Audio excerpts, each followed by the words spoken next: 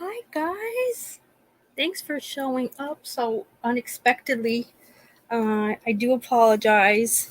I had rescheduled this for later in the week, meaning I was probably going to do it the weekend. And then I got a text from Kathleen, who would like to come back on the show on Friday to discuss the Murdoch, the Murdoch verdict. So, of course, I'm going to whatever she wants. I said, yes, of course, you can come on any day you want. So I kind of had to play around a little bit with just what I was doing, and I kept I feel like I probably have pushed this back at least 5 times, and I have a lot of people who like to listen to the replays at work. So I thought, just do it.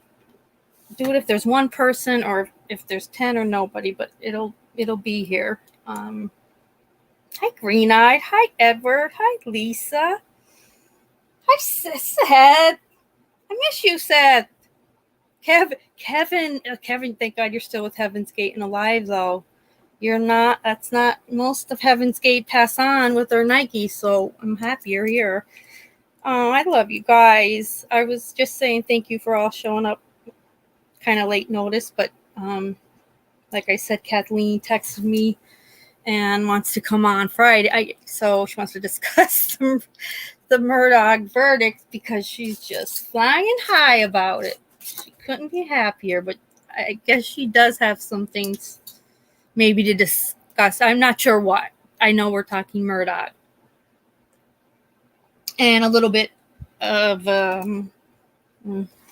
maybe a little bit of Roberta Laundry from the Pitchy, since we're going to be doing the Gabby for her next book. So I know she was. I told her about what Roberta releasing a statement today. So it's always fun to get someone like Kathleen fired up. You're all intact. Thank God, Kevin. Oh my God, Seth, be quiet. Well, that's right. You are from the South. So was your bro-in-law's family, knew them. And I have to say, today, his brother Randy made a pretty, I guess, an honest statement and just put it out there. And he said that Kevin, hang on. Why is that? He does not feel that his brother, Alec, is telling everyone the full story of what happened.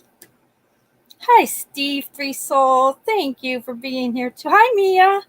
So I thought that was a lot for a Murdoch to say something else that's not painting another Murdoch in a good light, right? So, yeah, especially if your brother-in-law knows the family, they stick together and no one's ever questioned them. So they probably, none of them, they're all probably walking, picking their nose like, what next? What do we do? We're not, we don't have the keys to the kingdom anymore. But I was just shocked that Randy came out today and said that. Props to him, 100%. I mean, without, hey, upside down, honey, without coming right out. Thank you, Three Souls. I appreciate that. Without coming right out and saying, I think my brother may have participated in the killing of his wife and son. He just said, I don't feel that Alec is telling us the full story as to what happened that night. So to me, that's a lot. He would not take the stand as a witness, for the trial. The only family member that would, other than, Buster probably having to, was John Marvin. And it seems John Marvin is also the only one that had good things to say. And it's sad about Paul. He cried a lot.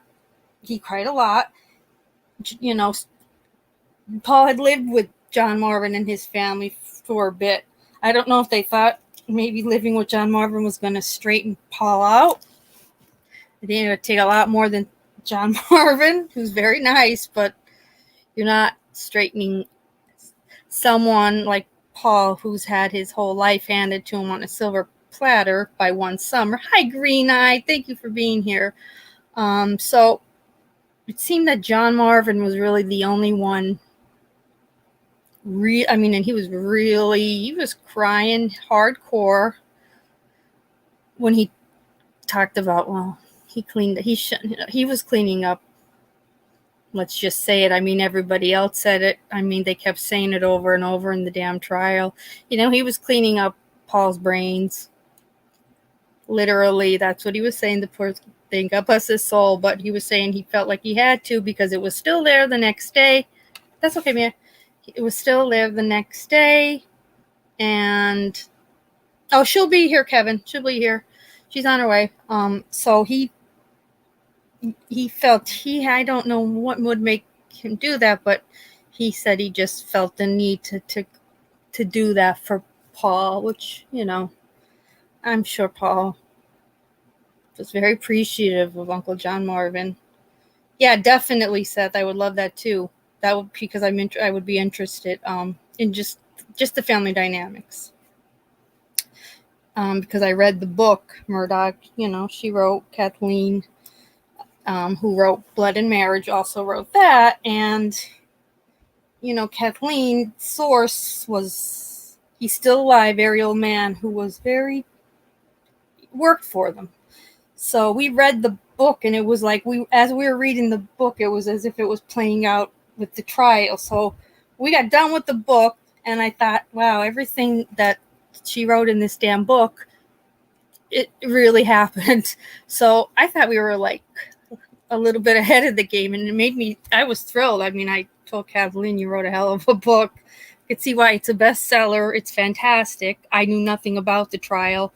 About this case until reading her book, and then, of course, slowly got sucked right into the whole damn trial like a freaking lunatic, because it's crazy.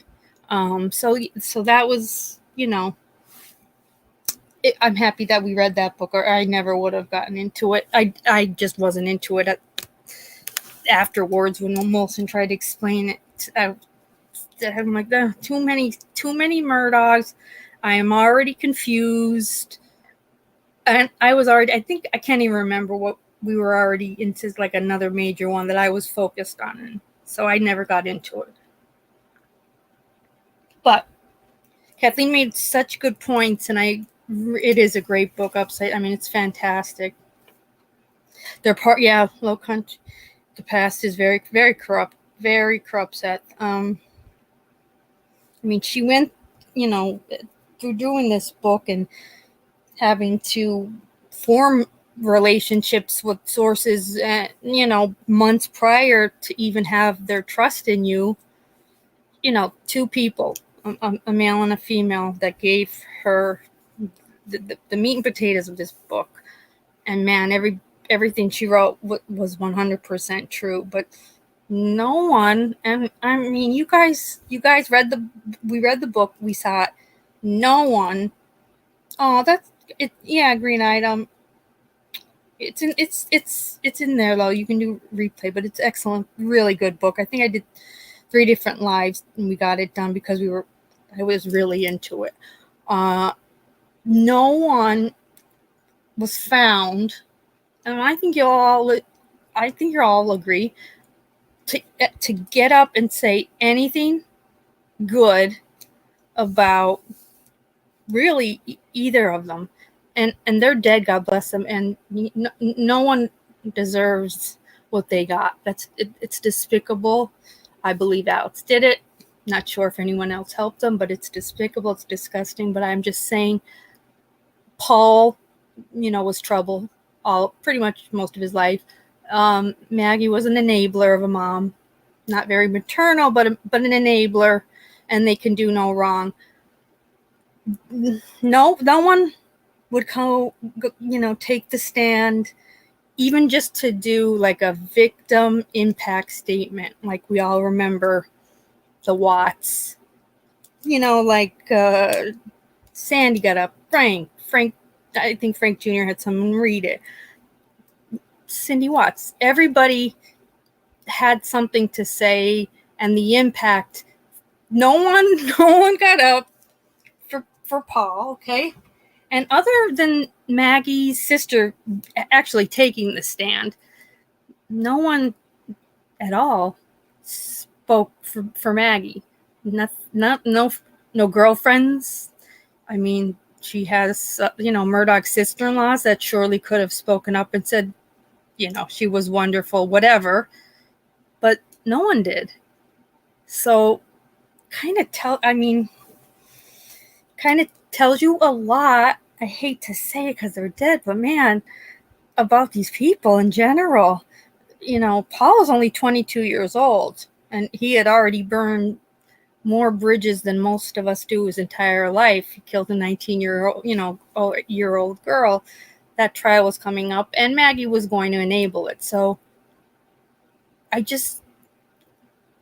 it was very sad that there was no one that even said one good thing about them.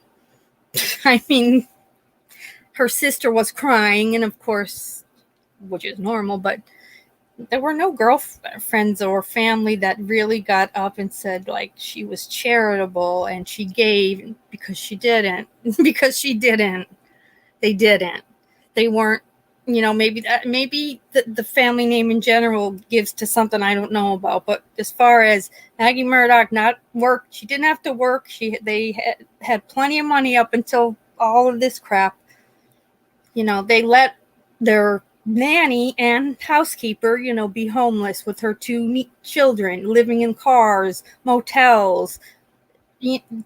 Gloria died literally on their steps, and Maggie was just annoyed by it all. So these people did not get sympathy, empathy from, I'm pretty sure, most of the world that tuned in for it.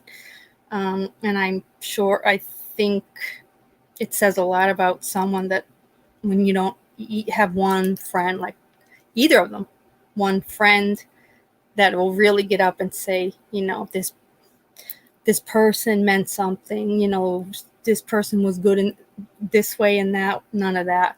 If at one time the kind of money these people were playing with, Maggie didn't work. She should have been volunteering. I don't care where, the library, a hospital, anywhere. They weren't like that. And I think that's why it was easy to, it was easy to read the book, whereas a lot of times I have trouble getting past, because we've read with children being murdered. But with these two, it was like reading TV Guide, which is awful, but it's true. Oh, Buster's interview. Yeah, no one called him a friend. I mean, and the boys that did get up, that had to take the stand, that were hanging out with Paul at the time of his death, around that time, you did not get, you didn't get a feeling from any of them, though, like that Paul was like a warm and fuzzy friend. It just wasn't there at all. Nothing, no one. All right, that to me is crazy. I would agree. Not, hey, the apple never. I know too far. When it comes to that, I agree. I totally. Hi, I'm Wilson. We're talking just about, the lovely Murdoch. Just a little bit before I told him Kathleen will be here on Friday night, and she's got some stuff to say about the verdict. She's like, you make sure Molson's there, and she's crazy. Wait, what Upside Down said? When Maggie did take a job in retail, they had to they had to let her go. She was ignorant to the customers. She wouldn't give. That's right. She wouldn't give them the keys back. Could you imagine being that entitled that you first of all, we're letting you go, but I really can't accept it, and I'm not giving the keys back. And you're not like, I don't know. I probably call a cop, do something. Oh, Seth, I did a little video on Mallory Beach's death, and I love Mallory. I adore everything about that girl, was just lovely. So it's just despicable what happened, and they never ever apologized to her family. To this day, there has never ever been an apology of any sort given to her mother or her father. They don't No one took accountability for her death. Basically wanted, if Paul was alive, they were either going to try to pin it on Connor Cook or the gas station. Parker's, Luther's for giving them shots. Everybody but the person that really did it. Paul, he stripped out to nothing, put the boat, pretty much full throttle, and jumped in. Meanwhile, the boat crashes into the bridge, and it took a week before Mallory's body was found 5 miles down the river. That's just horrible. Just horrible. So no, there's no love loss, and that's sad to say, but there's not. Wait, which cop would they call who wasn't on the got in the back seat with Anthony's mom? So, oh, yep. And the funny, well, not funny, but the part about crashing into the bridge like they did was like Paris Island side, Marine boot camp side. So the old military police got involved, and that just put a real wrench in Randolph and Alex being able to protect Paul, because they don't own the military police. Yes, they own every other little town, but it took a while, like a year later, maybe, I want to say, before he was charged, but he still got treated pretty well. Okay, we'll take your mugshot, but you keep your polo shirt on. Sign all your papers right here. No, we're not going to handcuff you. No, you're not being escorted out. And we'll see you on June 10th for the actual hearing. So, we have just all that. The house, Gloria Satterfield. Stephen Smith was the boy that I do believe Buster knows more than he's speaking on, and Mallory. It was just like one after the other, every 2 years or so. Their names involved with another death, but they're not getting in trouble for it. It's it's being pushed under the rug. Just craziness. Thank you, Molson. Just, a lot of crazy stuff that they were able to get away with. But look, eventually, and this doesn't happen often, it caught up with them, especially that family. You rule the roost since, pretty much 1910, 1920, when you really start to become a name. It says a lot, basically, that the town was sick of their shit, and the jurors saw him for what he is, a liar, and that's really what got him put away forever.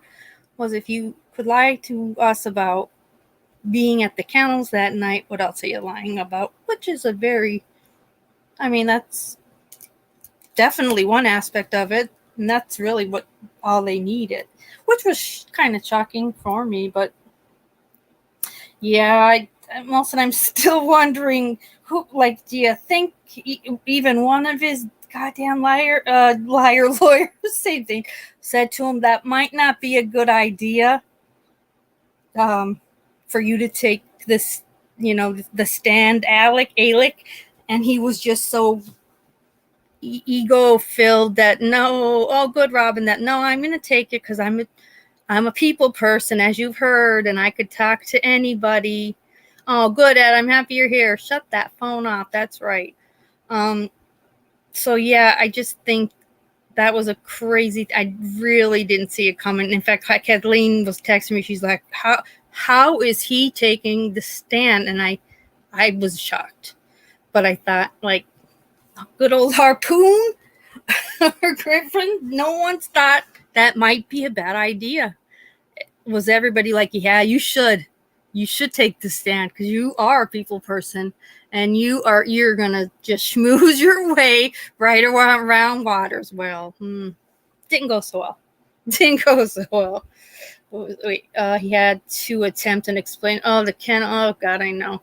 He thought he always. It's very scary. It sounds like a coworker, but thought he was the smartest guy in the room. He was gonna somehow schmooze his way out of this one. I mean, I don't know. I don't know how. I was worried because I felt like they were focusing too much on financials, and I'm like, oh God, don't lose track of why we're here. 2 people were murdered. But luckily, the jury didn't forget. What's that green light? I watched Alex Lawyer speaking to the Senate in South Carolina today. Do you know how many people have senators? Well, and his lawyer. Well, you mean his lawyer? Yeah, Harpoon. He's something. He was also. Don't be surprised, guys. But when you see Paul, for the initial sentencing, those were Paul's lawyers too. Or good old Harpoon. I call him Harpoon and Griffin. They were also Paul's lawyers. I can't imagine, what it would cost to like hire just like a Harpoon, a state senator to be your lawyer. Like, who's paying that? Is it coming out of the money from Moselle? Like, is the Murdoch name in general giving money? And how much money is it, right? Like, he's a senator and a lawyer, and it's 6 weeks sitting in that room with him. That's a lot. My Green Knight said my jaw dropped. I was on the floor today. It was like, oh man, there are a lot of people there. See, there are a lot of people, Green Knight, and that's why I at first had told Molson, like, oh, you're confusing me. I can't do it. There's too many people, and they're all the same names, and everybody's named Buster. So I didn't. But then Kathleen wrote the book, and I'm like, I have to read the book. And I knew nothing about it, and I'm like, I'm hooked. And it just so happened to coincide with the trial. So, of course, then I got sucked right on in. But for anyone that hasn't got a chance to listen to the replay, please do. You can't make this stuff up. So is Alex Murdoch now the epitome of what they call a jailhouse lawyer? Absolutely. No, I hope there'll never be another case this nutty. I hope to God there'll never be another case like this, because this family's crazy. Everybody's named Buster too. It's so stupid. I've got sick of saying the name, and it made me giggle every time I had to say the name Buster in that damn book, because you're grown. These are grown men. Stop, Buster. But he's Buster. Yeah, that would be. I mean, Ed. He's still definitely in there thinking, like, what am I doing with all these convicts? I mean, that's definitely Alex's whole mentality. What am I doing in here with all these lowlifes? Oh, hang on, Seth Rose, my brother-in-law. His family and I know Alan Wilson, the Attorney General. Ooh, Seth. We will definitely have to do just a night of that, because I'm very interested in the whole boys club of that area, which I think you'll be able to get me some info on. I thought the Amber, just when you think no one could top an adult woman pooping on a bed, we did it. We did it with the murder dicks. We did it. So, never stop dreaming. Never give up on your dreams. I for sure did not think out. I just didn't think he was going to. I thought it was going to be reasonable doubt. He was going to get out, but that he was going to go to jail for the financials. But, oh well, they saw the light a lot quicker, which is fantastic. I'm in no way upset by it. But yeah, are we going to get something weird every year? Like, I can't take this. Like, this, it's too much on my heart. Molson, my buddy's dog was named Buster. That's all I think of. When I say the name Buster, I want to see a dog running over to me. It shouldn't. No grown man should be referred to as, that's Buster. That's Buster over there, and that's Buster the Fourth. I wouldn't want to commit to being Buster the First. let alone the fourth. Hi, Kristen, Mom. I'm so glad you made it. Wilson still ashamed Beach, Satterfield, and Smith families.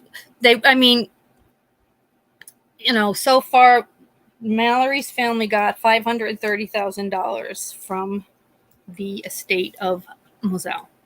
The rest of the money still sits there for other victims and lawyers' fees.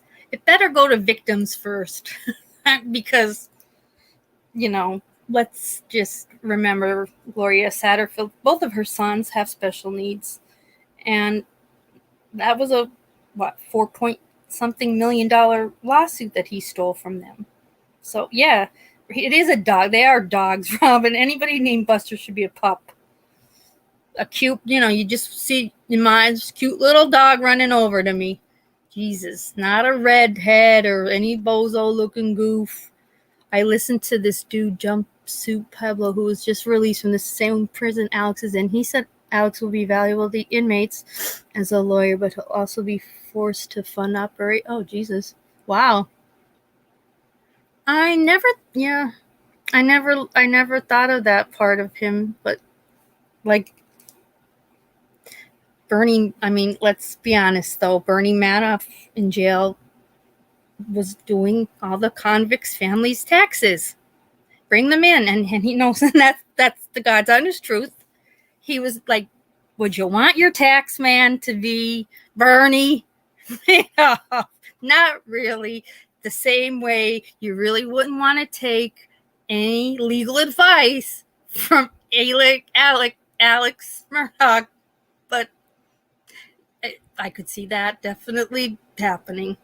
It's interesting. What did Kevin say? Freeze the estates and auction. Well, that's what, Moselle is frozen now. So, but there's $2-point-some million left. It's still not enough. Hi, Envy Gal. I'm happy you're here, sweetie. It's still not. I don't think it's enough. First of all, I still think Mallory Beach's family deserves more than $530,000. They are suing others still. Hi, FN, honey. But I just, sure, sue where he bought the beer, sue where he was doing shots, but sue the friggin' people. It's them, the family. Who's ever left. It was Buster's ID that was getting Paul these beers. So, and Buster was, knowingly letting his brother use his ID. So freaking sue Buster. He got his mother's $530 from her estate. That's all he ended up with was $530,000. But whatever, Murdaugh money's left, and after they pay all the lawyers' fees, I don't know, whatever Buster has left, I feel deservingly should go to these victims. Stephen Smith's case is reopened, and I love Tinsley. He's a fantastic lawyer. He's speaking up for all of those victims that never got the justice they deserved. I think he will do a fantastic job.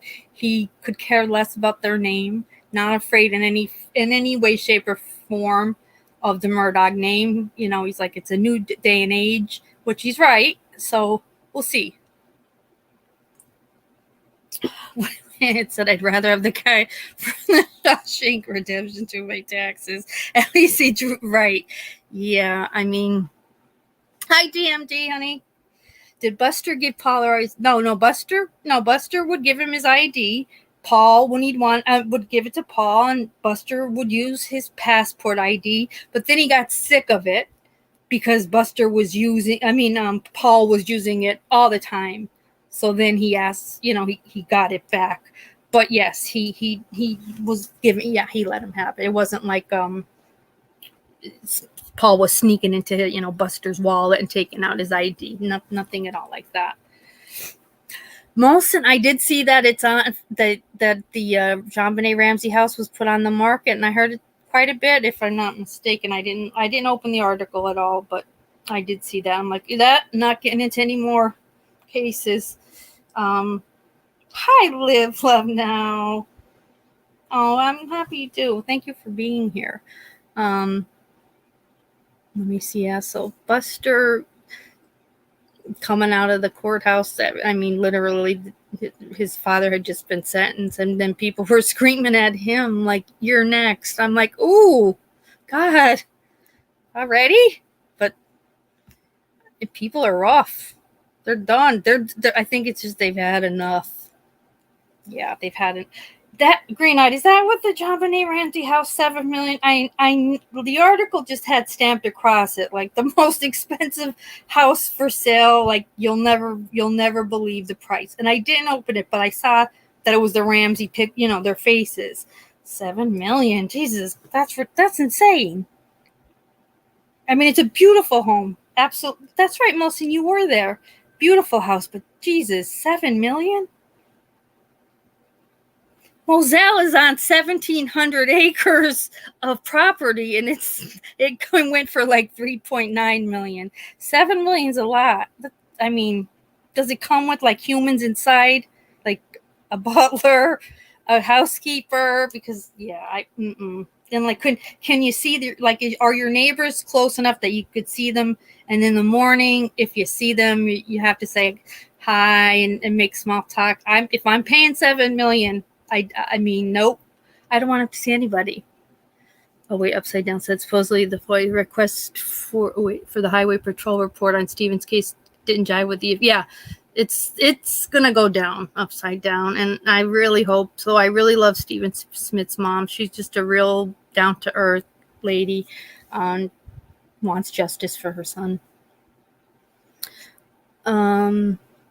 Green, I'd like to see a virtual. Oh, I love virtual tours of homes. The neighbors are right there. See, I'm okay. Then no, I'm not paying 7 million for that.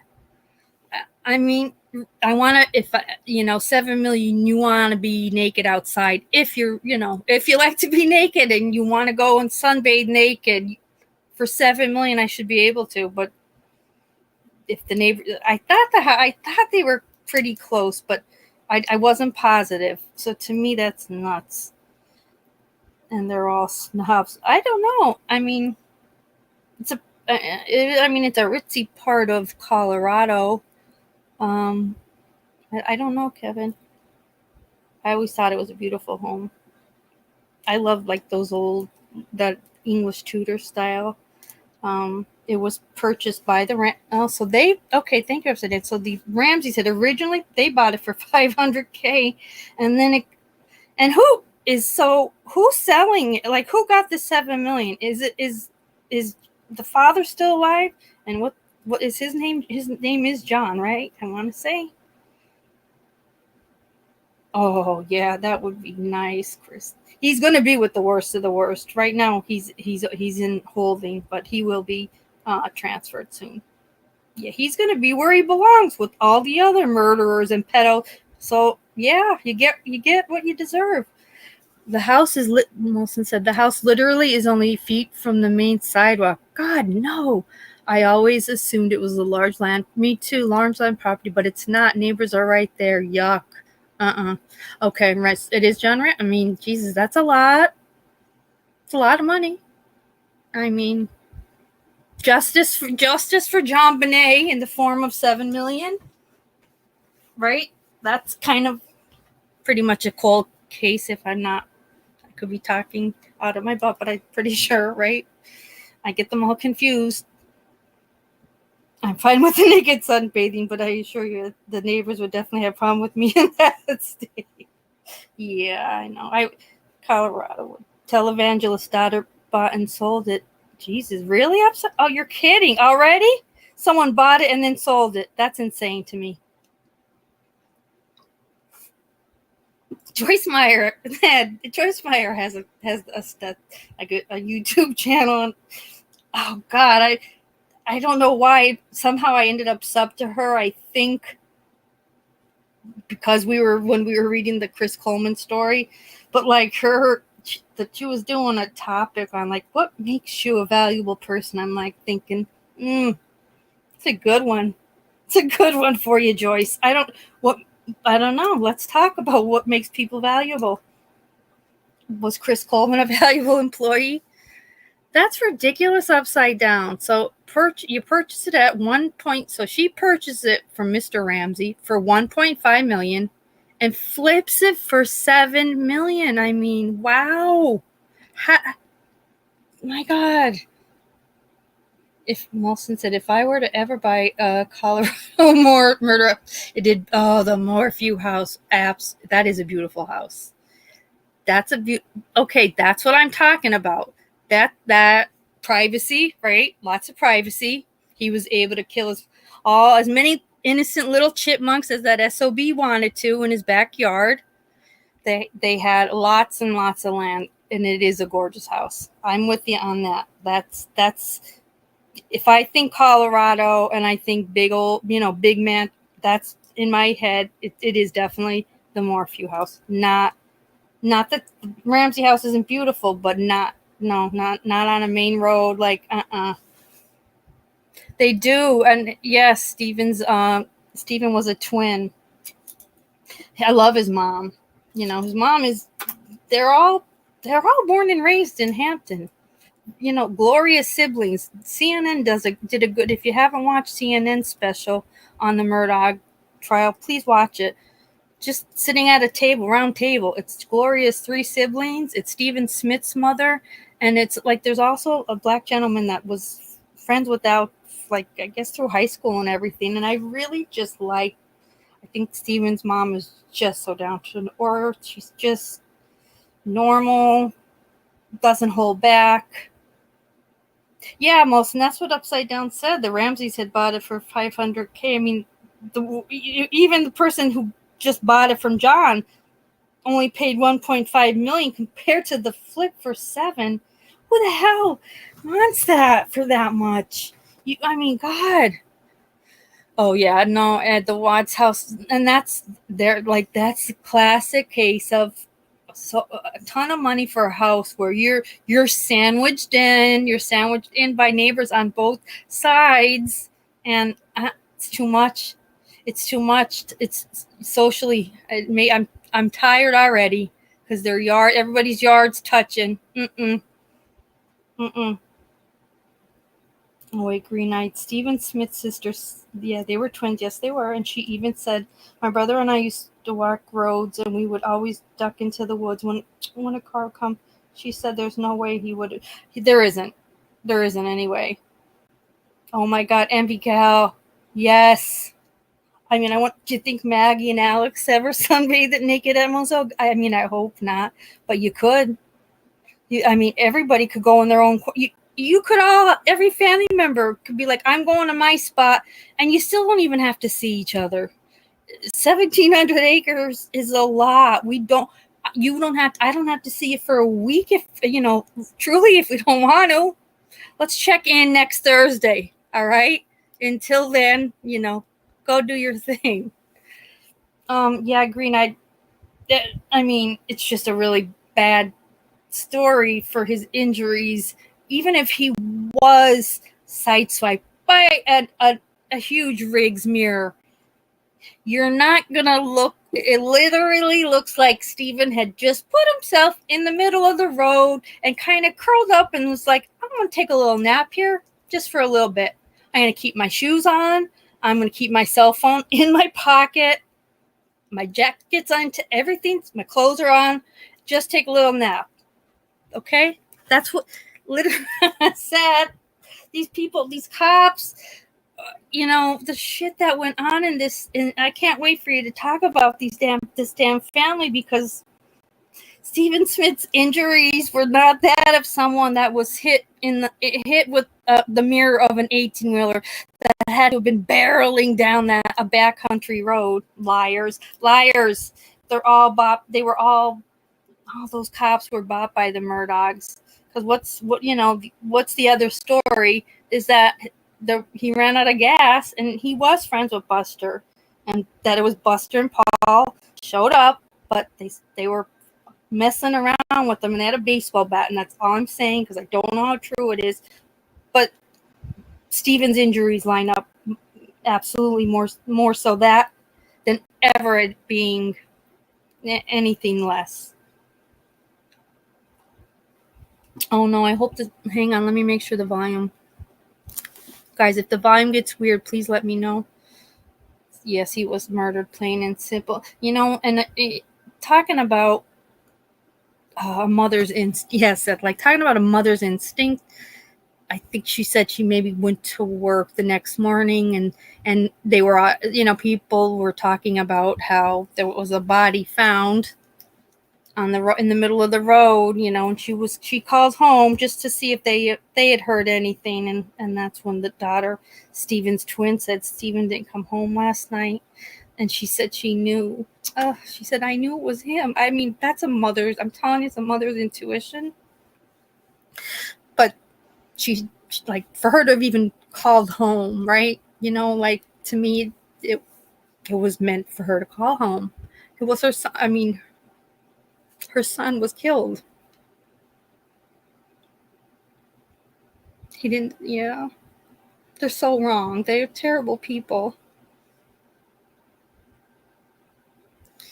Almost, and the only way anybody could ever be charged now for Stephen Smith is if Buster is somehow linked to this to that area. That's the only way. Otherwise, no, it's going to just go cold like it has since pretty much the beginning. They opened and closed it very neatly and quickly and put it in a big old bowl. A big old pink bow on it. We're done with this dude. Move on. Just horrible. Yet, I want to say that Steven's mother says, like, the next day, I want to say Randy Murdoch called her to be her lawyer, right? Tell me I'm right. Or if I'm not, tell me I'm right. Tell me if I'm wrong. But I'm pretty sure, because she found that to be odd. Didn't really think deep into it, but like, wow, he's calling me to represent me. Yeah, okay, Kevin, that's, yeah. So they found a way to insert themselves, even, every possible area of everything. It's unbelievable. Randy, yeah. Randy really separated himself, though. I think he made sure to let it be known to all that, like, you guys could all still come to me. I don't believe Alex is telling us all the truth. And so that's where I stand. I was shocked, but it's what he did today. Still feel like the Murdochs are better. They're both corrupt. There's all different types of corruption, Molson, right? And there's different ways that people try to silence other people, and I don't agree with either the way either family tries to handle our freedom, right? Our freedom of speech, our freedom to talk. And, well, in the case with the Murdochs, though, I mean, Jesus Almighty, we're just, people are dropping like flies, and these people are getting away with it. I mean, Brooklyn should run. That's Brooklyn's townhouse. She bought it for $180,000. It's in Hilton Head. She's a lawyer, an estate lawyer. She could be okay. Right now, sad but true, Buster needs Brooklyn more than Brooklyn will ever need Buster. And I almost want to say to her, like, girl, why are you just still a girlfriend? Why are you just his girlfriend? Like, they're all leaning on you. Every time Alex calls Buster, he's asking, where's Brooklyn? You should either be more than just his girlfriend, or just tell him get out. Tell him get going. I think he's kind of separated himself because he didn't live with them and all this shit went on. But I think he's just as cocky. I truly do. Yeah, that's what I was saying. I mean, yeah. So we have Randy throwing, like literally, like, list people, watch me. I'm throwing my brother under the bus. Listen up. And then you have Marvin cleaning up brains. Seth, they make me mad. Thank God I don't live there. Thank God. I can't imagine how anyone was even friends with Paul in high school. They were all nice kids, too, putting up with that ass. You think Brooklyn... Hang on, Green. Brooklyn's going to bolt eventually. I truly do. For her sake, I think in the long run, she She needs to just make a clean break for it. Oh, yeah, Molson, how much money can you spend on pills? What else? What else was he buying? Paul I'm sorry. God, Jesus, I shouldn't say it. Everybody read Molson's quote, but it's true. All right. We saw it. I read it the night of the boat crash. What he acted and what he did. Okay, that's no one that we would want our kids to even know, let alone hang out with. We're all mad, I know, Seth. This is definitely a case that even if you weren't initially involved in it, man, when you started to hear about the collateral damage years prior, you like, that sucked me in. The Mallory Beach, the Gloria, this, like, I was sucked in because of them. Truly. Because Kathleen is very honest with me, I can't find a good quality of any of that family. And and she, from Maggie to Paul, none of them. I can't find anyone to even say anything good. And as you read that book and you watch the trial and things unfold, she's damn right. Green, I'd never feel sorry for a man who has a private airplane and a running strip on his property and a hangar to park it in. And he bought it from let's not forget that he bought it from a drug lord who had that landing strip for a reason, right? And then they said to Anthony Cook, who was Mallory Beach's boyfriend in the Netflix documentary, what did the Murdochs use it for? And his response was, Paul said they use it for everything from hookers, from strippers, or I think he calls them strippers. I want to drugs to strippers, I think is the way he says it. Yeah, something like that. But I hope he serves his sentence too, Seth. Why, you think he would do like a Epstein? I don't know. I mean, the fake somebody shot me in the head. That's a good call. If you guys want to laugh, just please, not the 911 call where Alex is letting the 911 operator know he's okay now. He saw the light, but he's all right. He was only blind for a minute. He could see again. But I'm pretty sure it was shot in my head somewhere. You're pretty sure you were. I'm going to say you weren't. If you're saying I'm pretty sure I was shot in my head because there's blood. What did the ER say? Like, we can't rule out that it was not gravel. I love that. I'm like, props to whatever ER nurse or doctor wrote that up. We cannot rule out that it was gravel. But I just picture him rolling around and like, what, gravel? So you have him call 911, hurry, send someone, people pulling over, and then the people that didn't pull over, and they call 911 to say, there's somebody pulled over, looks like he's bleeding, but we didn't stop because it looks like a setup.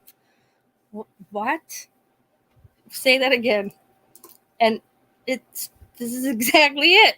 We just drove by a man that's sitting on the ground on the side of the road, and it looks like he's bleeding, but we're not sure because it really just looks like a setup.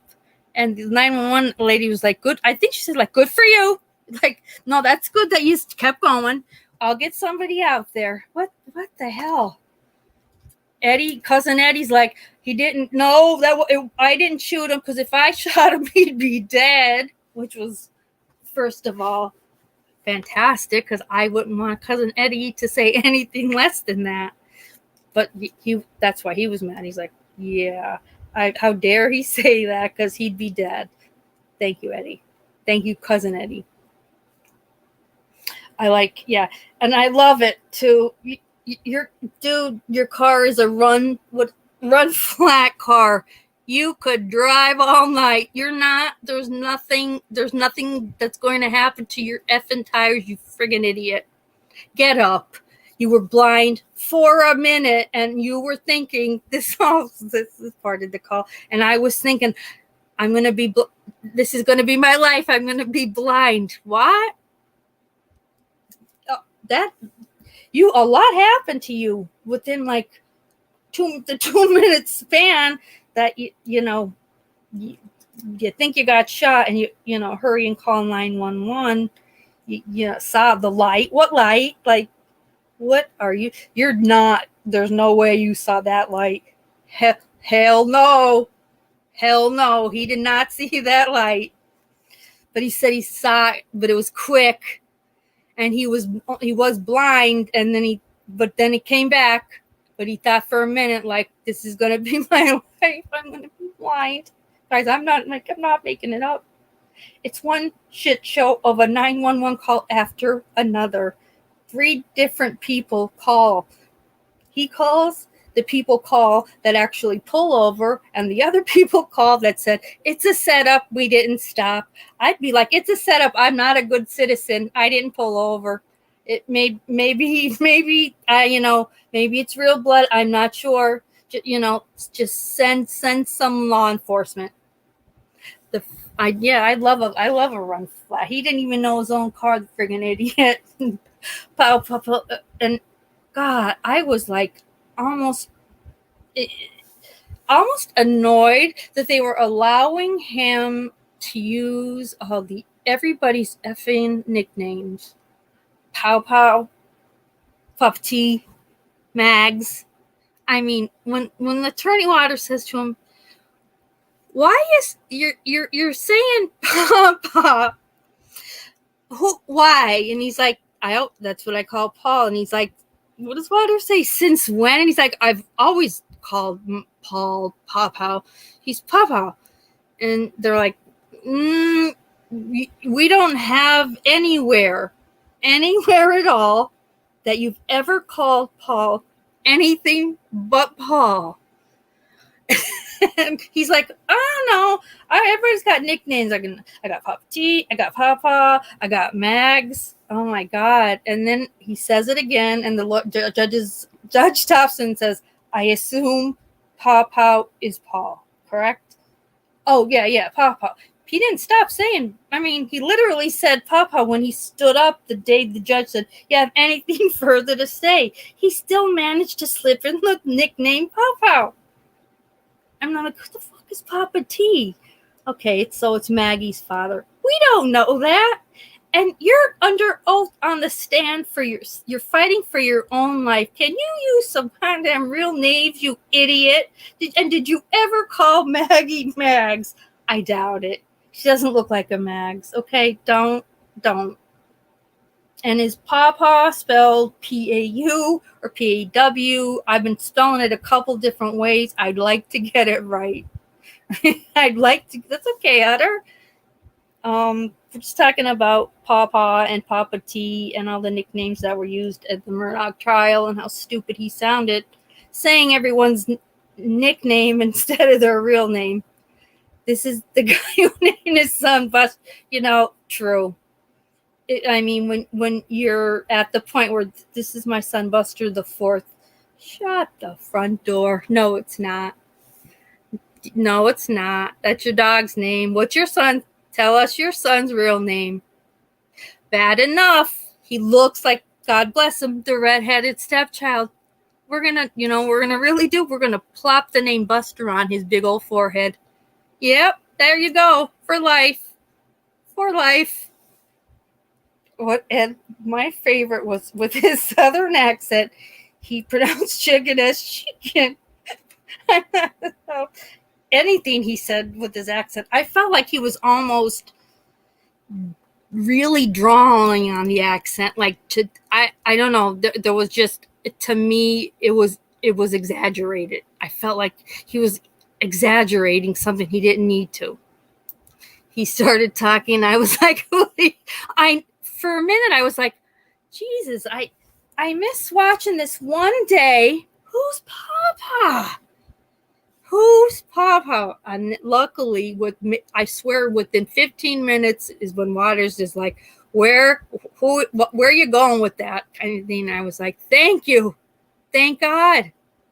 Because I kept saying to me, like, why are we saying how does the jury know who the fuck these people Papa T is and Mags, and we don't know it. Like, we don't know it. And I really just think when you're on the stand under oath fighting for your life, you're going to be proper, and you're going to use everyone's God-given name. It's our, you call Buster Buster, God bless his soul, he's got to live with that forever. But then a simple name like Paul, you're going to call him Paw Paw. Buster was Boo Boo, and the dog was Bubba. Oh my God, upside down. I think we got something going on here. Don't talk about Seth. I love a good Southern accent. I got to be honest with you. I love a good Southern accent. I truly, truly do. Like the forensics expert at the very end, like the last day, Dr. Kinsey, man, I loved him. I think everybody was in awe of him. He was so freaking smart, and just, he could have done a hickory dickory dock, and I would have been like, shh, shh, Dr. Kinsey, you go quiet. No, don't talk to Mom later. Hi, garden girl. Aw, that's okay. Thank you for stopping here.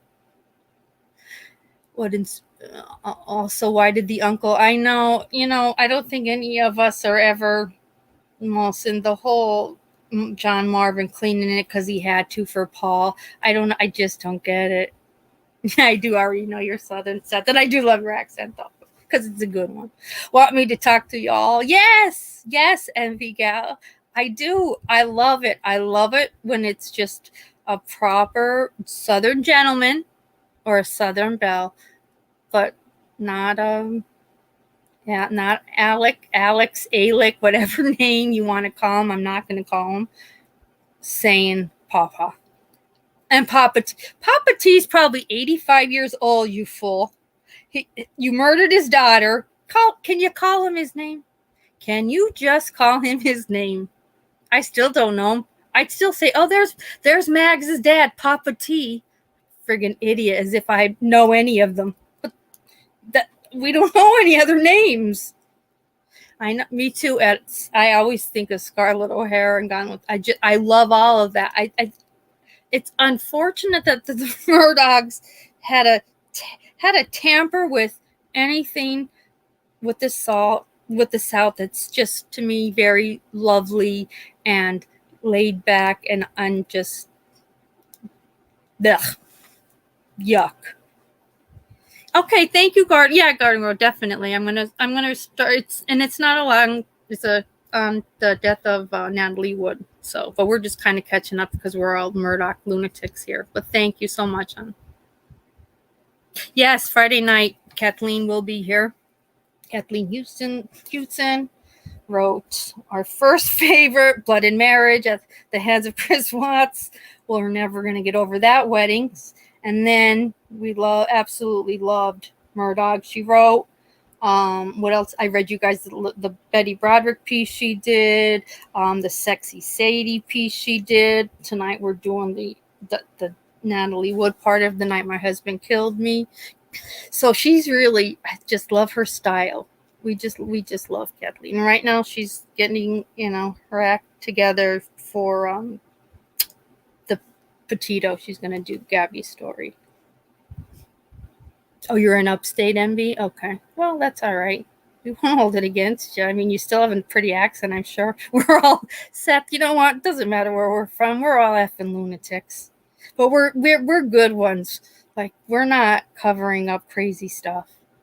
Like, these people were sincere lunatics. Like, they put the loon in lunatic.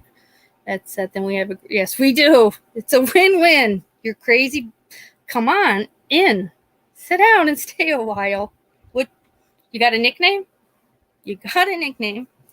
Oh, I listened to you, Rose, when you read Blood and Marriage, and oh my God, you bought it too. A couple people told me that. They're like, I had to buy it then too, because I wanted my family to really see what this wedding was like. I'm like, yeah, it was something. I had read that prior to reading it. I don't remember any of that. I think my brain, as a coping mechanism, had totally blocked it out. I'm so glad too, Seth. I always like to see you make me smile. totally blocked it out because I'm like, guys, I read this whole book and I, for the life of me, do not remember not a drip of this reception. But I mean, it's getting good. It's getting good. Hi, downtown. There you are. If Alex had showed the judge remorse, would it have affected the judges? You think? Wait, if he showed the judge remorse, are you asking if it would have affected the juror's sentence? I doubt it. I think everybody just saw him as a shyster. I'm curious, can I tell Kevin it's slightly off-colored, nothing racist? If you say no, I won't type it in here. Just hang on for a minute and let me think about it. Because if you're asking me, I don't know. Never mind it was a dry. Well, Jesus Christ, a dry wedding. There was nothing. All right, 7:30 before like a little biscuit with a hot dog in it was wrapped around. Kathleen said it was not. That because they spent $12,000 on the white thing. Oh my God! Like when you walk into the hotel, it was like the material type. Oh my God! What the hell is it called? I can't remember now. But that was $12,000. So that's where your food and your drinks were. It went on the white cascading. Chanel curtains so that Chris and Shanann can come walk through it waving their effing terrible towels, the Steeler towels. Right? I'm sorry. It's just right from there. I'd be like, we're in trouble. We were in trouble. It was a good book, Garden Girl.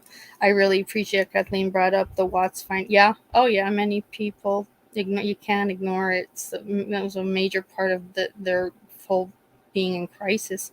So that everything to finances usually when there is that type of a murder, it's either it's usually finances or it's, oh God, another woman, and they've got to just get rid of the old and in with the new.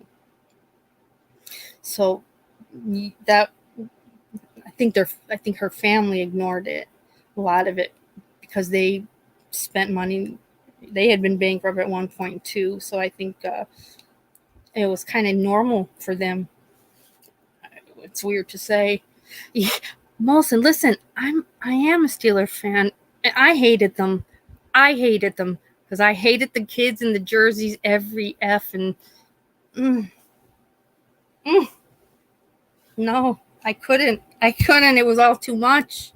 It was too much, but the wedding itself was just enough to say, guys, you guys gave it a good run tonight, but you can still get it annulled between, Shanann and her dad bumping and grinding, then Chris bumping and grinding with his guys for Shanann.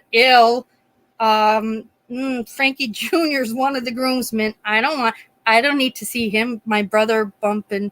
And if my brother was ever bumping and grinding, there'd be a problem. Mima was there. Oh my God, there you go. Down south, Nick. Mima was there, guys. Let's not forget that. And had to see a lot. Okay, yes, definitely. Seth, please email me because you let me know a good night for you. And we, we'll have some questions too for your brother-in-law. Thank you, honey. We have Kathleen. I mean, I'm like, Kathleen, come on now. What the fuck? Wedding? She's like, I'm like, no, it's just, there's no words. There aren't enough words for how bad it was. Yeah, God, Jesus, no one needed to see it. They could have stopped at the 15-minute dance that Shanann and her father did. It should have been Shanann and Chris. It wasn't. It was Shanann and her father. So that's in my head. And then you think of Chris Watts, probably like one of the whitest guys, probably, not an ounce of rhythm in him, bumping and grinding with his best man, his friend, and Frankie Jr. No. And we're all sober for it. Just let's remember that we're all sober for it. That shit can't happen sober for me. I mean that gazebo, thank you. Yeah, $12,000 gazebo. That's where the liquor and food money went, so that she had that gazebo to walk under and break. Like, I mean, it's just. I mean, there's times I'm like, geez, maybe tonight I'll see if if the group wants to play the newlywed game. Like I miss it. I almost miss it. You know, I miss the DJ who said I'm not asking this question, and one of the guests read it, and yes, it was who orgasms first, and I'm like, was Frank Senior happy? Like was he was like, was he proud? Yep, that's my girl. Like, who initiates sex? And that's her, Daddy's little girl. What, like, what's happening? But I don't think they were sober, because they were, every picture, they're so happy and smiling. I don't know if it's just like, thank God we got her married off. Thank God. But they're the happiest people in the room were her parents. God bless them. But it's not a lie. They look happier than freaking Chris and Shanann, Frank and Sandy. And I don't know why. I have no idea, but I'm telling you, I just always got that vibe that it was like, whew, that was close. She was, for a minute there, we were probably concerned with, we were going to have her back, but she found this idiot, and they're going to give us some grandkids, and then they're going to ruin everybody's life. But no one saw that part coming. I wonder what the DJ thinks now. Like, I knew that wedding sucked. I knew it. I shouldn't have asked any of those questions. Put that poor Mima right into end stage Alzheimer's by the time it was over. She's like, who am I? Where am I? Where do I go? Poor, God bless her. She didn't need to hear it. And she had to listen to it all. She probably had low blood sugar. Mima was probably hypoglycemic. Meanwhile, like, Shanann's making them watch her play musical chairs as she gets thrown to the ground by the best man. My favorite part of that whole game is the fact that the best man throws her down so that she doesn't get a chair. Well, that's what you get for being a bride who wants to play musical chairs. We're not 8 years old. Stop it. Ed, I'm telling you, the Watts, when that all happened, they probably sat back and like, the bullet we dodged from this 3 CD set of a wedding. Thank you, God. Thank you, Jamie, for getting kicked out. Thank you. Because they would not have appreciated any of those newlywed questions. Oh my God. Hell no. That would have been bad. That the DJ probably sold all his equipment and started doing something different. The poor, I mean, twice he was like, I'm not reading this one. He did that twice, and whoever that was, a pushy female cousin that she read it, thank God, but I don't blame them. I mean, if they better have tipped that man. I felt like we should have found out his name, like, and got money to him somehow, somewhere right now, not a DJ anymore, because he's in fear. Like, is this what weddings are now? Like, no. If you ever go to a wedding and that starts happening, just remember what I'm saying and run the fuck out real quick. They're way too conservative. Like, none of it would have amused either of them, either Cindy or Ronnie. I know. I think of they could, their faces could be pretty tough. There would have been no fake laughing. Jamie would have been red as a beet, because she's definitely not like that. And I just didn't find it to be funny. I'm like, yes, I'm the person that would have this, like, I'm cringing and I'm embarrassed for them. And I love that secondhand embarrassment. Yes, Carter girl. That's such a good term. I am secondhandedly embarrassed for them. They're, this is their wedding, and I'm here. I'm thirsty. I'm hungry, and I'm embarrassed for them. Meanwhile, they're having a ball. They're dancing their butts off. Everybody's bumping and grinding. Family members are bumping and grinding for each other. It's just everything you would want, like in a horror movie wedding. Like, make sure they play musical chairs and somebody throws me down in my effing dress. Right down that others.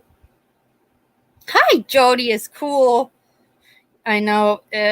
Where's that one guy though, Molson? He was pissed off in the back. He was like saying like, oh, like every time like her name was for a question, he'd be like, oh God, who didn't see that coming? Or he was getting rowdy, but it was really because they all needed a good stiff drink. You want us to listen to this stupid game. You should definitely let us drink and eat something, get something in our stomachs. But nope. Kathleen like literally said there were 2 wedding cakes. They made sure of that. 2 wedding cakes and just like some finger foods and like bottles of water. Okay? That no. I'd be like, guys, meet me out in the back. I'm gonna go to the liquor store now, and then everybody come outside, and we'll wolf it back. Everybody will wolf it back right here in the parking lot, and then we'll come back and we'll put up with the rest of this shit show. But I mean, and I'll go through a drive-through first, for God's sakes. Still gonna get more than what you got. 2 cakes. I hope everybody, they're probably all like drooling for like, I need this effing sugar, because could someone give Mima some fucking cake, because she hasn't had anything to eat all day, and she now knows that it takes Chris longer to orgasm. Okay? All right? So Mima knows that now. Therefore, she gets the first piece, Shanann. Not you, and not Chris. Give it to her. Because you also just, you gave her the full-blown Alzheimer's. You put her right into it. No stages for Mima. You're going full-blown to the end, because we are going to scar the shit out of you with the questions that I'm writing down on this paper, because they all came from her. There's not one question in that game that Chris thought of. There can't be. Just, they have that Jody's cool, has a cool. Oh, where's it hot? Oh God, I want to go. Oh, Australia's hot now, right? Utter's on a drink break. Utter. That's cute. We'll drink. You're not at their wedding. You drink, honey. And if you came to my house, plenty of food and beverages. I promise. Most Italian weddings are the total opposite of that. So I was offended as an Italian. I was very offended. I hate weddings. All right, I'm going to be very clear on it. I've been in enough. I was never even like the little girl, like, oh, I can't wait to have like a princess. No. Nope. Never liked it. I think the day is so long. Oh God, it's a long day. When my girlfriends would like get divorced and get remarried again, I'd be like, oh God, please say that you guys are just going to go get married. Please don't do another. And then one is a big one. I'm looking at her like, don't do it. Don't do it. You're going to ask me, aren't you? Yep. Yeah, you did it. You asked. Yep. And I had a kid then so that I could use him. Like, have Nico in your wedding, not me. Have Nico in the wedding, okay? You don't need me in the wedding now. That's why I had him. For all you people on your second and third marriages that still want me to we're going to be 90 and bridesmaids eventually. No. Well, get him a tux. He'll be like a cute little penguin. I'm not doing it anymore. Okay, Jody. God, it's. Ugh, I can't stand weddings. Too many of them. And I love when my cousins get married and you have so much fun, but it's a lot of prep. It's a lot of prep work. Even if you're not in a wedding, there's the outfit you're going to wear to the church. Then you got to go back and change because then there's a different outfit you're going to wear to the reception. Oh, God. And then everybody stays at the hotel. Then you put comfortable clothes on to meet at the bar. Then, I mean, it's a good 3 costume change kind of day, even just being there, not even being the bride. So, nope, not doing it. I'm not doing it. I can't stand it. Thank God I had a son then. He was a little ring bearer three times then. Yeah, because then 3 of them got married right in a row. No. It's exhausting. Who needs it? And I'm not a fan of weddings either, and I want to lose my mind when the stupid. I hate those dances. Like everybody's holding the waist when they're doing. What is that? What's that one? Is that the mom? And then the one, my God, my cousin Lynn is gorgeous, but she's Polish. I'm like, your mom, you're gonna have to put a babushka on your head. People are gonna dance with you for $1. She's like, I'm not doing that. Oh, she had to do it. I remember, like, here's your $1. I told you would be wearing a lace babushka. Look at you. And here's your $1. I don't need to dance. I don't need to twirl you around once for me to put a buck in that stupid lace apron around your waist. It's ridiculous. No. I couldn't have been happier to be not Polish than that, because that babushka is not coming near my head. A few of my coworkers had an ugly bridesmaid dress drinking. Oh my God, that sounds so much fun. Drinking party. They all wore an old bridesmaid dress from their class. I was told oh my God, that's such a good idea. Oh my, I have a ton of them. I have so many. I mean,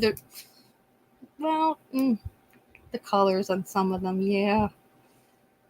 Like the mauve colors and the dusty rose and I have a few that I can pick from. I could be at that drinking party in a heartbeat at next one they have coming up. Let me know. Mine will be a beach day. Wear your suit. Mine will be, we got married. We did it. We got married. And maybe I'll have a party, right? Then just have a party. Have a very cool, like, fun party. Lots of food in the summer. Drinks, like, fun stuff. But that's my wedding. We got married. Thank you. Just the 2 of us. I don't need any of that. I don't. Yeah, see, Molson, it is work. Thank you. I didn't even have fun at my own wedding. It felt like work because it is work all day long. Having to just be on your best. And oh God, the Pocono. Molson loves the champagne. There's no more champagne tubs, but in their heyday, man, people were having everybody wanted their weddings at the Caesars. Loved the Cove Haven. Get married, get a little bit of an STD, but so what? You also get your picture taken in the champagne tub as newlyweds, if you want it. You tell us. We'll figure out what package you should get. I don't get the photos with the groomsmen putting I hate my brother's wedding. Jesus Christ, our cousin from Canada. She 13. She caught the bouquet. There's my brother's best friend. 32. On a garter on a 13-year-old. I'm like, who's calling the cops first? Who's first? I'll call second. Somebody else call first. It's stupid. It's dumb. I love when girls are like literally knocking each other over to get to that effing bouquet. I'm gonna like catch the bouquet. It may end like my friend, like they're ending friendships. They're wrestling over it. I don't know. That would always be my like. Oh, I got to go to the bathroom. I'm always in the bathroom. No, I can't watch it. I cringe. Secondhand embarrassment. That's a big one. Wait, Molson. I was at a wedding when a very young girl. Yep, and that's exactly what happened at my brother's. I'm like, this isn't happening. Like cousin Chrissy is 13. Joe is 32. This is odd. This is get it, but I'm happy we're getting photographs of it because this needs to just. We can't ever forget this moment. It's fantastic. God, I still to this day when I see Joe, I'm like, I just can't believe you went through with it. It's like I had to. Oh God, no, no. I've never been. Oh, you've never been. Ed, yeah, don't. I mean, Jesus, it's expensive when you're in it. It's especially the girls. You're throwing a shower, you're buying gifts. It's expensive. It is. Molson said, if I ever remarry, you're going to be one of my groomsmen. I want to be can I be the DJ, Molson? Please let me be the DJ, please, and I'll read every question. I swear I will. Ed said, my oldest brother's wedding dance was nothing but fist fights between drunk farmers and field workers. That's so good, Ed. I don't mind that kind of. I'm okay with that. I'm all right with that. That sounds like they were all. Hey, sometimes the fun just gets a little out of hand. You got to rein them back in. Just rein them back in. No stupid games. Can't we just have the simple weddings? Okay. Why does it? It's just more and more extravagant. The dances, like the routines. Oh God, do I cringe? Yeah, Brian Hamburger messed up. No, he didn't. The champagne glasses were already gone downtown. Damn it!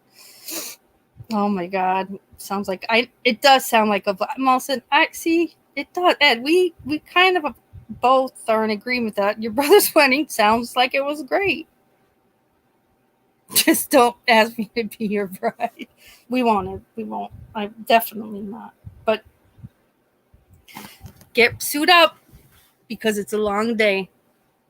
Oh God, I hate when some of my friends would be like, "Oh, we'll all get married here. Will everybody bring their makeup?" And no, I can't. My makeup won't look the same if I do it at your house. I have to do it in my room for my mirror. I can't do my makeup in your mirror. It's not gonna be the same.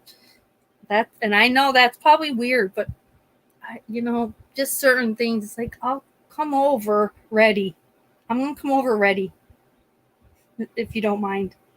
All right, and it's your second wedding, so be happy that I'm wearing another effing dress, T length. Girls, remember T length dresses? Thank God they're gone. Ugly. You didn't know if it should be a dress or a gown, so they made it T length. So it's in the middle of being. It could possibly have been a dress, and it rightfully so was headed for being a gown, but then they just kind of stopped. So yeah, I have about 3 T lengths. Early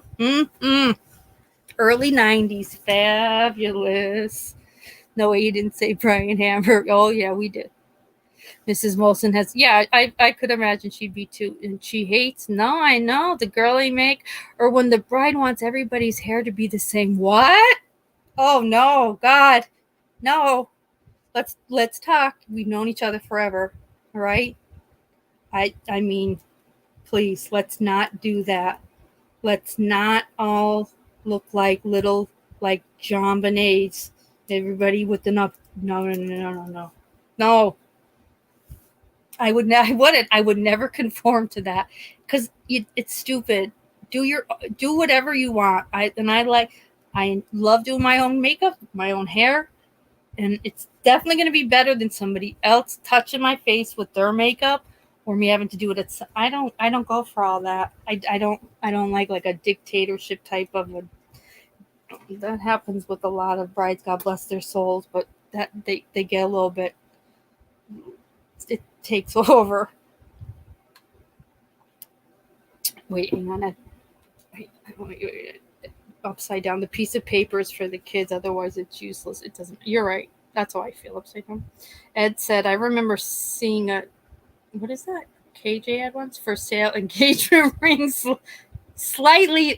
They were slightly used engagement rings, and the wedding dress never worn. Oh God, I love it. That's so good. Never worn. Nope. White lace and sweat and regret. That's what a wedding day is. Sweat and regret. Okay, it's a long day in in your stupid tux or the dress that you didn't want to spend $200 on, but here we are. No. Molson said, see, Chris Watts could have made bank on that ring. Well, she told him what to do with it. She told him, and Kate told him what to do with it. Dear Lord, that's like, what a rough thought, right? Is that a sign really downtown? I didn't know that upside down. I thought it was just the good sign. White lace and promises. Now that'll be in my head downtown. Thank you for pointing that out upside down. Let me just make sure that I didn't forget any questions, and then I really do want to talk about Natalie Wood, because I know I kept putting it off, and I kept getting messages from her. He's like, please, can we talk about Natalie Wood? We can. Oh, it's a Carpenter sign. Okay, downtown. I love Stevie Nicks. I'm a Stevie Nicks fan. Poor Karen Carpenter. God bless her. Just checking. I'm looking on my phone. Just make sure I did not miss. These are all so good, though. Well, yeah, see, Envy's daughter got married last year, and it was a blast. I've gone to some fabulous weddings, and they're big old fun weddings, but you don't need the choreographed dance and all that shit. Molson, Friday night, Kathleen said 6 her time, 9 p.m. Eastern. So we'll be ready. She's fired up. She's fired up too. So it we'll have fun. It'll definitely be fun. And I know she thought, you thought one way, she thought another. So it's I'm happy the way it turned out. Okay, now. Yeah, I said 9 was fine. She asked, I didn't ask her. She's just like, you want me on Friday? I'm like, oh yeah, Friday, whatever you want. So it's perfect. Get Molson, tell him we need him. I got to get stuff off my chest. I'm like, absolutely, of course. We love when you come on. And I'll text you if she sends me anything. Oh, upside down. Did you see her? Oh, I kept wanting to see Fleetwood Mac. And I'm like, the year I was going to go, COVID hit. So then the 2 years later, when they were doing concerts, the tickets were they were like 4 something. And they were not good seats. And I'm like, I'll wait on it. And then what happens? Christine McVie went and died on me. So I'll never see all of Fleetwood Mac, but I do need to see Stevie Nicks. Adore her. Just absolutely love everything about her. She's a treasure. You too are Kevin. I'm with Heaven's Gate. We love Kevin's names. Heaven's Gate. I'm just keeping my eye on Kevin. I don't want anything to happen to him.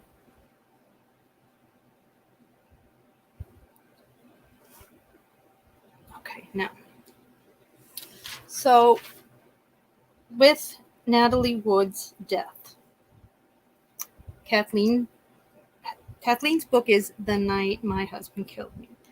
And there are 4 separate parts of it, 4 different women. One's Natalie Wood, one's Nicole Simpson, and the other 2 I'm not as familiar with. But Natalie, just reading what Kathleen writes, because she did a ton of research, which led me down a lot of rabbit holes, because it's a complex, crazy case. It's I don't know.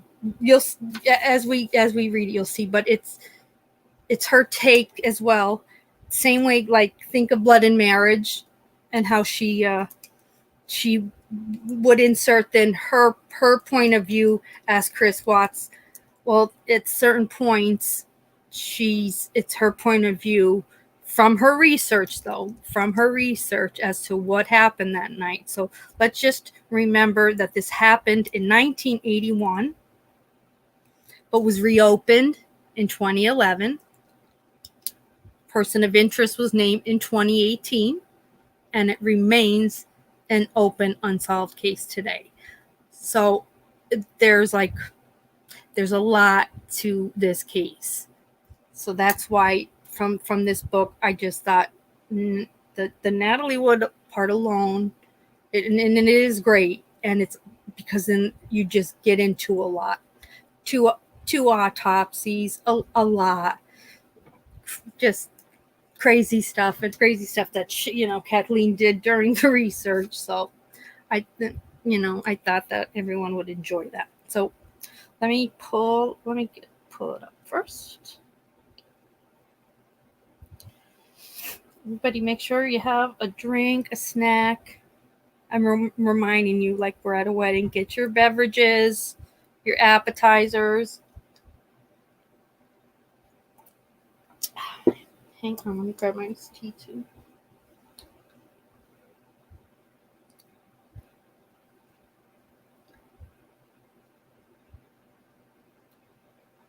Edward, are you near Pam? And Pam's house. I love Pam's house. She's there full time. She lives in Canada full time now.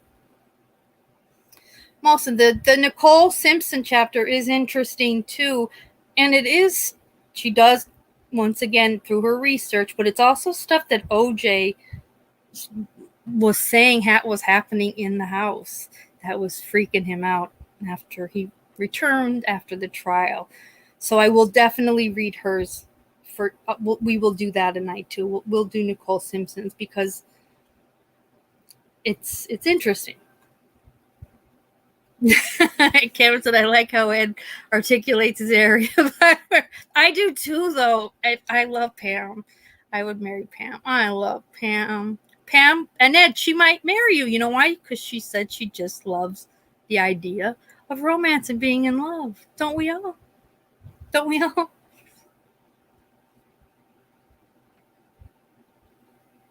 Oh, upside down. I love you. So, all right, let's talk Natalie Wood. We love her. Why do I get? You got a shot. I need a shot. I do get. I don't know why I get emotional for her. I get it. I mean, I'm going to say that's too. It's a very well-known part of Natalie Wood is just about all of her interviews. Like, she'll talk about, getting older in Hollywood and, just basic stuff. And then her fears, and like she says the same fear for all her interviews. Dark water. So the dark, it's just, first of all, it blows my mind. Dark water scared the hell out of her. And to think that this is where this lovely woman met her fate, it makes me crazy. It truly, it makes you say, I don't know, are we predestined? Why that was her big hang up. She hated even going on. It's Robert Wagner, her husband's yacht, the Splendour. She hated going on it, and he would insist. So let's also keep that in mind too. She didn't like going. She didn't enjoy it. She didn't enjoy the water. I know, Miracle on 34th, though, but dark water is definitely other than heights. I'm talking even on vacation. I'm fine when I look at the water at night. Like if I look at the ocean at night, I'm. It sounds so stupid. I can't even believe I'm saying it, but I'm scared. I am scared by that, by dark water, and I can't imagine what it was like for her. Goodness, I'm already gonna start. See, not good. Let me take one more sip. I'm getting like upset already, because I've researched too much on her. I went down a lot of rabbit holes. Oh, Jaws messed you. Jaws messed you up as a kid. Oh my god, I'm not afraid. You know, that's a good point too. I should be afraid of the sharks. I'm just afraid of the magnitude of like the size of water, like of oceans, and like just how vast and huge they are, that it scares me. It scares the hell out of me. Upside down, her death was not only tragic, it was sadistic. Wagner, RJ, as she would call him, is 93 years old. Last month he turned 93, guys. Please, it's crazy. 93. Still married to Jill St. John, the actress, and they live in Colorado. And he is, 93, which is crazy. Fantastic. Yeah, I know. And another little tidbit about Natalie Wood and RJ, Robert Wagner. They married. They divorced. And then they married again. Okay? Once wasn't enough. They married again. And then, well, you'll see. It's just like when you say, oh, they got back together, how beautiful. This one is like, you almost say like, oh, God, what was she thinking? Why did she have to go and do that? I mean, it's horrible, but to think like that. But listen, what he liked to do and what she liked, if they had one thing in common, they both enjoyed drinking. Okay, but together drinking when you're not getting along, not good, not good at all. She knew that as well. So let's just add this on ahead of time, because it's like I almost want to pre-warn people. So she brings Christopher, her friend Christopher Walken, who I love, and this is a serious story, but why do I somewhere in this book like want to see Christopher Walken asking for more cowbell? I want it. We will, Molson. We definitely will. I did mean to text you. If you got a copy of Deb's autopsy, please let me know. I always wanted that. I'm like, I want somewhere in this book. Why? I don't know, but I just want him to ask just for a little bit more cowbell. Maybe things would have went different, but he doesn't. And in fact, Christopher Walken wouldn't say anything for years. Which totally blew my mind. That was a shocker to me. That was definitely a shocker to me, but he didn't even want to go. He went because she begged him, like, please don't make me go alone with my husband on his yacht, kind of thing. So he went just to be a good friend, and it just, ended so tragically. But I guess if I when I do find myself getting too sad, Kevin, I'm going to insert that. I'm going to need a little bit more cowbell. Sue feels I love you, Kevin. We say stuff to make me laugh. Thank you. Okay, let's do this. So, it's the night my husband killed me by Kathleen, McKenna, Hewtson. The first death is Natalie, and it's titled The Ghost of Isthmus, Cove. I didn't see this coming. Why? Since I've been dead for a long time, apparently. Why it is so important, though, for me to say that, I don't know. For nights without numbers, the only sounds I could hear in the waters off Isthmus Cove were my own cries. I cannot say exactly when I began to realize that the living, or at least some of the living, could hear me, and that I could hear them. It's always night here for me, and I'm always in water, drifting endlessly, but never reaching the shore. The people who can hear me can do so only in darkness. When I began to hear them talking was when I started to know that I'd been dead for nearly 30 years. Very few of the people who drive their pleasure boats over my grave think or speak of me at all. But there are some, and from them I have learned what the world believes to be true about me. And then she goes into what was actually written. It was right after Thanksgiving.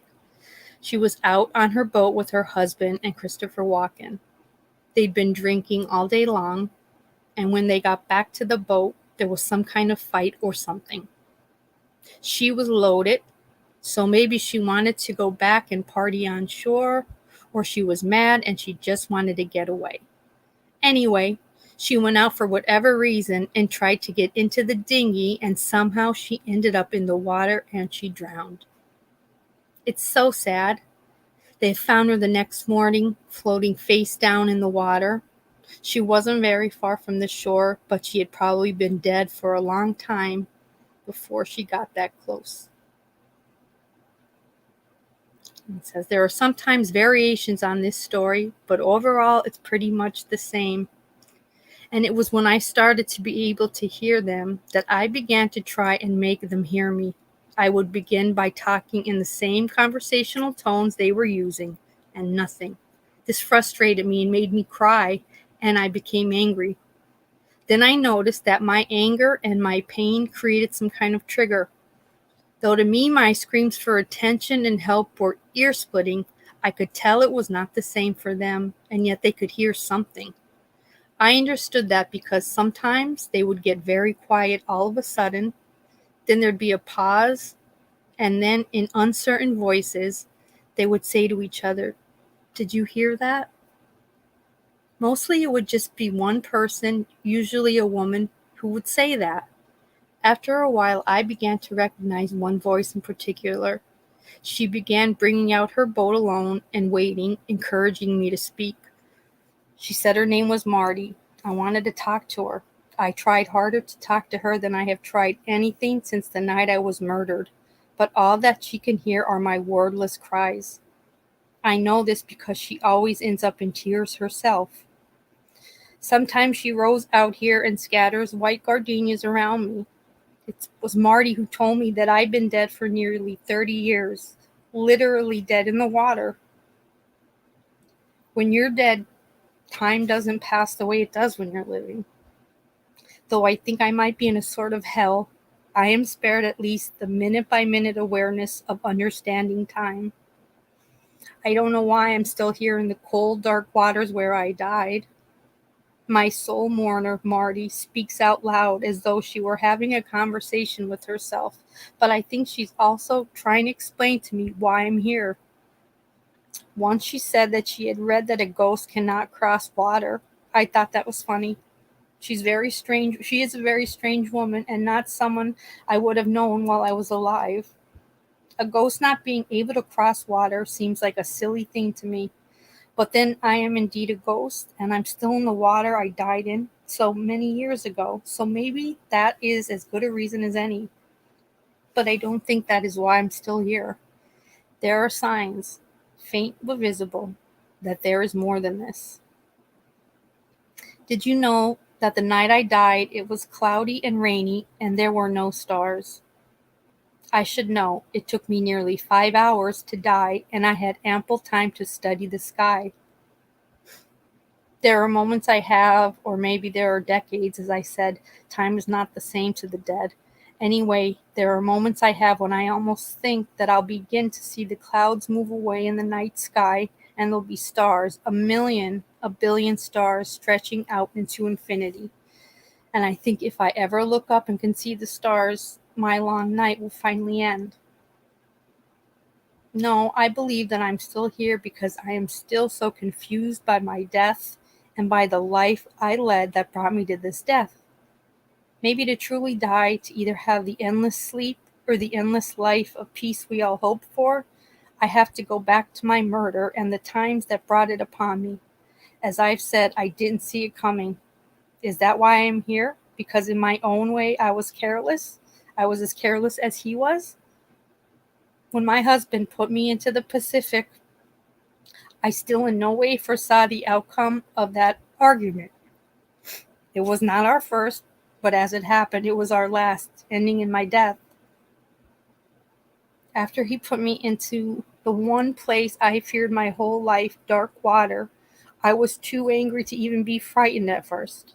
I knew, of course, that I was actually in the water, but I thought, oh, it is hard to remember this.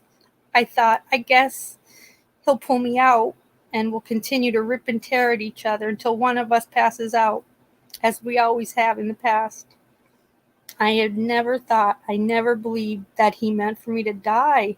Even when he pried my hand off the swim step with his face twisted up in rage. No, even then I thought he was going to change his mind. Well, I was still near enough to the boat, my boat, our very own boat, to hear him screaming abuse at me. I remained so certain of imminent rescue that I did not begin to dwell on anything besides the pain and indignity of the bruises his hands had put on me, and on my sense of outraged injustice that I had been placed in the Pacific Ocean like a sack of garbage. Understand that. I never thought for a second that I would not be pulled back into the warmth and safety and hostility of my very own boat. In those first few minutes in between calling me a whore and saying that he was so glad I was off his fucking boat, he would lapse into drunken self-pitying whining and tell me, "Hang on to your hat, I'm coming, darling." I wasn't afraid yet. The coat he had forced onto me, my big winter coat, was acting as a surprising life vest. I wasn't sinking. I was buried up by my coat, and I was warmed by my own rage. I wasn't crying for help. Not then. Instead, I was for the most part quiet. He was talking incessantly, and I was just listening, storing it away.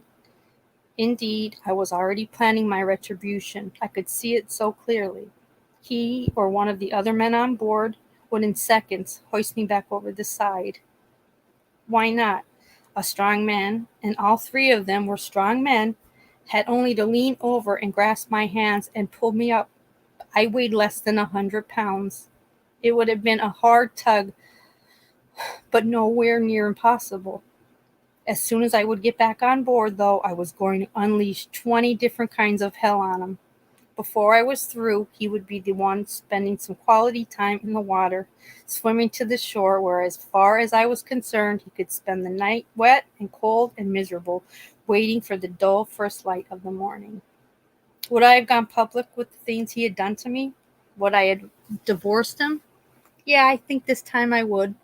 Our second act, which began as a glorious cinematic waltz with all the world watching and clapping from the sidelines, had degenerated into a bad remake of Who's Afraid of Virginia Woolf. And he had hit me, and he had put me into dark water, the one thing that he more than anyone knew I was so truly afraid of. So no, I don't suppose there was any going back from that.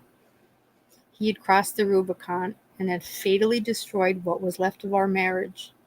But this is also where I made a mistake, a fatal mistake as it happened. I know now that he was sure he had gone too far to take any of it back, that he knew he could not unring the bell this time. But like other less extreme times, he was willing to be reassured, hoping to be told all was forgiven.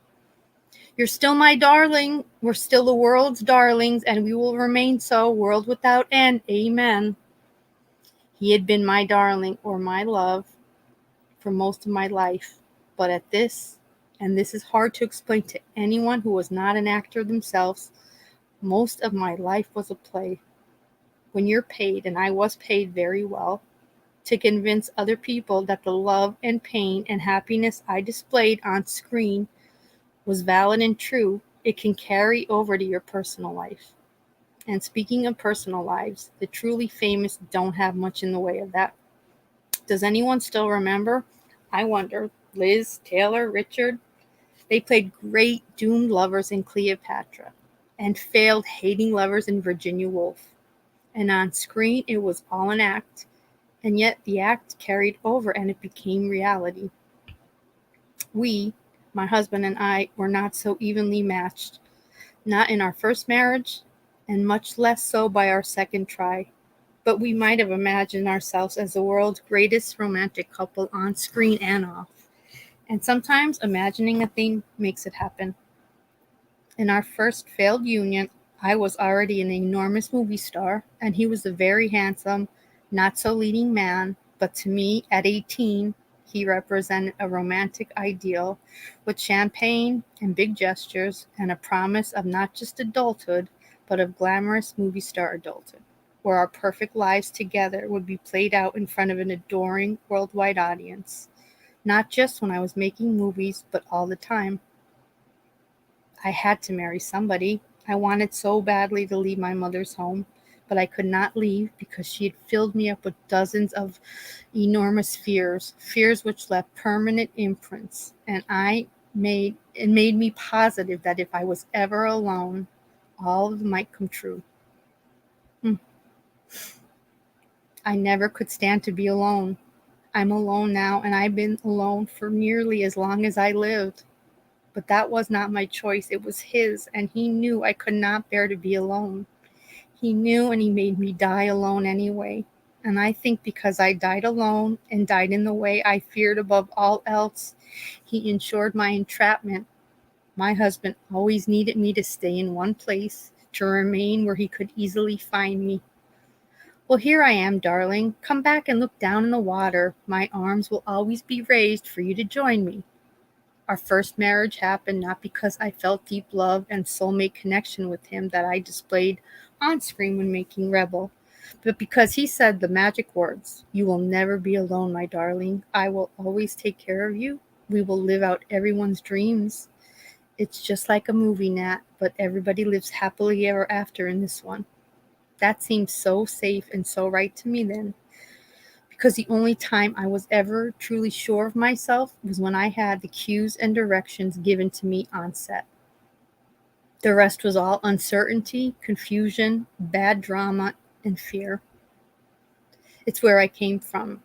I have had nearly 3 decades to run back the film of my own life out here, and what I think now is that part, not all, but part of my mother's evil genius was to create a home atmosphere so toxic and unsafe that the only place I could ever be certain of the ground under my feet and of a happy outcome was while I was making movies. I was a very different kind of mother to my own girls. I worked so hard to make sure that they knew their safety lay in home and family and friends, that the ordinary things I feared had been taught to fear. And they were the very situations that those girls they could trust. I taught them this, and then their father killed me, and I have no way of knowing that what they grew up believing was the safest route to take.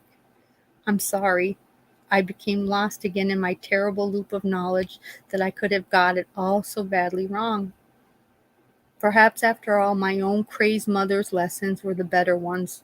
Trust in the perception of happiness and never, ever try to find the real thing, for in doing so, you may be terribly harmed.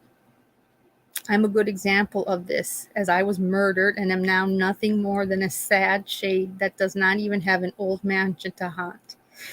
I have only this small, forgotten slice of ocean. It doesn't help this kind of thinking. It really doesn't. and it may be contributing to my continued presence here. I will try and stick to the facts of my situation and not speculate on what may or may not be true. What is true is that I married a very handsome actor who was then also very young and hopeful, and may have loved the idea of us as a couple a great deal more than he ever really loved me. Or maybe I am wrong about that too, because it's very hard for me to attribute any sincere motives at all to the man who would eventually kill me. We were very happy the day we married, I do remember that. He was undeniably handsome, and I know I looked unusually beautiful. We took a train for our honeymoon trip because I had convinced myself that I was afraid of flying, and in those days he liked to indulge my neuroses as long as they didn't inconvenience him in any significant way. If I'm going to talk about my honeymoon, I'm going to have to talk about our sex life, and even here, alone in my dark water, I do not enjoy doing this as it raises the inevitable question. How did you let yourself be led back into a second go-round with that man? I was not a virgin, but I was an 18-year-old girl of very limited experience. In the beginning, I thought it was romantic that he treated me like spun glass when he touched me.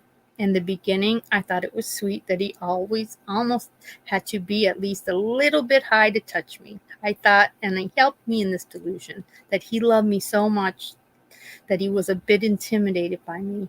I thought he made love to me like a character in a 50s love scene, complete with darkness and tentative brush strokes, because he thought I was nearly too precious to even touch. I didn't know then, because how could I have known that sexual love between a man and a woman can ignite and burn like a forest fire? I later learned what it should be like with Warren Beatty, but I also learned, and I never forgot this lesson, that deep physical passion did not mean that you could not be left alone. With my husband and me, at least the first time around, it was wonderful. He would kiss me and stroke my hair, tell me in his beautiful voice how much he loved me. And what I didn't hear, and I think I can excuse myself for this, is that he was always happier and more loving after sex. I think it was a relief, but it didn't feel like a relief to me. It felt like love and safety that stretched as far into the future as I could see. I need to explain again that I was an actress and had been an actress since I was 5 years old. When you grow up believing, it's hard to draw. When you grow up making believe, it's hard to draw the lines. He was not the only one who was acting. We were mutually guilty there. And yet, because I related terms of emotion in my own life to movies, I could not help but compare our movie, the movie of our marriage, to a Doris Day Rock Hudson film. And I wanted to be living out Scarlett O'Hara's passion with Rhett. But then too, I would remember that in the end, he left her alone. I thought about that also in the years between Act 1 and Act 2 of our marriages. So no, the sex was not great. It wasn't even significant. And I hardly ever let myself think about how he touched me more in public than he did in private, or how as soon as a camera appeared, he would pull me into his arms and kiss me deeply. I didn't allow myself to wish we had cameras rolling at home, or to wonder what we would be like in private if we did. Besides, we were almost never home. He liked to be out. He liked to be at Romanoff's, at Chasen's, at industry parties. And then 18, 19, 20, 21, 22, so did I. It didn't seem unnatural to me that every single milestone in our lives together had to be celebrated under lights. It was how my mother had insisted I live, and now it made my husband happy, and I don't remember being unhappy myself. We both smiled a lot in the endless pile of scrapbooks he kept, so I guess we must have been terribly happy at that time. We might have gone on doing this for years, being Hollywood's young, golden sweethearts, until I finally grew up and wanted more. I eventually did get more, much too late in the day, and that in turn caused him to kill me. But I am skipping ahead to our later marriage, where the stakes became higher and so did the losses. This is about our relatively harmless first marriage. No one dies in that movie. Though to be fair to both of us, our first divorce did not seem relatively harmless. I caught my husband with another man, one of our employees. I lost my mind and ran temporarily back home to the unsafe harbor of my mother, and we both imploded for a long time. I was too young and damaged and shocked and disgusted to be forgiving or even willing to listen, and he was too young and humiliated and damaged to try to explain something to me that I don't think he understood. My husband was a prisoner of his time and his desire to see himself, and just as importantly have the world see him. As the urban leading man, our generation's Cary Grant, and you cannot be gay and be Cary Grant. I believe he did not mean to deceive me. I believe he meant to marry a movie princess and insulate himself behind such iron walls of fame and privilege that he'd create a life where it was almost impossible for anything unnatural to creep in. He found out that sometimes your true nature makes you do things you know are not the best or safest for you. They are just the things that have an inviolable pull. He found out, and so did I. I never could stand to be alone. I left him, and a few months later I started a movie that would define me as an actress, and I started a relationship that would define for too long how I viewed men who were challenging and treated me as an equal and not a goddess. The movie Splendour made me an icon, and though I could not know it at the time, it created a burning hole in the psyche of my once and future husband that he could not exorcise until he put me into this cold water. It's one of the greatest misconceptions of the myth that our second marriage became that it was I and not him who wanted to name our boat after my greatest screen triumph. When he suggested it, I remember hearing a tiny warning bell in the back of my head, a small cue to react. But then he was looking at me so earnestly, and his sweet eyes seemed to hold nothing but his apparently endless need to bring me pleasure, so I acquiesced them. That was a mistake. I was letting him name my coffin. When we purchased the dinghy on a windswept happy day at a boat dealer in Marina del Rey, he laughingly asked me what we should call it. I was pregnant and edgy at the time, so I'm not sure what I said. It's just one of those days when our relentless double act was wearing on me. I should have said, let's call it The Thief, darling. I know how proud he was of that show, his bow to his adored Cary Grant. But I didn't say anything. What I said, I think, was, let's call it The Prince Valiant, darling. That way both our boats will be named after our greatest triumphs on the screen. If his eyes flashed with the hurt or rage that he always concealed unless very drunk, I didn't see it. He merely laughed as though I was the wittiest girl instead of the bitchiest girl, and agreed to the name. I believe now that he also heard a tiny cue begin for the scene he subconsciously wished to play. I think from that moment forward, every time he saw that poor black rubber vessel slapping inconveniently alongside our movie star boat with its equally vicious name, he started to develop the determination that would grow into our final scene at sea.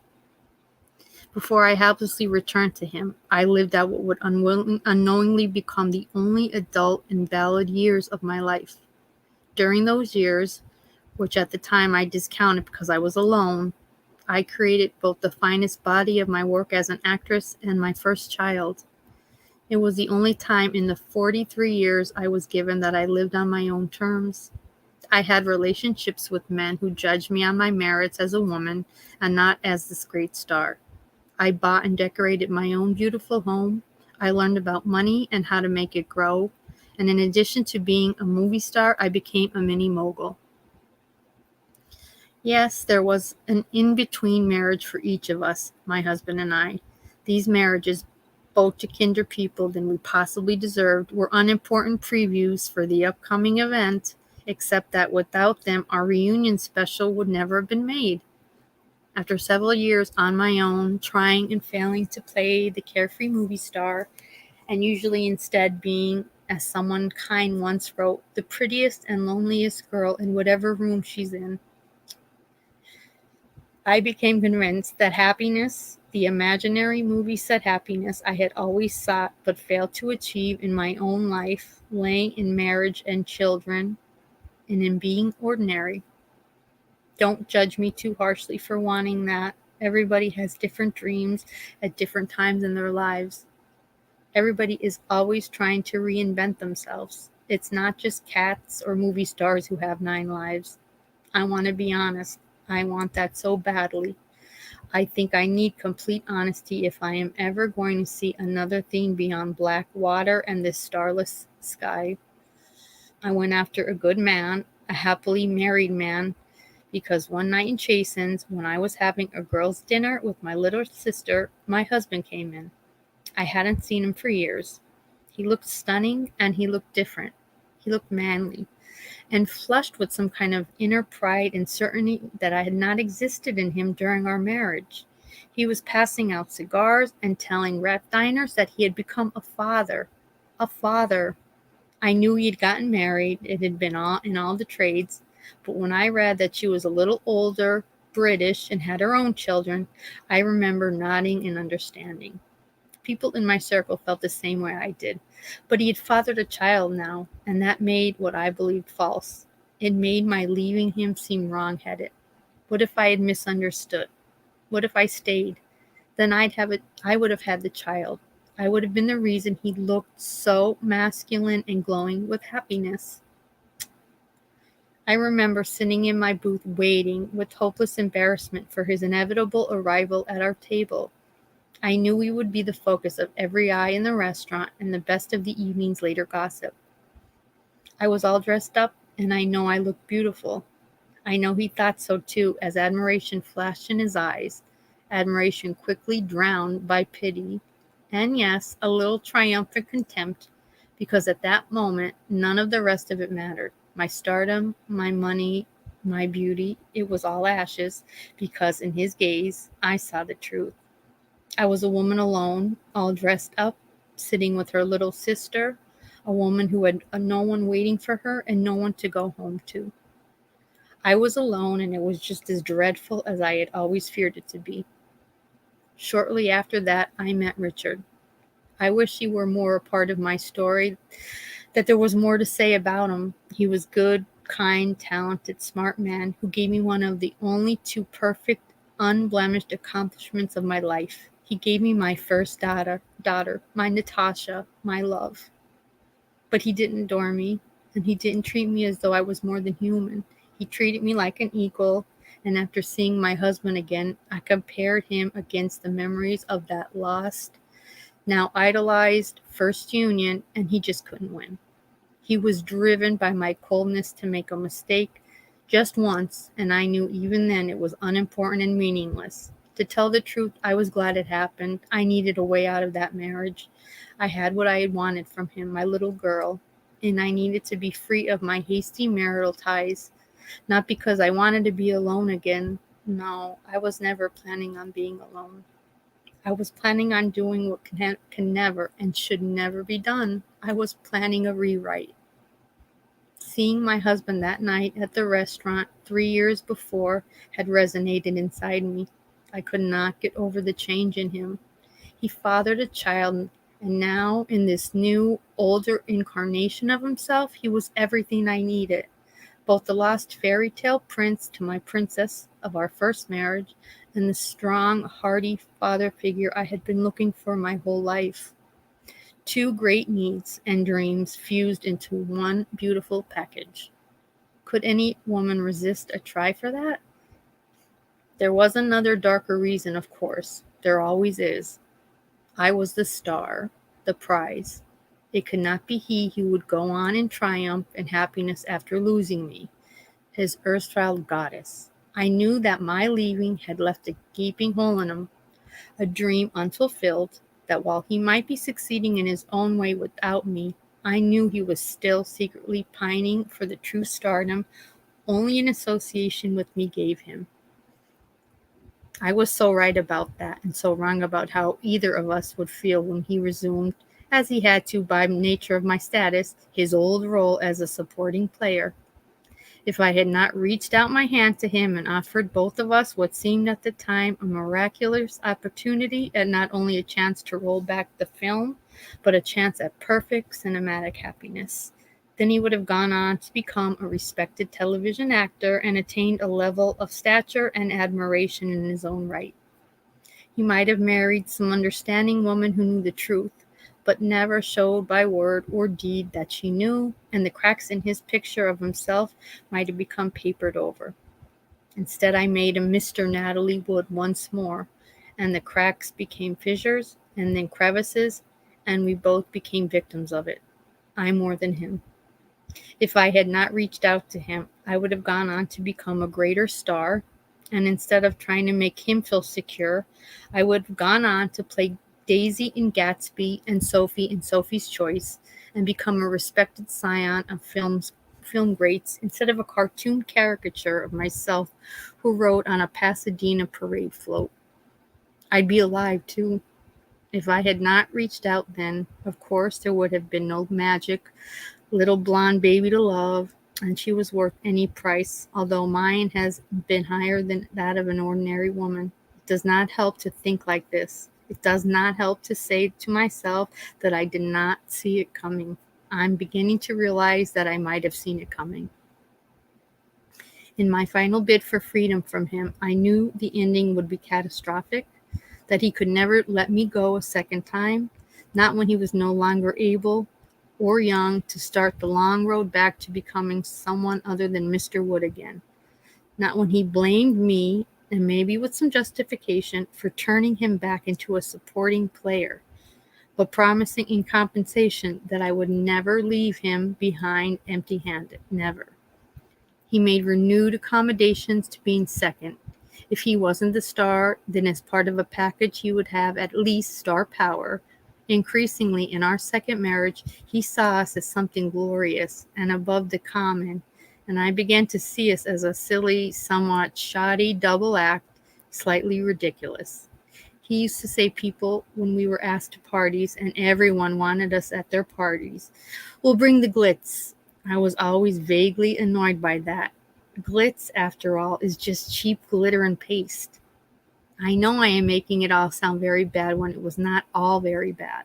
As a matter of fact, in the beginning of our second marriage, and many times in between, I was happier than I've ever been. It's just hard to admit this to myself because it ended with me being murdered in the dark water I had feared my whole life. And now I find that nearly 30 years have passed, and here I remain, forever drowning. But again, I have to mind this strain honestly, or always remain here. As I've said, it started out as close to perfect as any union can be. We were married off Catalina Island on a boat. My husband loved boats, and in spite of my fear of water, I wanted to please him. So we began again and ended again on a boat surrounded by friends. Naturally, on our wedding day, we had our girls beside us, and no one in our small group, including me, saw anything ahead but clear sailing for us. My husband and I were both radiant with joy and anticipation, and I spent the entire day either under his arm or standing adoringly beside him while he toasted me, telling our guests that I took his breath away. I'm sure I can be pardoned for mentioning how well he returned that favor a few years later. I was determined to make a success of this marriage, come hell or high water. Oh, there I go again, high water. I am not, or I should say I was not, overly given to sarcasm before I was murdered, and I do not wish to spend eternity as some kind of water witch, but it is really hard to escape all the sayings that I heard thrown around during my life, and now think about endlessly, wondering if they were messages of some kind. What does an actor fear most? Being washed up? Having a movie that is dead in the water? I even know every word to a poem by Shakespeare that Laurence Olivier recited one day when he was our guest on the Splendour. At the time, a couple years before I died, I remember thinking how special it was, looking out over the water, listening to his beautiful voice reciting the words. Beautiful. I should have known somehow that he was being prophetic, delivering my eulogy. Full fathom 5 thy father lies, of his bones are coral made. Those are pearls that were his eyes, nothing of him that does fade. But don't suffer a sea change into something rich and strange. Sea nymphs hourly ring his knell. Ding dong, hark, now I hear them. Ding dong. I never forgot a line of it. I remember so clearly when he said, thinking, yes, that is true death, the endless death of the sea. I looked at my husband sitting beside me to see if he had been as affected as I was, but his eyes were unreadable to me, hidden behind dark glasses. However, our second marriage wasn't all portents and cliffhangers. We got married, and after a few months, I bought us my dream house on Cannon Drive in Beverly Hills. When I say I bought, that's exactly what I meant. When we remarried, he didn't have a dime, and I had lots of dimes. I had made a few $1,000,000 on my last film, and I dumped it immediately into LA real estate and invested with my friend Aaron Spelling, a man who knew television and could predict what the American viewers wanted before they even knew themselves. I shared what I had with my husband. I was desperate to shore up his ego, too, to try as much as possible to keep that new swagger and confidence that had made me so determined to get him back that night in Chasen's. I asked for another baby, and we got pregnant almost immediately. How we got pregnant? Well, we did it the old-fashioned way, and I do mean the old-fashioned way, as in bed there wasn't much change from our first marriage unless he was drunk, and increasingly that became a part of our lives. If he drank six scotches on our rare at-home nights, I would have two, and then sometimes he would be less suave and tentative, but it was always there afterward, the relief. By then I convinced myself that you can't have everything, and I did have almost everything. So I let go permanently of the need for a perfect connection in bed, or so I thought at the time.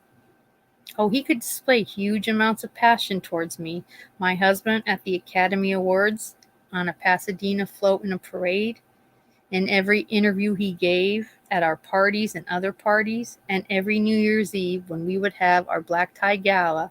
He would start the evening by raising his champagne glass and toasting me with eyes that practically burned with passion. I love you, my darling Natalie. You take my breath away. Passion has many different signs and outcomes, I would find out. We went along as married people do. If the kind of careless comfort and ease didn't exist when we were alone, then it was shielded for the most part behind our money and our glamour, and this kind of ceaseless busyness was had. Even before Aaron gave him his dream series, the one where he got to play him and me as he idolized it in front of a TV audience, we were busy. We went to Europe and Mexico and spent weekends on our boat, and always there were people around us, and we played to them, and enough of our venerated public love story spilled over onto us that we even believed it. But there were signs and stresses early, and he responded to them by drinking too much, and that scared me.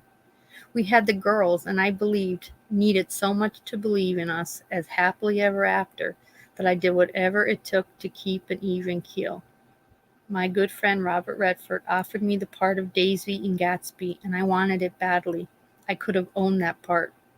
My husband was not happy with the idea. He reminded me over and over after our baby girl was born. I had said, "Who needs movies? My God, I couldn't believe it. Am I the only woman alive who has ever said romantic things about new motherhood?" Maybe not, but he wasn't going to hold me to it. He knew every button I had. All husbands know them, and mine more than most, because he started with me during my great escape from my own mother. He used it then to ask me if I wanted my girls, our girls, to grow up believing as I did that movies mattered more than home, more than them. He had me.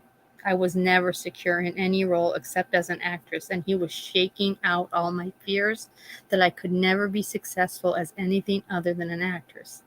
"Don't they matter more?" he would ask. Of course they mattered more. It wasn't even worth answering.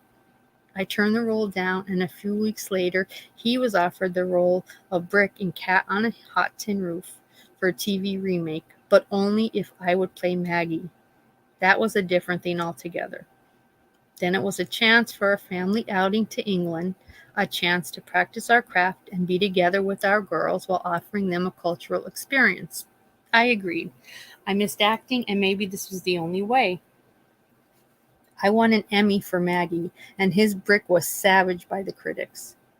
It didn't need to happen that way, but the character of Brick ran far too close to my husband's worst fears, so he sleepwalked through the role. The filming of Gatsby only required 3 weeks on location. He wasn't working, and we could have taken the girls to Long Island more easily than to London. I didn't want to think about it. I thought about that. Soon afterward, he started filming his first successful TV series about a glamorous, wealthy couple who spent an inordinate amount of time in cocktail attire and called each other darling a lot. They even had a live-in butler. My husband had very much wanted us to have a live-in butler, but I had drawn the line. In the series, my husband played the predominant role of the impossibly handsome and effortlessly successful Jonathan, who was an adoring and indulgent husband to his beautiful trophy wife. At home, this nonsense began to carry over in his increasing boast to anyone who'd listen to him. Constantly, when we had friends to the house or on the boat, if they complimented our possessions, he would smile expansively and say, "Television has been awfully good to Natalie and me." Or a variation of it might be, "This is the boat, house, diamonds, etc., you name it, that television bought." Even the black lamb and mink I was given for that damn what becomes a legend most ad, he claimed to admirers to have purchased from his TV success. Maybe I should have laughed it all off and let him enjoy his time in the sun without casting shadows, but I couldn't, and I didn't. And it was after those god-awful award ceremonies started up that I began to seriously become unhappy, and he and I began our final descent. Soon after my 39th birthday, that ended at Isthmus Cove one rainy night, when all our home truths about each other came spilling out like the cold rain that pelted the whole weekend. When I turned 39, I started to get nervous. I was decorating friends' houses, for Christ's sake. I was a typical Beverly Hills housewife with a closet filled with more clothes than 10 women could wear, and I kept adding to it anyway, because lunch and shopping is all that a Beverly Hills housewife does. And if I didn't buy a carload of designer clothes after each lunch, then I didn't have anything to talk about the next day at the next lunch. The decorating thing came up because my own home had been decorated to the point where, near the end there, I was having fringes and ruffles removed off throw pillows in order to have them redone. Other wealthy women in Beverly Hills are constantly redecorating because you have to do something, and several of them admired our house on Cannon and asked me for my help. So for a couple years, I would add to lunch and shopping by running around with material swatches, pretending to be frantically busy. My husband, for the first time in his life, had a successful TV series and was working 14 hours a day. So there were no drop-of-the-hat pick-up-and-go vacations. Natasha was 7 and in school full-time, and Courtney was 4 and spent most of the day following Willie Mae, our housekeeper, around. I was indeed another Beverly Hills housewife, with the tiny exception of having once in the not-so-distant past been considered one of the country's premier stars. In those days, though, the only way anyone might have recognized my former status was because I was still approached by autograph seekers. But they were starting to get younger, and they were starting to say unintentionally hurtful things to me, like, "Oh, Miss Wood, you were my mom's favorite actress." For God's sakes, I was 39 years old, and I became Betty Davis overnight? Then I was humiliated and honored simultaneously by a series of awards. The nail in the coffin of my folk complacency was a Lifetime Achievement Award for the body of my work in films. Normally, they hand those out when you're about 80 years old, but I hadn't made a film for 9 years since Bob and Carol, and in Hollywood, time memories run in dog years, so by that standard, I was exactly 80. The What Becomes a Legend Most ad for my mink followed shortly after that, and I remember sobbing all the way home from the shoot.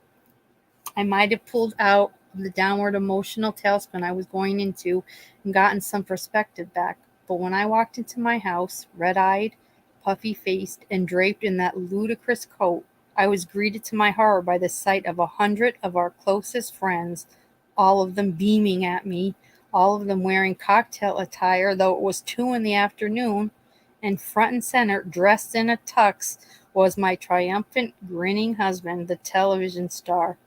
He said theatrically, "Here she is, ladies and gentlemen, our very own legend, the love of my life, Miss Natalie Wood." Natalie, darling, you're the star. You take my breath away. I wanted to die or run back outside, trailing my oversized coat. I wanted to hit him across his smug face. I don't usually use profanity, but this was a mercy fuck of the first order and a very public one at that.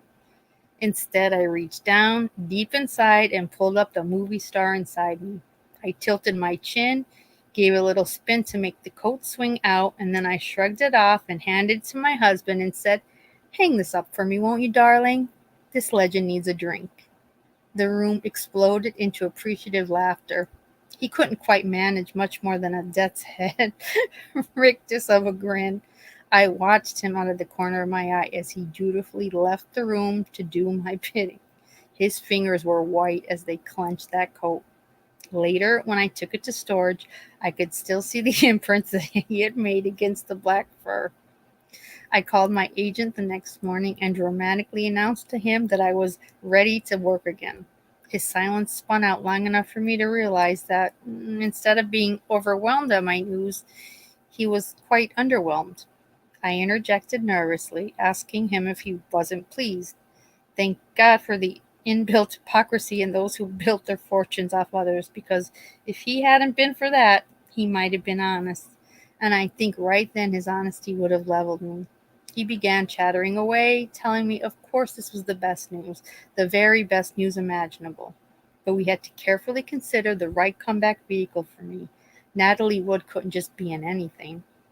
I agreed with him immediately and asked him what recent scripts and offers he turned down on my behalf. Again, I was met with silence. And then, well, nothing recent per se, Natalie. Nothing for a couple years, actually. You know this town, memories are short. Maybe people start to see you as a relic from another time in Hollywood, but not to worry. You say you want to work. I say all we need is the right vehicle. I'll put the word out, and I have no doubt that before the month is over, we'll be swimming in scripts. I wanted to tell him to go to hell. The word relic had enraged me. The word relic even terrified me. It was October then. If by the following April we were swimming in scripts, it was in exceedingly shallow water. I was offered two lousy parts. One was in the towering Inferno, playing a support role as a drunken trophy wife, and the other was at least a starring role in the movie Meteor, playing the love interest of another legend, Sean Connery. I turned down the first and accepted the second. My husband, at first nasty and dismissive, perked up when I called the producers of Inferno and asked that he be given a part. They agreed, and since both films were going to be shot in interior LA studios, there were no negative discussions about me being away from our girls. I should have seen what it is now, obvious, that my husband had realized from reading the scripts that Inferno was a box office smash. Meteor just smashed altogether. Maybe my character's name, Tatiana Nikolovina Donskaya, should have tipped me off. It was humiliating, and it was far from helpful that my husband patronized me in every way he could think of, and ended every criticism with the cloying sentiment that you're still a star here at home, my darling. God, I mean, he makes you hate that word. I called my agent and told him to take anything at all that was written. He expressed surprise at my openness to considering even television. It paid off. In a month, I started work on The Cracker Factory, which was my first critical triumph in years. Close on the heels of that, I was offered the lead in a television miniseries, From Here to Eternity, and wonder of wonders, it was to be shot in Hawaii. My husband's cardboard imitation series was also scheduled for an upcoming shoot in Hawaii. 2 calls to my old friend Aaron Spelling, and the schedules were aligned, and having no basis for even a flimsy argument against the project, my husband showed enthusiasm. So he and I and the girls took off for Hawaii. 10 days into shooting of my movie, he attempted to kill himself and was, as I now see it, unfortunately safe from doing so. Eternity marked the beginning of homicidal rage in my marriage, and though I did not know it then, I had less than 3 years left to live. My co-star was a man named William Devane. I had never worked with him before. Of course, that is not saying much. In the years since I had disappeared, quite a few new actors had come onto the scene and became stars. Bill Devane was one of them. He was mesmerizingly attractive, and that's the truth of it. He was also brilliant, and one of those actors, like James Dean, whom I had always envied because they had come out of New York acting schools. Bill was unashamedly masculine and comfortable in his own skin, and that very compelling skin was displayed amply during our filming because it was a beach shoot. Owing to my phobia about water, every scene that involved the ocean was filmed inside in a water tank, but I could manage the beach scenes since they never involved anything more than the filming of the iconic scene at the edge of the waves. I had dieted and exercised to get ready for my first outdoor sunlit scene in years, and every evening when I saw the dahlias, I knew it had been worth it. And yes, I was thrilled to see genuine admiration and maybe a little lust in Bill's eyes. My husband's eyes were increasingly bloodshot and swollen, and I think on his own shoot in Hawaii for Heart to Heart, the stores in Honolulu sold out on Visine. In addition, he was now overweight enough that they had to film his scenes in tuxedos in Hawaii. I remember it clearly, how on the afternoon of his suicide attempt, after he had finished his own shoot, he came down to watch Bill and me filming a fairly erotic love scene on the beach. Due to the wind and sand and the need for retouching, it took several hours, and through it all he just sat there beside the director drinking from his flask. When we were done, Bill and I, still in bathing suits, walked over to where he sat. Bill, relaxed and friendly, held out his hand to greet him. There was a long, embarrassing pause before my husband reciprocated, and to make it perfectly awkward, he made a tasteless joke about water and shrinkage. Bill just smiled, but when he glanced at me, I saw pity in his eyes. That is when I noticed the contrast between the two men. My husband was red-faced and sweating in this stupid tennis sweater and two tight white slacks that he must have thought made him look movie star cool, but instead made him appear puffy and forced. Bill was hard-bodied and lean. He was also sober, while my husband was acting like a drunken ass by 5 o'clock. I felt contempt and disenchantment and distance. I think I must not have been as good an actress as I thought, and he must not have been as drunk as he seemed, because he saw it. I declined Bill's polite but insincere invitation to dinner that night, though my husband protested noisily. I told my husband that I was exhausted and just wanted to have dinner sent up to our suite, spend some time with the girls, and just go to bed. I pointed out to him that if he needed to go out, he had not only the entire Heart to Heart cast to choose from, but people available to him right in our own suite. Like great vaudeville actors and celebrity morticians, my husband had a personal and very favored makeup man, Fred, whom he could barely bear to be separated from under any conditions. Wherever he went, Fred went too, and that included Hawaii. In addition to Fred, we brought along my closet friend, Mark Crowley, whom I helped get a job as an assistant producer on my husband's show. Whenever we traveled with Fred, I made sure to coerce Marty into coming. It tended to even things out. Fred was so blindly in love with my husband that he could finish his sentences. That was helpful for my husband, as when he became too drunk to articulate a point he wanted to make, Fred would do it for him, and Marty, loyal to me, would return the favor. Sometimes, if my husband was very drunk and I was very tired, they would argue for us and save us the trouble of having to repeat the same worn insults and accusations we'd used the night before. So we were, for the most part, one big happy family in an enormous suite the hotel had provided for us. Marty and Fred shared one bedroom, my husband and I the other, and Willie Mae, our nanny, slept in the third bedroom with the girls. That night we had all had dinner together in the suite's living room, and I curled up on the couch with the girls to read to them.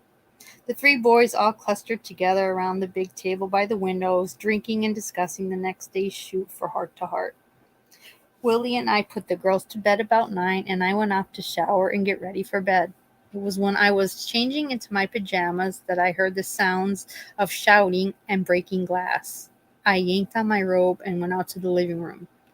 My husband was outside on the balcony, bent over at the waist against the railings. He was shouting, "Let me die, just let me fucking die. She's done with me, can't you see it? She's fucking him, she's fucking him." Fred had him around the waist, and Marty was kneeling behind him, gripping both his legs.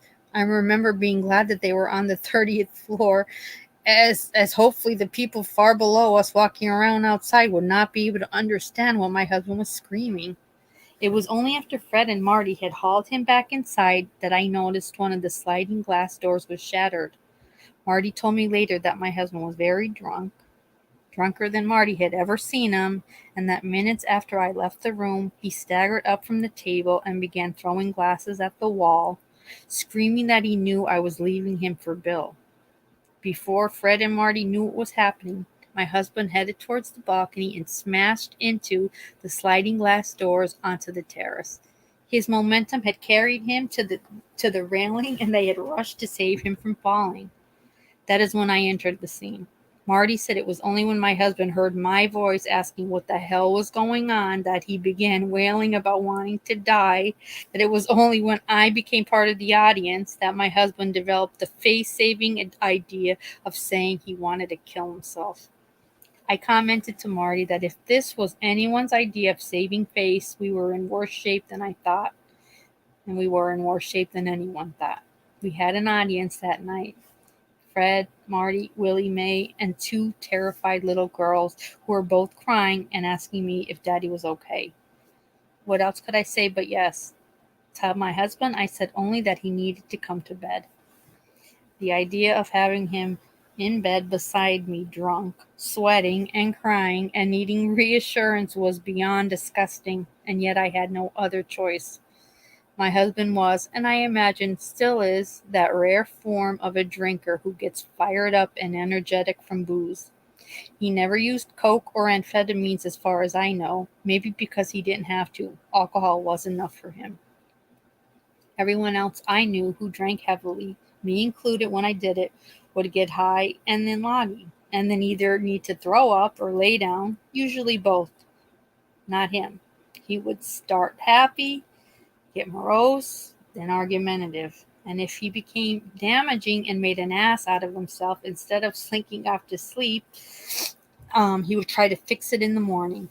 He'd rage, he'd cry, he'd insist on being made to believe it was all okay, everything would be okay, all was forgiven. I kid you not, if he did not hear what he needed from me, he would keep us both up the whole night. By the time Hawaii happened, I had the scene down cold and could play it with my eyes closed. Sometimes all he needed was for me or another intimate to make a joke about it. He would look up at us suspiciously to make sure we're laughing with him and not at him, and if he felt reassured, he'd calm down, he'd laugh, and then he'd go to bed. Other times, on that night was one of them, he could sense even through his drunken fog that he had gone too far for jokes. And at those times he needed me to hold him and stroke him and tell him that it's all right, darling. I know you didn't mean it. You just love me so much. I not feel the same about you. If I could pull it off and let me say it required Academy standards of acting, he would sigh tearfully, curl up beside me, and fall asleep. Ironically, it would usually take me hours to get to sleep myself. I would have to run over in excruciating detail, much as I have been doing since I died, the reasons I stayed with him, our girls, of course, the life we'd created together, the security of not being alone. But each time it wore a little thinner, and it took me a little longer to convince myself. The next day he would typically go out and buy me an expensive piece of jewelry that ultimately I had to pay for, and I in turn would give him a love note. I cringe thinking about those notes. It's all clear sailing ahead now, darling. Oh, my darling, I love you more than love, whatever the hell that meant.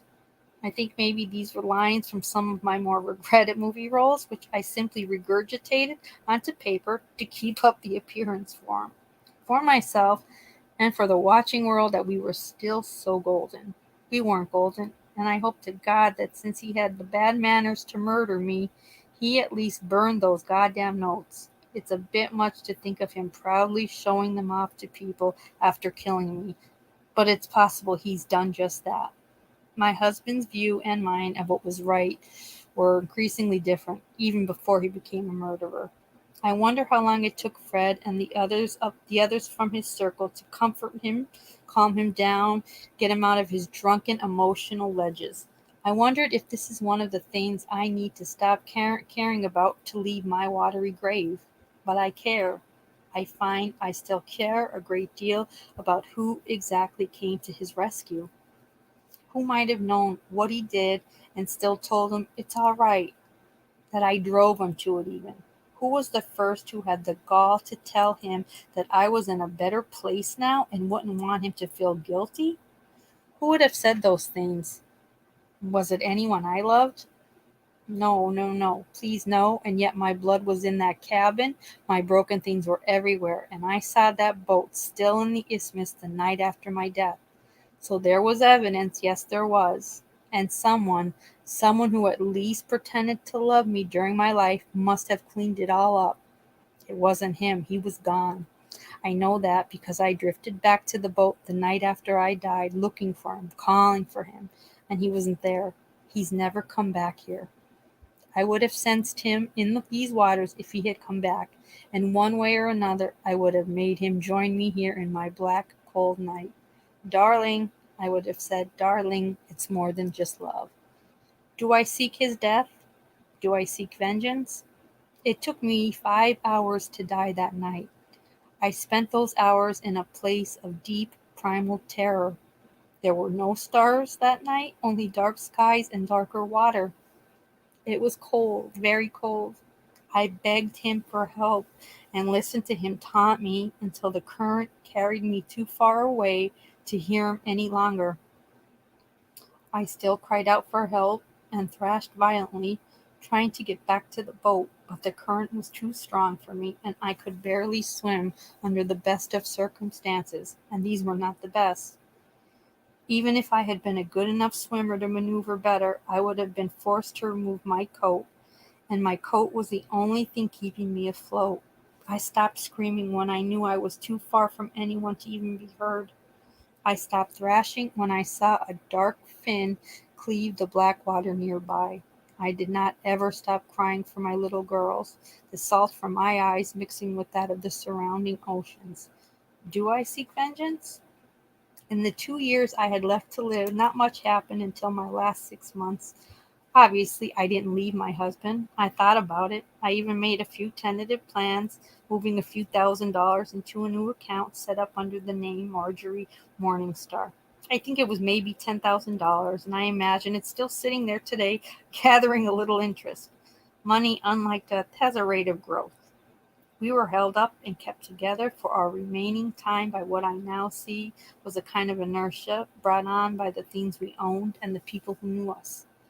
My husband worked hard during the week, and I worked nearly as hard trying to live busy because after the premiere of Meteor, the phone was only ringing with party invitations and luncheons. We entertained nearly every night of the week and attended black tie parties on weekends and went onto the boat with friends. So the nights and free time went by, and we could keep up our facade, still addressing each other as darling in public and even in private, although fortunately there wasn't much private. If it was one of the rare guestless nights at home, we had the girls and Willie Mae there.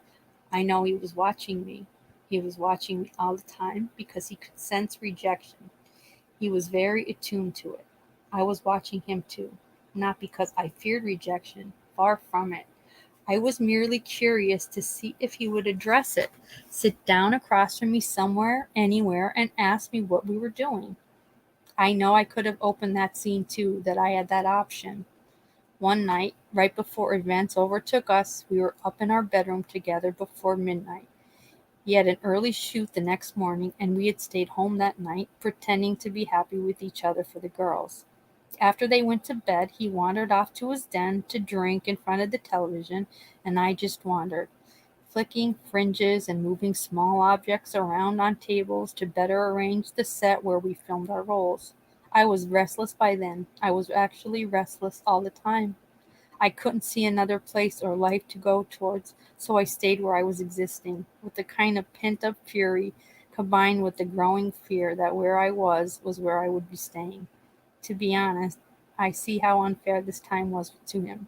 I wanted to be anywhere at all besides the house on Cannon Drive, but since I didn't have a signpost telling me where to go, I stayed. I stayed, and I resented the living hell out of him because I stayed. I can see so clearly now, with the marvelous hindsight of death, that if only I had taken the girls and moved away at that time, he would have let me go. I would have been leaving then in his mind to indulge a midlife crisis or to find myself or any number of nonsensical phrases that he could have thrown around to the friends, our friends, and to the public. If I had done that, he could have saved face. He would still have been the handsome television star whose crazy middle-aged wife had inexplicably decided to just leave. I know he would have played it, a puzzled, full Cary Grant lift of his eyebrows and a humorous shrug. He would have quickly begun a public life of dating high-profile women and possibly had a satisfying private life as well. We had not attempted sex for nearly 2 years. But if I left him because I was a star and had 1,000 exciting places to go and new accomplishments and experiences to bask in, I was leaving him behind, and that was a very different thing altogether. Leaving him for greener pastures would take him right back to the darkest days after our first marriage ended. It might make people question exactly why he wasn't good enough if there wasn't some other reason. We did live in Hollywood. People had heard rumors, old rumors, scotched rumors. Until he killed me, I never really understood what our marriage meant to him in terms of safety. I thought I was the one seeking safety, but he had it too, and if a star left him again, there would be the scent of failure, and failure in our town brought scrutiny. If I had only left when I was in the shade. But I didn't, and he killed me, and in killing me, he doubtless became the tragic, grieving widower, which is a winning role any way you slice it, and as a side bonus, he got to keep all my money. When I delayed leaving for my own reasons, I unwittingly gave him time to start writing other possible scenarios. And from there, it could only be a matter of time. It's not that simple, though. Real life never is. By staying and letting him know how much I hated him and how much I hated staying, I made him feel inadequate and unsure of himself, and at a loss for what role to play that would please me again. He didn't have a large repertoire. The role of a young prince wouldn't play anymore, and if the tuxedoed, suave television star wasn't cutting, what was left for him? What was left was nothing, and there is not a person alive who will thank you for showing them how to see an empty mirror when they gaze into it. The night I am speaking of, I think for the first time I understood some of this. I took a break from my resentment and saw that I disliked and disdained him for being the only things he had ever been. He hadn't changed or moved on. He couldn't. I had, though, and it wasn't fair to scorn him for what he was. My God, if I hadn't known the first time around, I certainly knew by the second. It was in this frame of mind that I entered our bedroom that night and saw him sitting hunched over on the side of the bed with his head in his hands. From the doorway where I stood, he looked so old and defeated. I didn't want to apologize because I had been through enough analysis to know you can't apologize for not loving someone. But I didn't want to try and somehow make my inevitable leaving okay for him. I sat down beside him and put my hand inside his back. He was sweating. He was drinking too much and he had started to develop high blood pressure from it. I moved my hand in a circle around his back and said his name. He jerked under my touch as though I had struck him.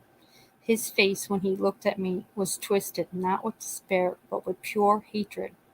I recoiled and started to stand. He grabbed my wrist and pulled me back onto the mattress where he shoved me down flat. He loomed over me, his face red and swollen with anger and alcohol, and said, "Natalie Wood, what in the fuck do you want from me? What don't you have, you fucking bitch? Do I disgust you, Miss Wood? Have you figured out yet again that I'm not right for you? What exactly do you think I should be doing while you wander around looking at me out of the corner of your big black fucking eyes with that goddamn expression of yours, huh? What do you want from me?" I turned my head to the side to avoid his eyes and his breath. I answered him in a faintly bored voice, bored because I realized that this man on top of me was not drawing down on some inner torment. Inner was a concept he could never pull off. He was simply attempting to play brick to my Maggie, because he was insightful enough to understand the role of Jonathan Hart would be out of place at that moment. I told him as much and commented that if he hadn't learned by reading the critics' reviews of his acting in Cat, then I couldn't help him. I repeated to him that his rendition of Paul Newman's role was wooden, and it was worse. I asked him icily if he wanted to carry it all the way through to the climax, displaying again his impotence. He, the poor thing, was so devastated by my words that he could only roll over to his side and mutter that I was no Elizabeth Taylor. I laughed and reminded him of how grateful he should be for the fact, since I had always heard that Liz worked Burton pretty hard at home. He began to cry, but I didn't. I lay there for hours, dried-eyed and staring at the ceiling, wondering how I had gotten there. The next morning, my agent called to tell me a Broadway producer wanted me for the role of Anastasia, interrupting my shrieks of glee only to ask if I would be willing to make a little blockbuster first. It was a guaranteed winner this time, he said. Yes, it was a science fiction again, like The Disastrous Meteor, but it would be different. They had a great script and the hottest young method actor alive, Christopher Walken, as my co-star. It was a good day, a brilliant, wonderful day. I was even glad that I hadn't made a move. I told myself I had been right to wait, right to want to signpost to my new life. For the next 3 months leading up to Thanksgiving weekend when my husband killed me, I was busy with rehearsals, fittings, and readings, and genuinely excited, planning with a clear directed vision for the first time in years how it would be good for the girls and I when we got to New York and began our new lives. I want to dispel another myth about my death. My sweet friend Marty, who brings her small boat out here to my grave sometimes, has informed me that half of the world thinks I was having an affair with Christopher Walken when I died. She said my husband had recently gone so far as to pen a book wherein, amongst other statements, he claims I was being emotionally unfaithful and swishing my tail. In my life, I was considered a beautiful woman, and I never had to resort to, as he so elegantly put it, swishing my tail. Nor can you be emotionally unfaithful to a man you are long done with. That said, I did indeed form a close bond of friendship with Chris Walken. Did I find him sexually attractive? Yes, I did. Would anything have come from it if I hadn't been murdered? Probably not. I was unlocking all the doors of my cages and busy planning a new life. I had brainstormed to film, an apartment in New York to buy, my first play to begin, and another movie to start after that, starring Timothy Hutton. Did I enjoy flirting with him? No more than with any other attractive man. Chris and I formed a connection based on our work, a shared sense of the ridiculous, and his understanding of my deep frustrations at letting go of my career for so long. He was married, and I was uninterested in the emotional morass that a relationship with a married man could cause me, not to mention the career ending publicity that would ensue from a liaison and the pain it would bring to my girls. I knew they would go through a period of adjustment when I relocated them from their father, and a new married man, was not the right thing for them or for me. I liked him, he was exciting, and of course I might have thought about even having sex with him. As contrary to popular belief, during my lifetime, a woman in her 40s might not sink a life of permanent celibacy. But the reason he was on board the Splendour that last weekend was because I begged him. I begged him to be there. I need to explain this. The preceding 3 months had been some of the happiest and most miserable weeks of my life. On the one hand, I had a new movie with a play to follow and another film coming out. I had a stack of listings from a realtor in New York hidden at my lawyer's office, as well as brochures from various good schools. I had a co-star whom I liked immensely, and a movie I was enjoying for the novelty, if nothing else. In my head, I was running another movie called Natalie and Her Girls in New York, and it was a fine, vibrant script. Close enough now to taste was the new life I wanted. I knew there would be some adjustment bumps for all three of us, and I also knew we'd be okay. We'd be more than okay. I would show my girls that a woman could live quite a fine, satisfying life, whether married or not, and more. I was anxious to remove them from the increasingly rancid atmosphere that permeated Cannon Drive, one of alcoholism and falseness. I hadn't told anyone what I was planning yet, as in Hollywood, your own mother, particularly my mother, would have sold my personal secrets to the highest bidder without a second thought. While I was doing the location shoot in North Carolina, my husband had shown up without warning on 2 separate weekends. Both times he got very drunk, and it was all I could do to keep him from creating a scene that would have humiliated me in front of my coworkers. Both times he raged at me in my hotel room about the effect my prolonged absence was having on our girls. When I tried to point out to him, reasonably enough I thought, that the girls had Willie and that I talked to them both several times a day, and that most of all, if he was so worried about them, why was he here in North Carolina instead of home with them? He would hit a level of rage I had not seen in him before. His old song and emotional blackmail dance about my mothering skills wasn't working any longer, and he could see that. It made him feel helpless. And being helpless made him feel homicidal, and I couldn't see that. Obviously, if I had perceived my husband's growing determination to either bring me to heel or kill me, I would not have agreed to the post-Thanksgiving days of wine and roses. Kill Natalie cruise, they could have called it. I just thought he was drinking more than usual, and that if I wanted to get through filming what I knew, and I think he knew too, was going to be our last holiday season together, I needed to stay quiet about my plans and try valiantly to keep the peace. He started bringing up the idea of a weekend on the boat around Thanksgiving. I couldn't understand it. We were, to all intents and purposes, estranged, and besides, we hardly ever used the boat in the winter. Moreover, I was in the middle of a film, and he had been ranting for weeks about what a terrible mother I was for leaving the girls. So why would he want me to leave them again for one of my few weekends at home?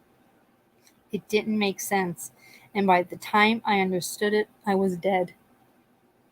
I begged Chris to accompany me and my husband on our stupid post-Thanksgiving boat trip because he was the only person I knew who might even consider coming with us, as he was stuck in LA for the next 3 weeks for interior shots.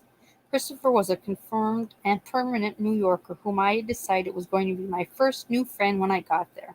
Meantime, he was staying in town at the Chateau Marmont, and when I asked him on our last date before the holiday break what his plans were for the weekend, he shrugged and said he didn't have any plans. I jumped on it and asked him if he would join us on the Splendour for 2 days after Thanksgiving. He wasn't enthusiastic, but I was insistent. Chris was a very perceptive man, and he asked me why, since I was so obviously unhappy about being alone with my husband, was I going at all. It embarrassed me to admit to him that I was trying to just keep the peace at any cost, if just for a little while longer. Chris ponderously lectured me on an actor's need to stay true to themselves in their personal lives if they were going to bring their best performance to the screen. I agreed and told him I was working on it, but for the moment would he please promise to just come and help keep me calm. Chris was a good friend, and he agreed, though he cautioned me in advance that he was not a boat person and might end up spending the weekend flat on his back. He also warned me that he was not interested in playing referee if me and my husband got into a fight.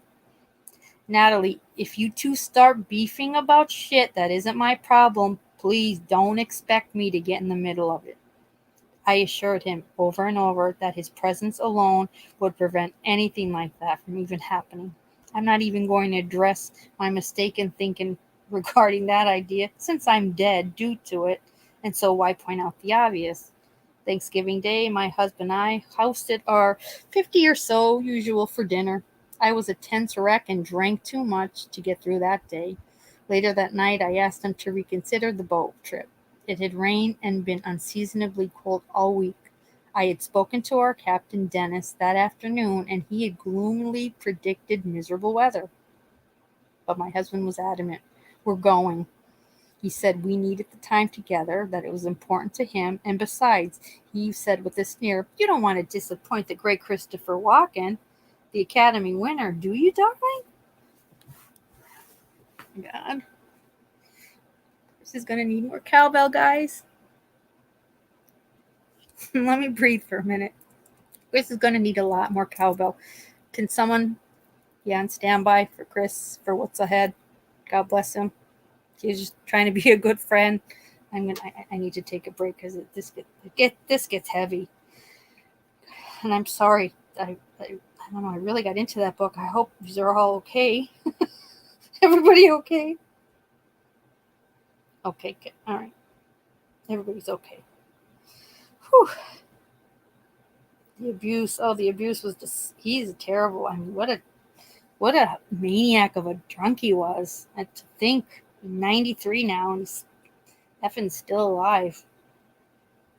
How wacky would it be to him to be intimate with Chris? I know. I was even shocked because she's like the way that she said like the sexy Christopher Walken. I mean, I guess I don't know. I guess in his heyday, I don't know. I don't see that. Yeah, this guy's garb. He's bad. He's bad. Upside sign. Are you familiar? No, I'm not. Totally. I'm hanging in there. I had no idea he was Ed. He's bad. And like I said, a lot of this comes from Kathleen going and meeting with her sister, with Natalie Wood's sister, Lana Wood, who's an actress. Kathleen going to try to meet with Robert Wagner. He was scared to hell of her. He refused. He would not meet with Kathleen. He was also very afraid of Natalie's sister, Lana. So no one got to interview RJ prior to her book being read, but her sister Lana gave her a lot of information, as well as Dennis, the yacht captain who you're going to meet now. He was a disgusting, insecure mess. Yeah, he was. Just like the drinking and the sweating, and I like that he faked I'm going to kill myself because he heard her coming. It's priceless. The poor daughters, but that's something. That's a true actor move. But yeah, he you'll see that as I'm reading, you'll be like, how is Kathleen writing that in as if how would Natalie know that? Well, she wouldn't, but the things that she puts in this book are things that would be found true. Like we're talking 2012, 28, crazy stuff. So just hang with me. It's wacky. It's crazy. Poor Christopher Walken hates boats. He gets seasick at the thought of a boat. It wasn't a good weekend for him. Let's just say that. It wasn't a good weekend. I love how she's written this too, upside down. I love it. It's fantastic. And she does the same thing with Nicole Simpson. Like it's just her. I don't know. She just has this unique way of writing. I just adore Kathleen's style. So it makes her Kathleen. Yeah, from the start, his insecurity and sadly hers. Her fear of being alone didn't help. So they're both like clinging to nothing. But what a mess! What a mess for their daughters then too.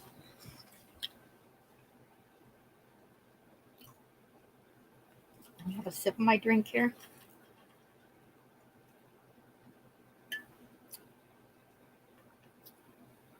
Just don't let me forget that I actually started reading at 10:40, so that I could put that in the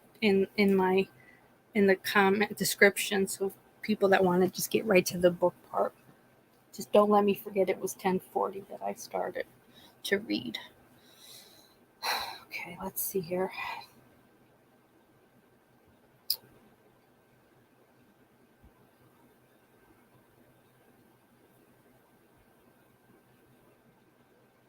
Okay, here we go. Wait, Christopher, where did I? Okay. Okay. I knew that at best I was facing an awkward time and at worst a prolonged fiasco of a weekend. Funny thing though, our girls were both set up to spend the weekend with friends, and that night, a few minutes before the mother of Natasha's best friend came to pick her up, Natasha became hysterical. She begged me either not to go on the boat or to take her along. I was torn. I missed my babies for weeks, and now this. I remember holding her on my lap and looking up over her head pleadingly at my husband.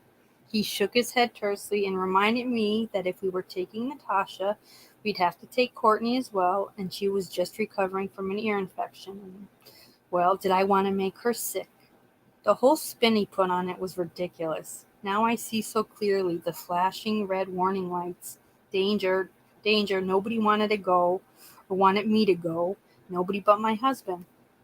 If anyone alive believes my death was accidental, I envy them their naivety. Mine ended long ago in this water.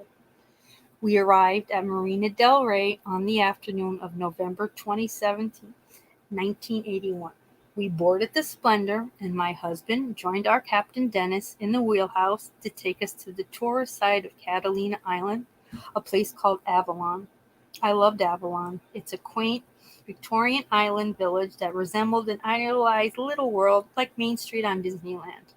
Avalon, even on a rainy winter weekend, was charming, and I started to perk up when we arrived there, as I was looking forward to doing some Christmas shopping and to show Chris around as well.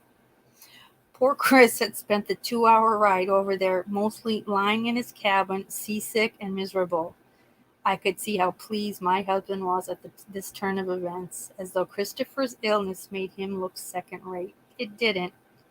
My husband's pleasure in our guest's illness only made him look second rate. My husband, Chris, and I all boarded the shore boat for the quick ride to Avalon. Dennis, our young captain, decided to stay on board. Chris looked pretty green around the gills still and refused my husband's idea of heading to the nearest bar for a pick-me-up. He said humorously that it would turn into a throw-me-up and we just walk around and check out Avalon for a while. I didn't particularly like the idea of walking around outside in the rain trying to keep a conversation going.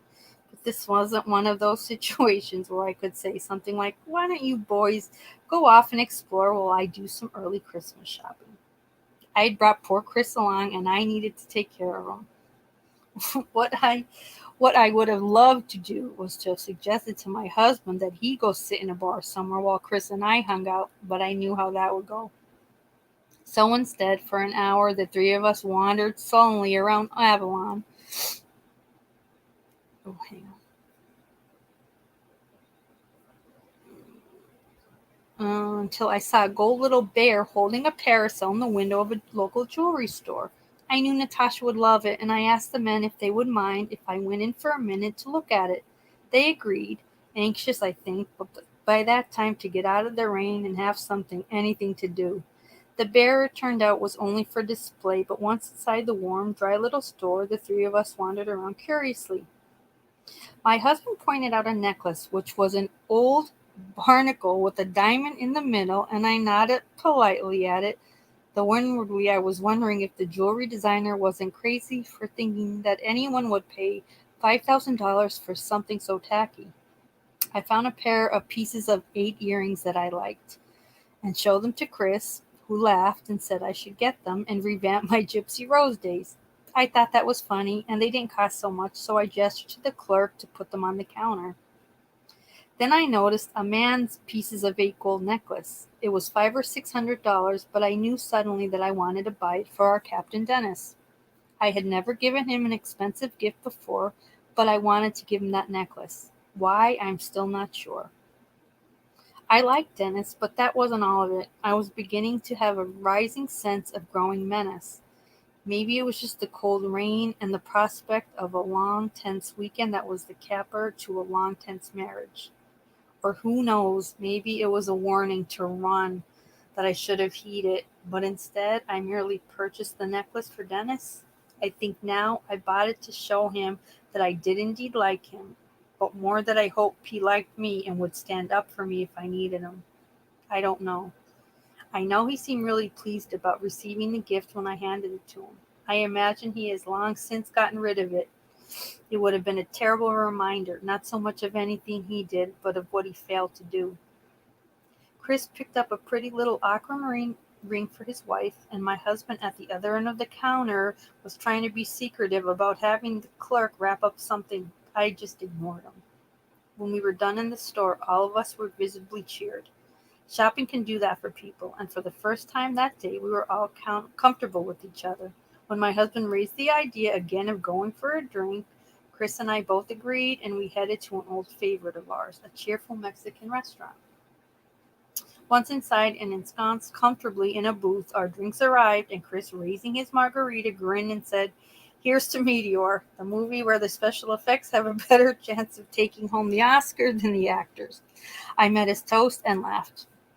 What it was about that simple, funny line that set my husband off, I don't know. I'll never understand it. He didn't drink when we did. He sat there silently, fuming at us, and waited until he had made things really awkward enough so that we had both turned to look at him. When he had both of our attention, he reached into his pocket and brought out a wrapped jewelry box, which he shoved across the table at me. I looked at him curiously, and he said, "Open it." I did, and with Chris watching, both of us with an unreadable expression, I saw my husband had bought me that ridiculously overpriced and very unwanted $5,000 barnacle diamond necklace. I looked up, startled, and he smiled widely at me, his eyes dead, raised his glass in his own toast, saying, "Merry early Christmas, my darling Natalie. You take my breath away." God, it's hard to describe how inappropriate it was, how the very air of the little restaurant turned from warm and fragrant to cold and airless. I felt the room tilt, and I might have curled up right there in the fetal position and began. If I hadn't felt Chris's hard fingers pinch my thigh tightly under the table, it helped. I managed to smile and thanked my husband for the necklace. He didn't smile back. He asked me tightly if I didn't want to put it on. I said, "Later, darling. It's too nice to wear this ratty old sweater." I remember I placed it in the pocket of the down coat I was wearing. Maybe it's there now, or maybe it fell to the bottom of the ocean where it belonged. I'm still thinking about that terrible little gift after all these years, because it was a final, dramatic gesture. My husband adored ceremony and symbolic gestures, and so he presented me with a barnacle. A barnacle is a thing that boat owners scrape off the side of their crafts. Within 24 hours, he would scrape my clinging hands off the swim step. It was close then, my murder. He meant for me to die that very night, but events forced him to postpone killing me for one more day. When we got back to the boat, Dennis had prepared steaks and fixings for my husband to grill. He did so, and the four of us sat down for dinner. I could see Dennis was visibly touched by my gift, but he was not himself that evening. Dennis was normally extremely easygoing. That night he was by turns tense, chatty, then silent. Chris, he was just silent. He had no sooner chewed the last bite of his steak than he rose and announced to the air above our heads that the boat's rocking didn't agree with him and he was turning in.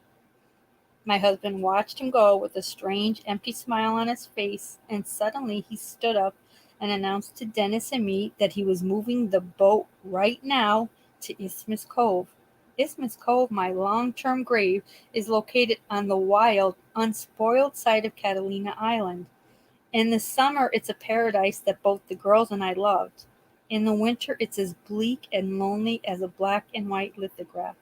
We never went to Isthmus in the winter. I saved myself that night. With Dennis's help, I argued that it was pitch black and raining, and therefore dangerous to drive the boat, as he might hit the shore, giving zero visibility. My husband was not deterred by our pleas. He was determined to move the boat to the more private waters off the isthmus. I know it was supposed to be that night because he had screwed up his drunken courage to the sticking point, given me a barnacle, and made that skin crawler of a toast his one last scene. His scene was in place, as were all the actors. It must have been a real shock to him when I threw up my hands and told him to move the boat if he wanted, but I was having Dennis take me to shore immediately. Dennis seemed nervous, but he knew I wasn't getting into that dinghy alone, and maybe he was relieved to have an excuse to escape what to him must have seemed an inexplicable plan. Dennis and I spent that night at a little motel in Avalon, and the next morning I decided to grab a seaplane and go home, putting an end to this farce. But I didn't know what to do about Chris. I know because Marty has told me so, that a million fantastic new things have been invented since my murder, including a device called the cell phone, but we didn't have them then, and so reluctantly I realized that I was going to have Dennis row me out to the Splendour, go back on board, and ask Chris if he wanted to join me for a plane ride back to LA. I knew it would be an awkward and embarrassing scene for him. The boat was only 60 feet, about the size of a single wide mobile home, so it wasn't like we were going to be able to speak privately and escape without my husband noticing. But when I got back on board, it seemed like maybe after all there was going to be no need to say anything at all.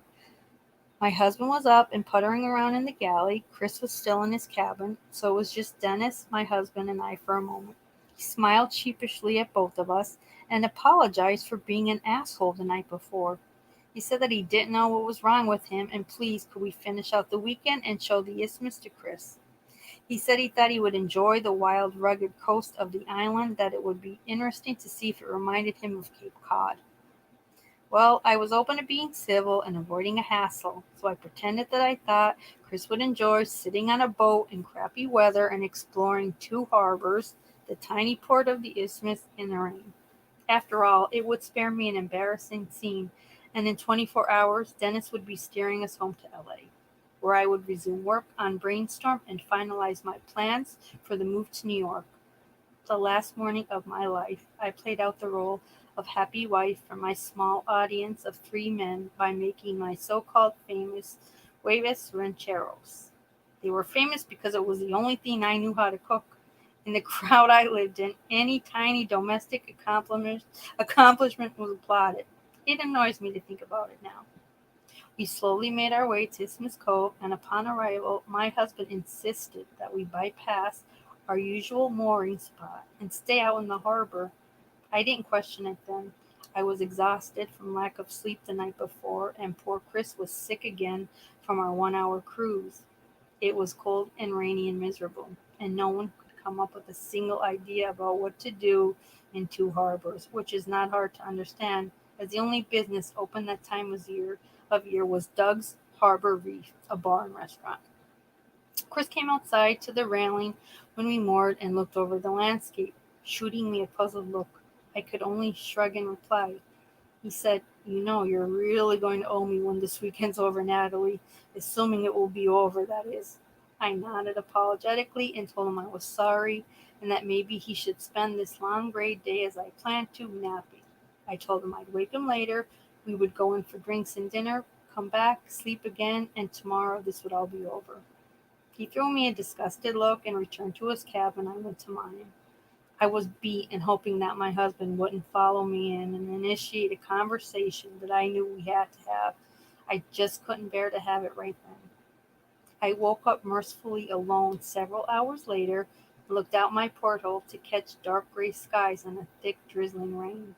I gave serious consideration to taking a couple of sleeping pills and trying to stay asleep until the following morning, but again I thought of poor Chris, my virtual hostage to misfortune, so I made myself get up.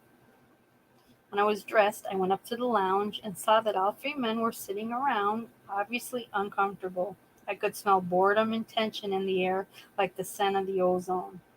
I drew down on my acting talent and greeted them all like, wasn't it the greatest thing in the world to be here trapped on a small, stuffy boat in the middle of nowhere? I suggested we all head into two harbors and have a few drinks and an early dinner.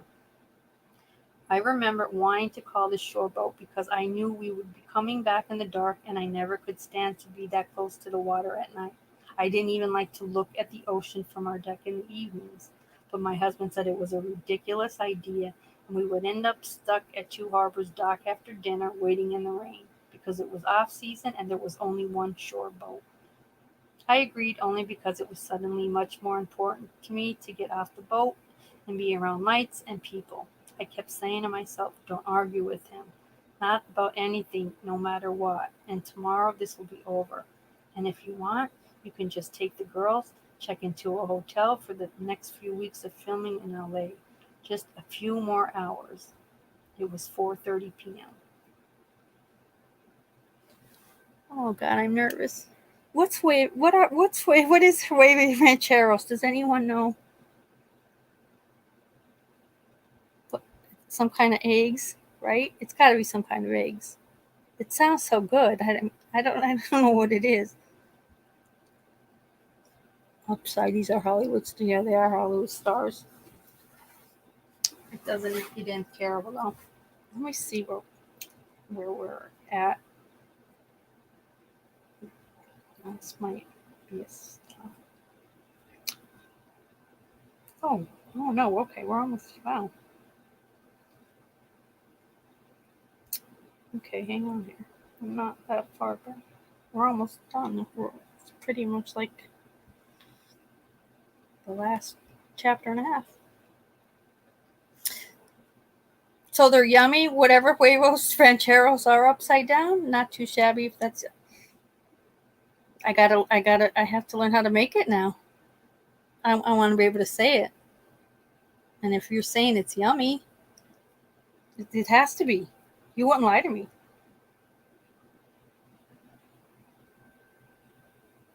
They're also real people. Yeah, they're well.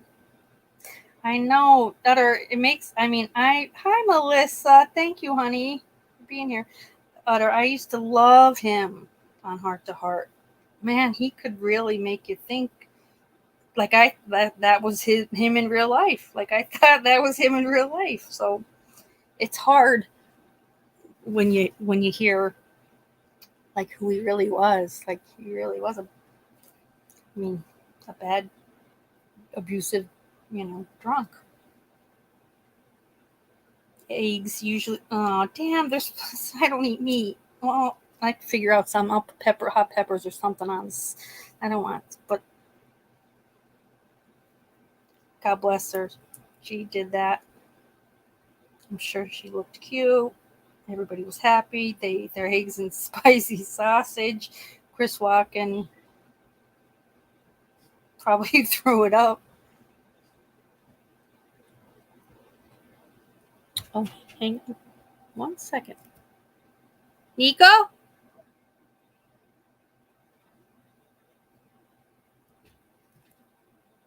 Good night, Nico. Hey, what's up? I'm just reading a book to my peeps. Huh? Reading a book to my peeps. You okay? Yeah,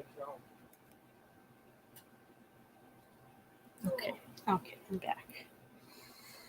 Nico came home to see what he's up to. All right. Are we okay to go on? Everybody all right? We have about chapter and a half left, but if you guys, if you want to wait, let me know. If we're okay to continue, I'm fine with it.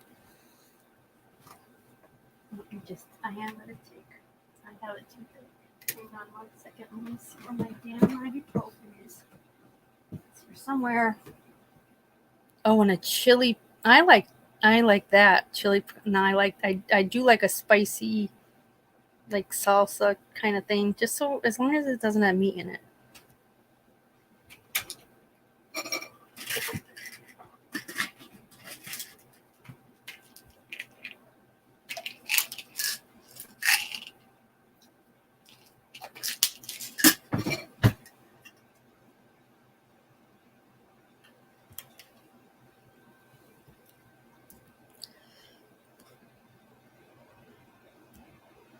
Okay. Oh, hey, Nick. Oh, thank you. Oh, my goodness. The recipe. Kevin, that's awesome. Rose, you don't have to get the No vacuum. Nope, not doing it, Ed. No more. Go.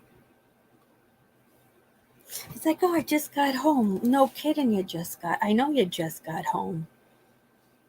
So that means, what do you why are you saying something stupid like that? I know you just got home. That's why I just put the show on mute.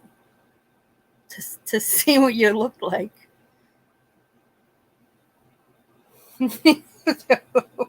She's out. She hasn't been back. She was back one other time a couple of weeks ago, and then that's it. And we don't speak a word of it. Don't say it. I don't. Not a word. He'd be like, how do they know? I don't know. I don't know.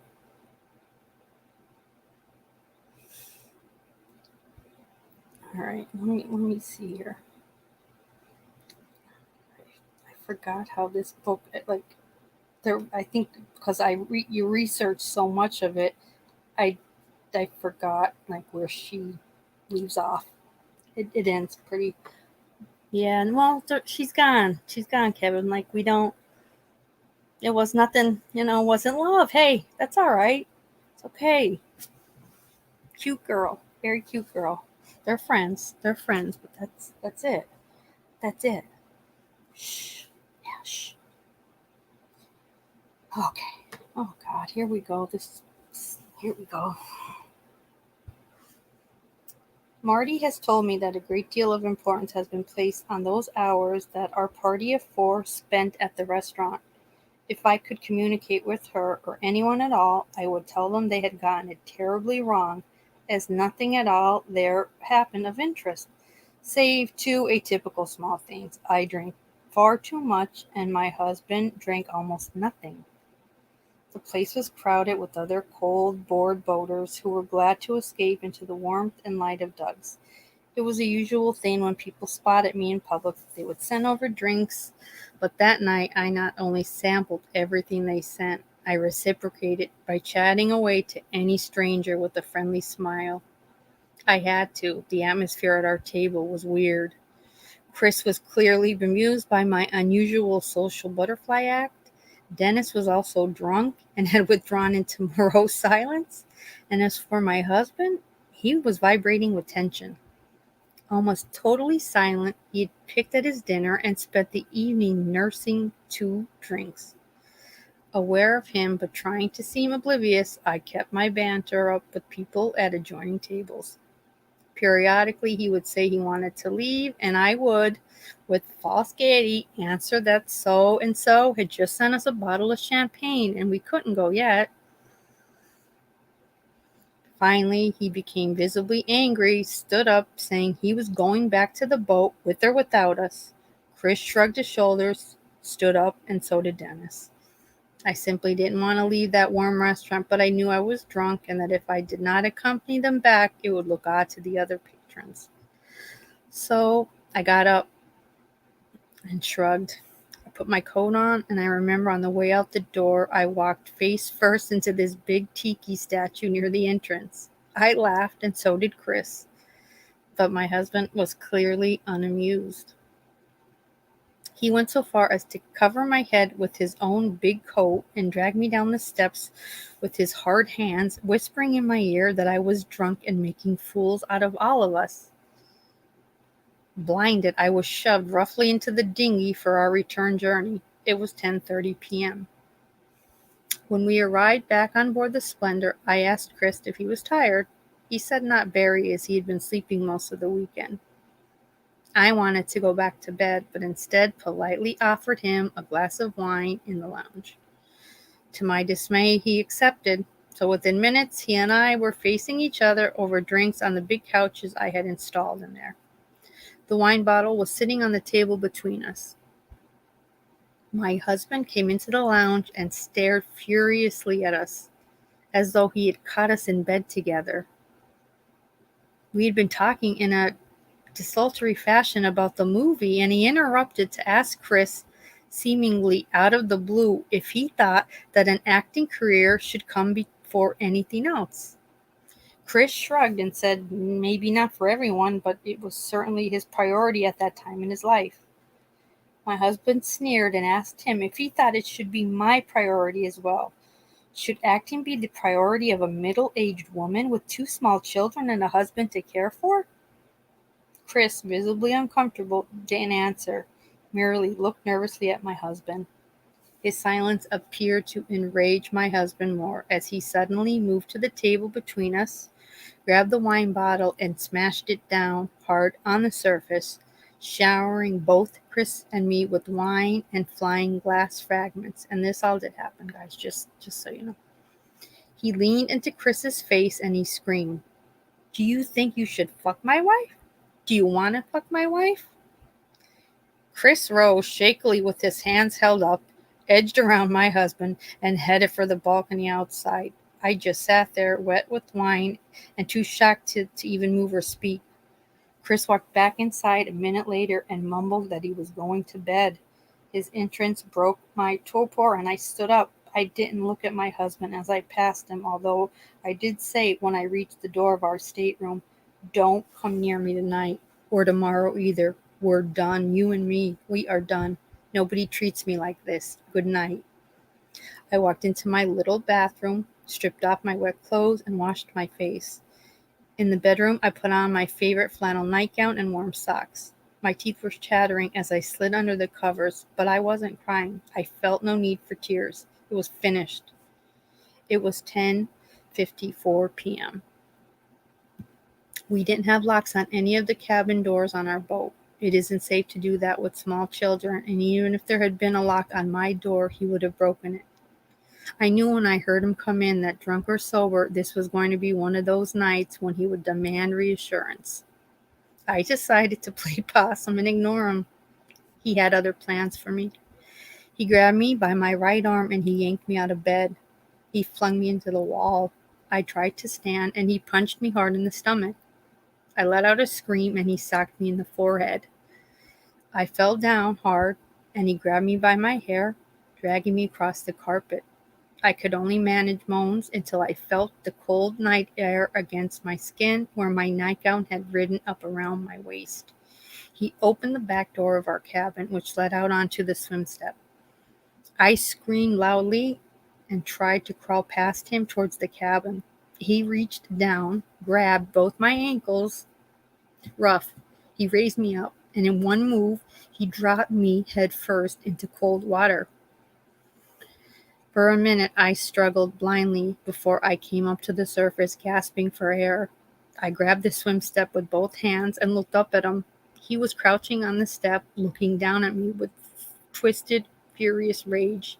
"I want you off my fucking boat, you fucking bitch. You're gone, Natalie, all gone." I gripped harder and I was screaming for Chris and Dennis. He didn't like that, and with an intent expression, he stood up and raised his foot over my hands. "Let go of my fucking boat, bitch, or I will break your fucking fingers right now." Scared, I turned and lunged for the dinghy. It was hard to scramble over the side in my wet nightgown, but I made it. I lay there on the bottom for a minute, panting and wheezing. Before I had a chance to do more, I felt something soft thump down over me. I looked up. A foot away, my husband was standing on the swim step, sweating and enraged. I sat up and reached for whatever it was he tossed at me. It was my red down coat. I looked at him, confused. He smiled. "Put it on, darling. I don't want you to be cold for your trip to shore." Freezing, I did what he said, and I watched, paralyzed with fear, as he untied both the dinghy lines. I asked him, "What are you doing?" Did he expect me to take the dinghy to shore? And do what when I got there? I demanded he stop this shit and step aside and let me back on the boat. He didn't answer until he was done untying the ropes. Then he did the strangest thing. He pulled the dinghy right up to the swim step so that it was parallel to it. All I had to do was roll forward and I would have been back on board. But I didn't do that because I was afraid that he was setting me up for just such a move so he could kick me off the step and back into the water. I looked at him in silence. He leaned forward. "You look like a drowned rat, Nat, darling. Have a good swim." Before I knew what he was doing, he yanked up the side hard, and I slid across the dinghy and flipped out into water. This time, when I came up, I was too weary to go near him again, and finding my down coat surprisingly buoyant, I paddled slowly around to the front of the boat, screaming for Dennis. I heard my husband's running footsteps and a few muffled words, followed by a louder yell of, Turn on the fucking music. I spent what seemed to me a long time calling from the water, and then there he was again, leaning over the railing with a smile. Hang onto your hat, I'll get you. I'll come right now, darling. I was beyond angry, far too angry to even be afraid. I wouldn't say anything. I knew Dennis would rescue me, and if not him, then anyone from the dozens of boats that were nearby. As soon as Dennis told Chris, people would get called, and I would be brought out of the water, and from that moment on, my husband was going to learn the meaning of revenge, movie star style. I should have been afraid. I should have said and promised whatever he wanted to hear. Maybe I could have changed his course. Maybe. Wondering if that could be true is, I think, one of the things that has kept me here trapped all these years. But sometimes I understand so clearly that none of it was spontaneous at all, and that I could never have been saved. There was a strong wind that night, and it created a current which caught me and began dragging me from the area where the boats were. I struggled, and I gave up when I saw that I was not being cast further out into the ocean but towards the shore. Then, like a miracle, I saw the dinghy floating ahead of me just a few yards away. I swam towards it, which was not easy in my coat. I was closing in on it when I felt, and then heard, and then saw that I was not after all completely alone in the ocean that night. I cannot say to this day with certainty that it was a shark. Maybe it was a helpful dolphin. I didn't believe it was a dolphin. I knew enough about sharks to know that movement alerted them to the presence of prey in the water. Jaws had come out a couple years before, and I made the mistake of going to see it. Every scene from that movie played in my head. I hung motionless in the water and watched silently, the first tears of real terror sliding down my face as the dinghy moved further away. I felt something brush against my hanging legs, and who knows, maybe it was only the current. But after a few minutes of so slowly trying not to make a ripple, I managed to draw my legs up towards my chest. As the water had drenched my coat, it had also expanded it, and I found that I could keep my legs curled up inside it, and that created minimal warmth. With my body close like that, I felt vulnerable clinging to the dinghy, of course, but less so than with exposed limbs. I was now floating in a ball, not really drifting much either, towards or away from the shore. I was afraid, but not hopeless. That came later. Hours in, I still could not manage the courage to free my legs and try to swim for shore. I felt the murderous malice of my husband somewhere behind me on the boat, and I felt the mindless malice of the shark lying in wait between me and the shore. Despite my coat, I was becoming colder, and while at first it was my enemy, that cold became my friend. It lessened the immediacy of my aching desperation to reach the distant lights of Isthmus Cove and its safety. The cold distanced me from the thought of my little girls and my terrible fear and rage at the knowledge that after all, despite all the odds against it, I was indeed going to be left out here in the dark water unrescued. I looked up for guidance into that endless night, hoping to see stars, but the sky was just black and blank. I looked down at the water, inches from my face, and saw that I cast no reflection. I wondered if I was already dead and just didn't know it. I murmured a prayer for help and laid my face against the water. Death came in minutes, but not as people think of death, at least not for me. I awoke from what passes for sleep amongst my kind. It's really more of a time slip, I suppose, but to me it felt as though I awoke from what had been a long, disorienting dream. I was still there, it was still night, and I was still in the water. It was only the slow realization that I was no longer cold and no longer felt any fear of sharks or of my husband that made me realize the dream I had woken from was my life. Nearly 30 years have passed, and here I remain, forever waiting, forever drowning. And yet, having now remembered my story, all of it, and told the truth to the best of my ability, I think maybe if I looked up again, I might see a million stars above me and be able to see even further and higher, beyond them to the place where all of us stars first came from. Ah. And that's where she ends her book on Natalie. And then the next chapter is Nicole Simpson, which we could do another night. Whew. We are not going to get into everything that happens from that point on, but I have so much to tell you guys. This was 1981. She was, found 7:45 a.m. that, the following morning. But when I go into it, you'll see the times it took for Robert Wagner to allow Dennis to call for help and then to call for the Coast Guard. Like a lot of time, that like precious time.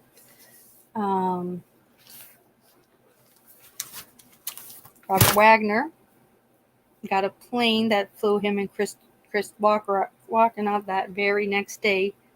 He left Dennis to identify Natalie's body. So it's Dennis's like signature for her,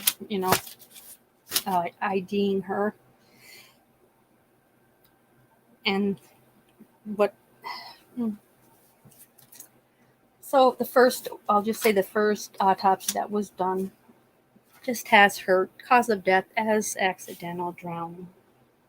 And when we pick up next show, I will take us from 1981 to 2011, which the case is, the autopsy is reopened, reviewed, redacted, and completely changed to match what was actually on her body. So it's wild what the second examiner saw as opposed to the first one, Dr. Noguchi, that did it in 1981 and just put accidental drowning. When the second, review was done in 2011 and all the injuries that were noted, the examiner said her body looked more of someone that was assaulted as opposed to someone that had drowned.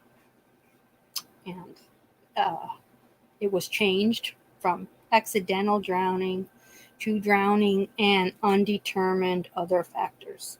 So there's a lot that we'll go through, but it's a lot. There's a lot of rabbit holes. Like you can't, everybody's statements, I have to really read them because you'll see how then one certain statement definitely changed in 2011, causing this to all reopen, and that would be that of Dennis. The captain, at the time in 1981, did what Robert Wagner told him to do, say, write as his statement, followed everything to a T, but his conscience weighed heavily on him all those years, and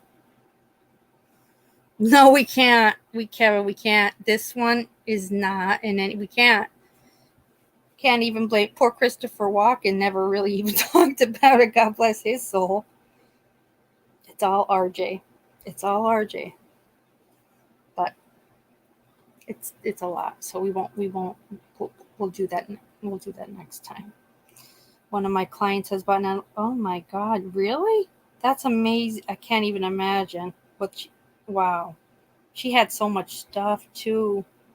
Oh, Melissa, your son's Nico. And I spelled mine is Nico. Was yours Niko? I love that. I had he was such a drunken asshole. Such a far cry, Ed. I think probably because, like the heart-to-heart guy is who I thought he really was in his real life. Now he is still married to, it's his fourth marriage, his third wife, because him and Natalie were married twice, but he's been married to Jill St. John for years and years now. And like I said, he's an old man. He's a 93-year-old man. Then they live in Colorado. He sold the Splendour pretty quickly after this all happened. So, Kathleen when I tell you, you won't even believe this, the things she did to test theories. She put herself in a dinghy. Like, there's so much stuff to tell you. So it's very, what follows her death is just as crazy as what led up to it. Just so much. I feel for her daughters, who want to believe that their father couldn't do that, but he did. He did. 2018. Oh my God, really upside down? The bags. Can't even imagine all the stuff that I would love to just look at. Yeah, so 2012, like I said, the autopsy final determination would be changed. And then 2018, Robert Wagner would become the only person of interest in the open case of the death of Natalie Wood. And from 2018 to 2022, Robert Wagner was the only person of interest. And last year, they said Robert Wagner is no longer a person of interest. The death of Natalie Wood and this case remains open and unsolved, which is very sad. Jody, it just caught the end of it's just the book part of it, but we're gonna do all the crazy stuff's coming up next life. So I'm happy. I'm happy you caught the end. It's very good, but the good stuff comes ahead with all the autopsies done on her. The injuries are insane. She definitely was beaten before entering that water. The injury she had in no way reflected someone just drowning. She was beaten. It's rough. It's rough. I don't know how her daughters are able to handle that now, like that they're older, because it's hardcore. We know she entered the water. We know she was alive in the water for hours, because when she was eventually found, her mouth had white, frothy sputum around it, which is that's when air and water, when air and water meet, that's what happens on a human. So they know she was alive upon hitting the water, and alive for several hours, to the point when they got her at 7:45 a.m. There was no rigor mortis, hadn't even set in yet. So she, it's probably a good 5 hours she was out there alive. Oh yeah, Kevin, he remarried twice after her. He remarried, and then they divorced, and then he remarried Jill St. John, and they're still together now. Yeah, you could definitely tell, when I do go over the first autopsy, as opposed to when they reopened it in 2011. It seems like that first medical examiner definitely knew Robert Wagner. They somehow, as opposed to the 2012 examiner, who's the total opposite and just lays it all out there.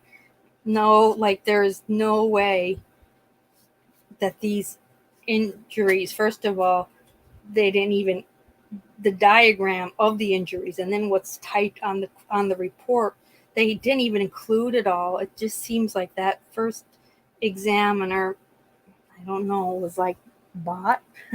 I don't know how to say it, as opposed to 2011 when they reopened it. And also, I'm trying to think, 5 hours isn't it, I mean, that scares the hell. And imagine her afraid, her biggest fear, dark waters. That's how you end up there. I can't imagine. But years later, because of it weighing on Dennis's conscience that he wasn't truthful with what happened following him throwing her off the boat, it reopened everything, and a lot of people came forward that heard a woman screaming, heard a man screaming, hearing for help. But there was, because it was raining and the waters were really bad, that woman was like, I was afraid to even leave my room. Like the boat was it was just so choppy. But a lot of people came forward, and like the times matched when she would have been out there screaming. She was screaming for Dennis. She was screaming for Christopher Walken. I mean, Christopher Walken did go to his room and with the door closed under. He didn't know anything more than they thought, but Dennis knew it all. So I'm just happy he came forward. It took him years, but he's in a lot of interviews now, and he does some pretty good ones where he's just like, I couldn't live like that for someone else. Why was I then having this burden and this, while Wagner's, on his fourth marriage and life is good. So I wonder how far she made it trying to swim to shore. Yeah, because she wasn't that far. I do have that written down. She wasn't that. I mean, she really wasn't that far. The coat was off of her. It was floating next to her when they did find her. So I don't, either she took the coat off, or the coat came off when, I don't know, but she was face down when they found her. And like I said, that was at 7:45 a.m. But it was, it's you wonder, like, if she was in a panic at the end, maybe thinking, I don't know if she was thinking the coat was weighing her down, when in reality it's just like, no, hypothermia is probably setting in, and you're dying. Oof. Yeah, she was like, that sounds terrible to say, like newly dead is the way that we say that, like newly dead. There was still froth around her mouth. That's new. She had probably passed, within a 2 to 3 hour window. Rigor hadn't set in yet, so she was that, like I said, at least 2 hours. So probably somewhere around maybe 4 a.m. ish, maybe 5 a.m. She probably died around that time.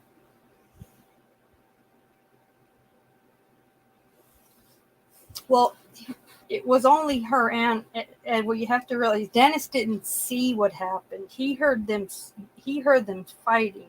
He heard the screaming and the fighting, and then Wagner's all of a sudden he's like, oh, Natalie's not in the room, I can't find her.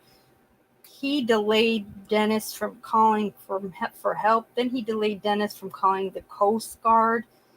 It really is. It's unbelievable that he got away with it, but he got away with murder. There's no way around it. And especially when Dennis came forward and said what happened. No, we won't know exactly what happened between the two of them fighting, but between what people heard, the screaming and what was being said, there is a pretty good idea. I mean, Jesus, could you imagine Chris Walken? Like, I think they woke Chris Walken up maybe 1:30 in the morning to say that, like, they couldn't find her. Like, imagine, he was probably like, what, how could you not find her? Jesus. But he just thought that it was he had heard some screaming, and he said, like, that was, in my mind, I was like, oh, there they go again.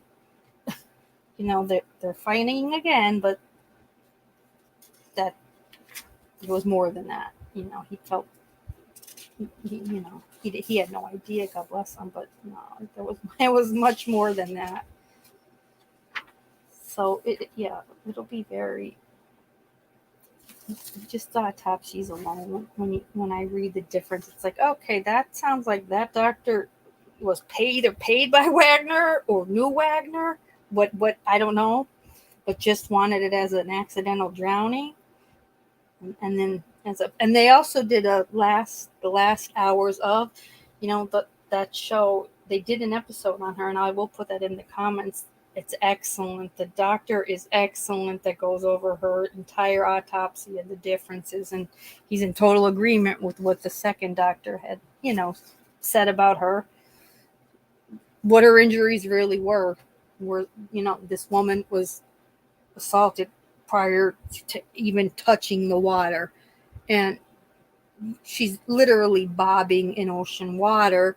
Um, you're not she wasn't up against waves and getting thrown around and thrashed, and the injuries, the bruises, the laceration, everything is that of someone that had been beaten prior.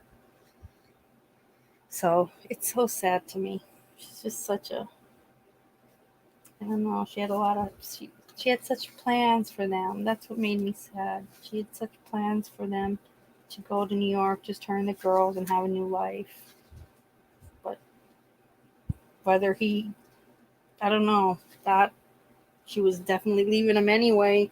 He wasn't having it. There is no way I would leave anyone crying for help in the water. I know. And I mean, imagine him, like, because the one lady that came forward said, like, a man was yelling, and then a man was saying, we're getting help, but he wasn't getting help.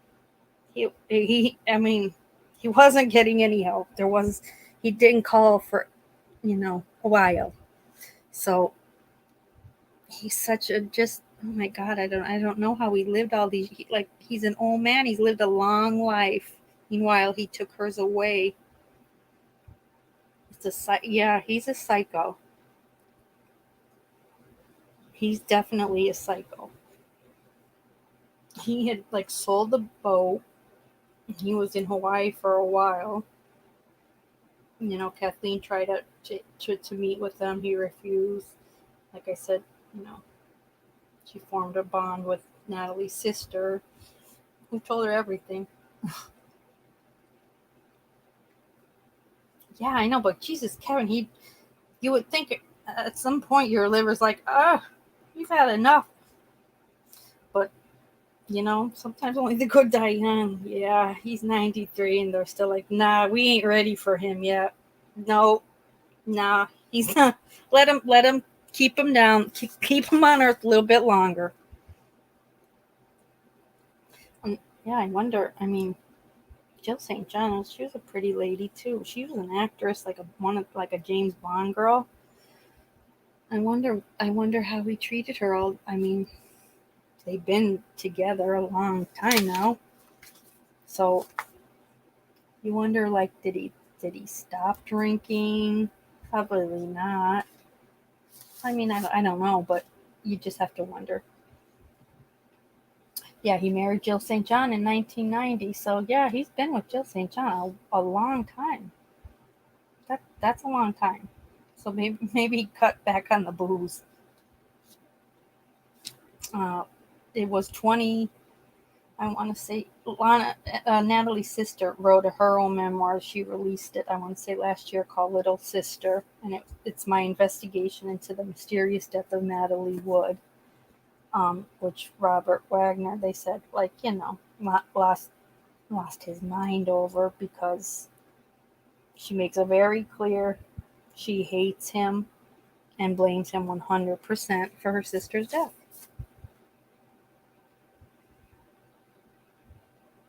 Yeah, I know. Yeah, I mean, God bless her. She, for being like 100 pounds at her, on her, when I want to say 100, she was 120 pounds, but you have to understand she was bloated at that point. So she was probably about 100, 5, maybe 105 pounds. She was a tiny little thing, but man, she definitely persevered through a lot. 28 bruises alone. on the front of her body, and the back of her legs had like 11. But it's her injuries were all to the front of her body, her face, her arms, her legs, her stomach. They did a brain scan. They opened up her skull just to make sure that, I don't know, she didn't kill herself, which is ridiculous, but her brain was normal and like there was no abnormalities. Or like she left no note. She was planning on a new life, so they ruled out suicide rather quickly, thankfully. I'm sure he was furious when he found out like what her plans were, but I do love knowing that. But just, and you have to like, he should, put your fucking head down in shame for what came out in the light eventually. Then you've gone away with for all this time. Her sister it wasn't long ago, she does go on Dr. Oz, and he does a good timeline too. And the sister said, like, we never saw him hit her, never. She said, because I would have killed him, but she knew he did it. But without even really having to look into it, she knew he murdered her. And then she did, of course, do her own investigation, which just brought out so much more. But like there was still food in her stomach, quite a bit. She had swallowed like 2 vitamins. They were still like in her spleen. So she wasn't dead long. Her body was still like, she was still processing. Like I said, probably until about 5 a.m., which scares the hell out of me to think of her out there. I know there was, no body fat at all. Drinking. But at that point, you're on sheer adrenaline. Like, definitely just on sheer adrenaline. She's in her pajamas. Oh, it's like she wasn't there. At first, what Robert Wagner tries to say is that, she tried to take the dinghy by herself and leave. And her sister's like, she didn't even know how to operate a dinghy, let alone sit in it alone at night in water. Would never, and Natalie's friends all said the same thing, would never happen. And of course, eventually Dennis said, no, that's not true. And she wouldn't have known how to use it. Yeah, her body temperature. I do have it because I wanted to know everything.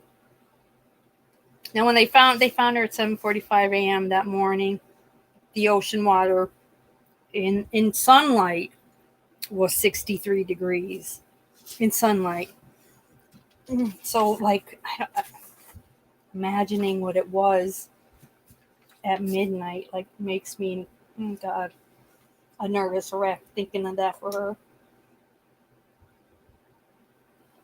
I'm just trying to see what I wrote, because I do have her body temperature.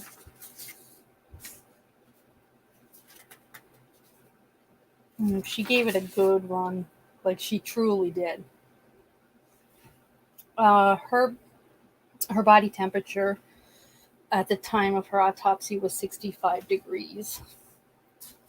So, she had not suffered hypothermia, probably because, like I said, you are on sheer adrenaline. She wouldn't have lasted much. I don't know. You could only for so long, like, wade in water like that. God bless her for even lasting that long. Oh, yeah, she definitely warmer.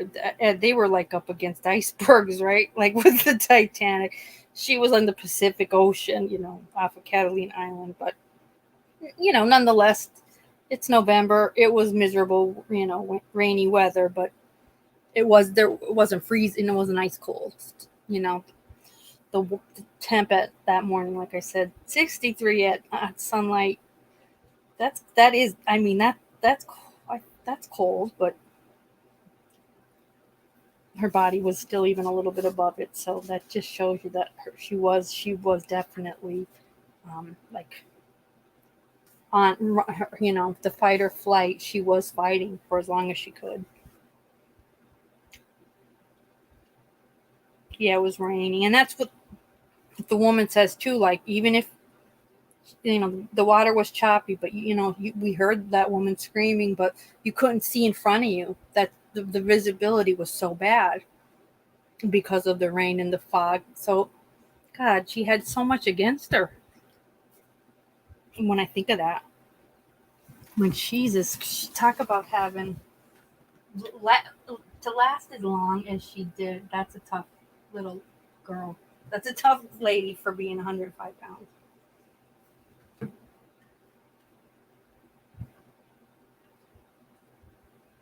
No, poor Chris Walken, all he got out of it was like seasickness all weekend, and then she dies. It's like, that's awful.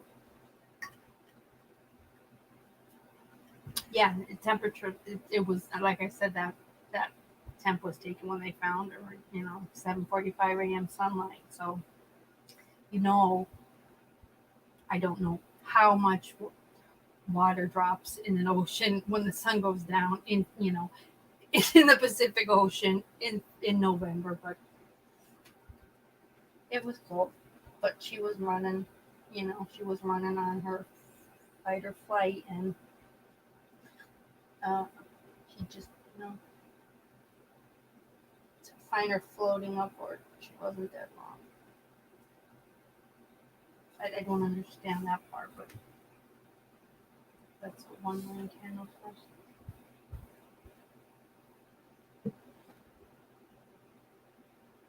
I don't know how he was able to, like, so he was trying to pretend that he, like, that, oh, she's not in her room.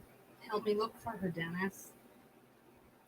But Dennis is thinking, like, I just heard you two screaming like lunatics at each other. But where would she be? You were just screaming with her. And then, as they're running frantically around their boat, from one side to the other, and she's nowhere to be found, and visibly we can't see her, and screaming her name. She's not answering. How far out she was within. I'll tell you right now, because it wasn't long. I mean, it was long enough, but I don't know how. Because of the rain, I just think there was no way, I guess, that they were able to hear her. I don't know. I try to think about that part. I'm like, man, you'd be screaming your brains out. But I guess there was a lot of like, with the environmental issues, probably, that were just so against her being heard. Okay, yeah. So it was 11 p.m. that Robert Wagner tells Dennis, I can't find Natalie, she's missing. 11 p.m. Okay, he doesn't even allow Dennis don't call the Coast Guard yet, to call the harbor master. 1:30 a.m. 11 p.m. He tells Dennis, I can't find Natalie. It's not until 1:30 that he tells Dennis, like Dennis kept saying, tells Dennis, call the harbor master. They don't even call the Coast Guard till 3:30 a.m. 3:30 a.m. Like, I don't know how they didn't, like, question him, like, dude, 11, what were you doing? What the hell were you doing? Like, the Coast Guard probably got out there 4 a.m.-ish and still didn't find her until 7:40. Maybe, could have even been longer. 7:45 a.m. She was found floating face down. So it's just so sad.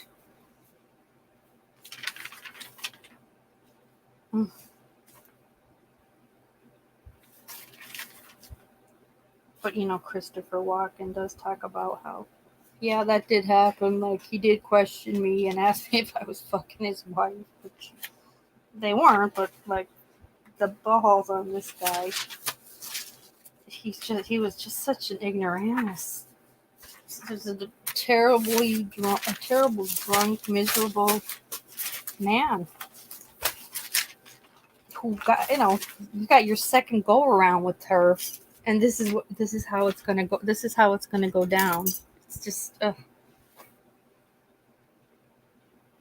yeah, he was reading a script. Yeah, right.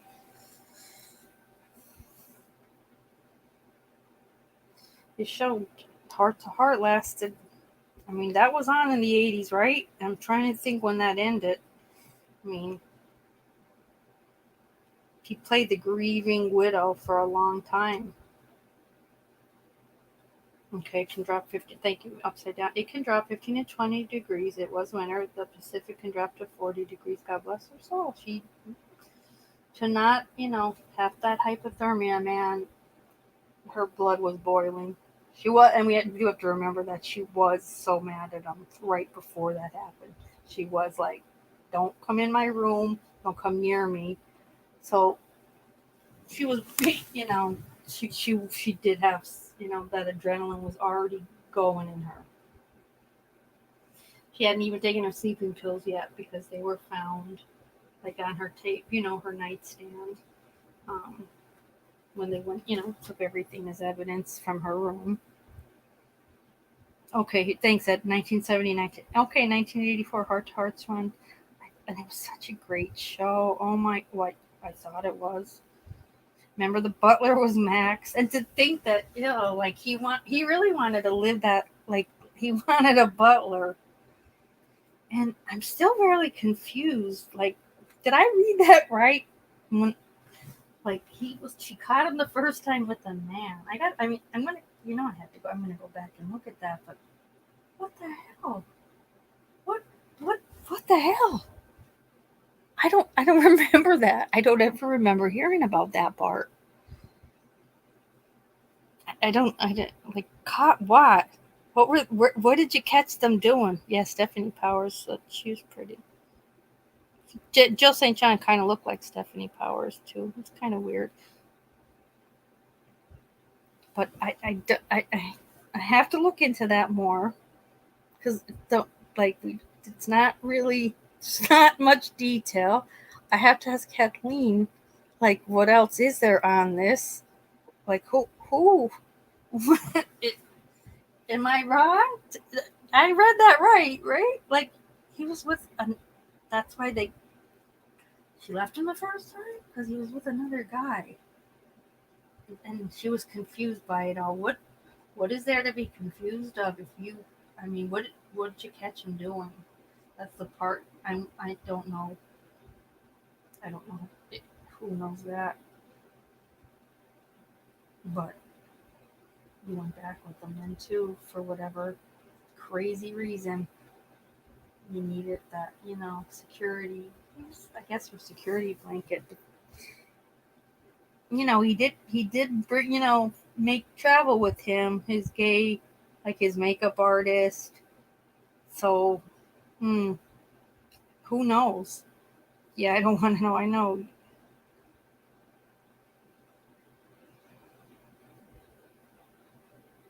Oh wow, that's awesome, Kevin. Thank you. Oh my God, Stephanie Powers was beautiful. She really was. I mean, she's stunning. She's still stunning. I'm sure she did. But I'm just like, in her day for that show, they were a good-looking couple. Like, you believe. I always believe. I really thought that was his real wife. I really, in my head, wanted that to be his wife. It's because you're young and stupid. But and Max the butler, I was just, you know, you wanted it. You wanted that. I was a kid, but I thought it was so cool.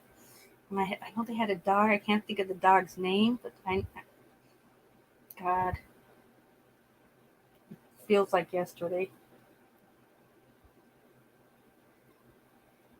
Her daughter Natasha did a documentary on her. I want to say maybe last year, even like interviews Robert Wagner. Like, it's I feel as if like the daughter really wants to make sure people like believe like that my dad had nothing to do with it. I mean, I guess you would have to have that kind of mindset probably to just get by in life, because God, what an awful notion otherwise.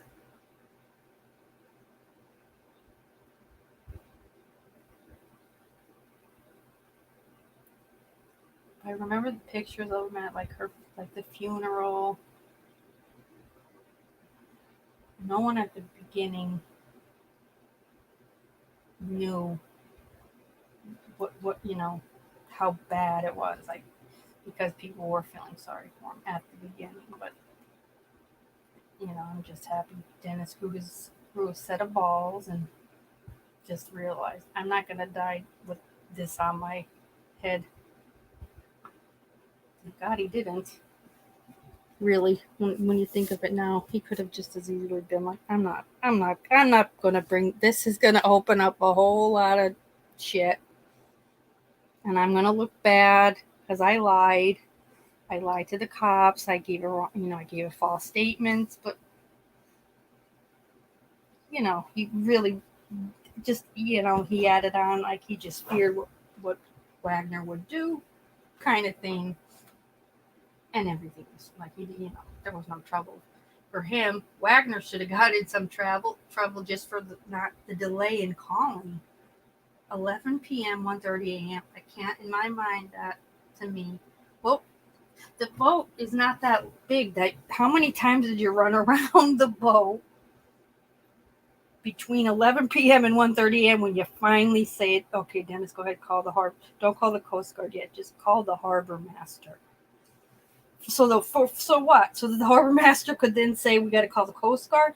Just delay. It just was a total delay in it, and anything to. She was alive. She was still alive at 1:30. She was more than likely still alive at 3:30 a.m. They could have got her if they had notified the Coast Guard at that time, and the Coast Guard went out. But that's just, oh God, what a sad ending. Tragic, such a tragic ending. And in her worst nightmare, in dark water. That's the part I can't. Uh, just makes you wonder. Like, do we know? Do we know? Something about it just makes me crazy thinking about that, with her being out there alone. And I don't know about this. I think maybe I don't think I think the shark part. Probably maybe Kathleen might have just put that in. I'm not sure. I mean, being those cold waters, I don't know. Maybe something. It was something that, as she was interviewing people, they were maybe telling her at night with what they've seen out there. I don't know where that part came from. I'll have to ask her on that. I know, Ed. Like, when I read it at first, I was like, "Ooh, wait, is this the marriage? Like, who she is? This is the marriage to Robert Wagner? She's saying her husband." Because then I was confused. I'm like, or is this the guy that she had her first daughter with? But no, it's Robert Wagner. RJ, or darling. I can just hear his voice saying darling. And I love the barnacle of a necklace. Oh God, that she put it in the pocket of the coat. I hope I hope like it's in the bottom of the ocean. So it's like the Titanic, the jewel. Except she said it was an ugly barnacle, a $5,000 barnacle. That she, I mean, but man, that's when you're just pulling in the money. Like, you don't even like it. He bought it anyway to spite you because he knows you didn't put on an expression of enthusiasm when he showed you it. What a couple. What a couple. Love is not always grand. That's for damn sure. I'll have to I'll have to post on my community tab. There's two really good interviews. one with Dennis. There is one with him, and then I'll put the link for the daughters documentary. I felt I mean I watched it because I wanted to see if she looked like him. She's a pretty girl, very pretty girl, Natasha.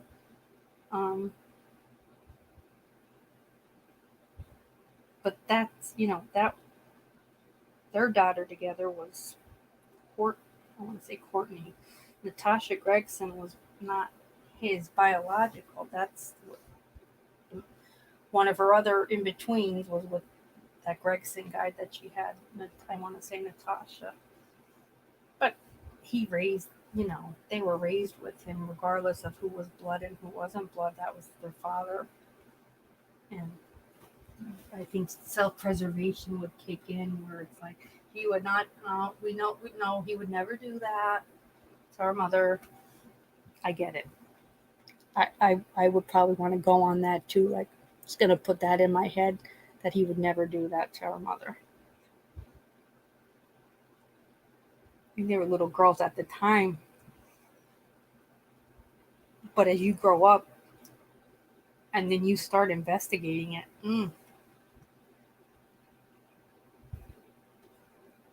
Courtney has not. I haven't seen. I've never seen like even an interview.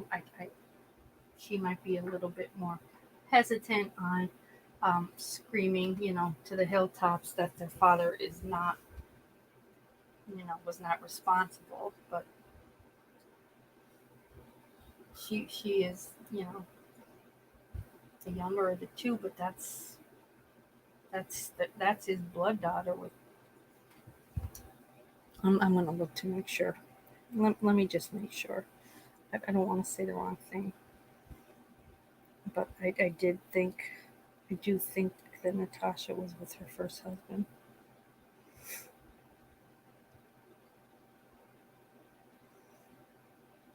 Let's see.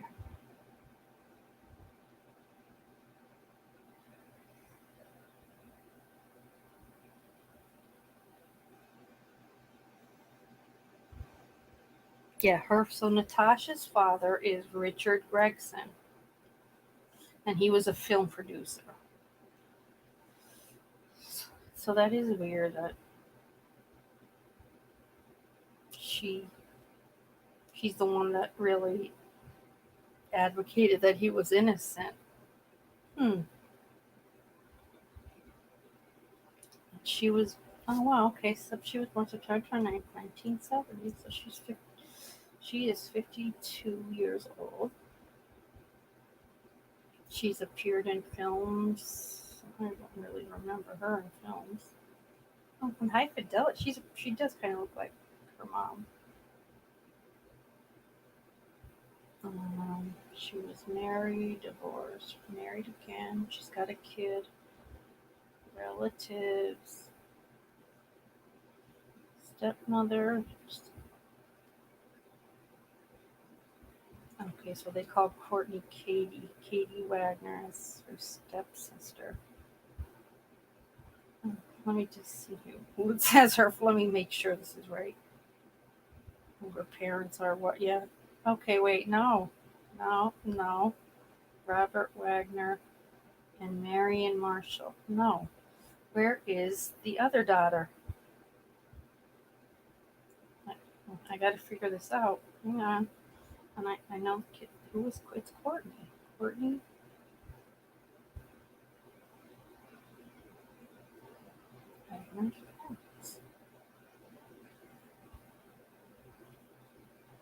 All right. So her Courtney Brooke Wagner.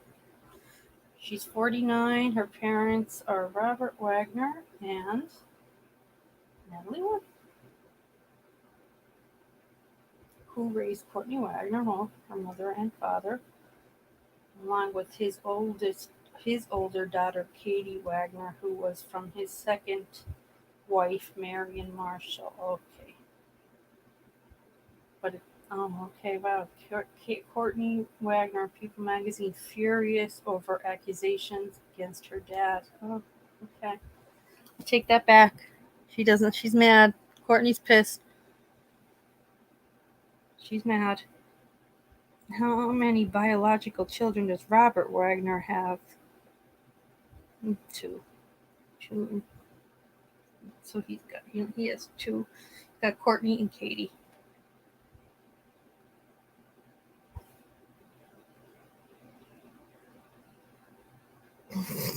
I love the questions, Google. Did Stephanie Powers and Robert Wagner get along? It says Powers also shared that she and Wagner remained very close long after the series came to an end. We can push each other's buttons and laugh. We laugh all the time. Oh, that's nice. Wagner lives in Aspen, Colorado with his wife, former James Bond girl, Jill St. John. Why was Heart to Heart canceled? Low ratings in the last season. In 1993, the cast reunited to make 8 made-for-TV movies. And that was it. It was done. So he still had a big-time career, when she died.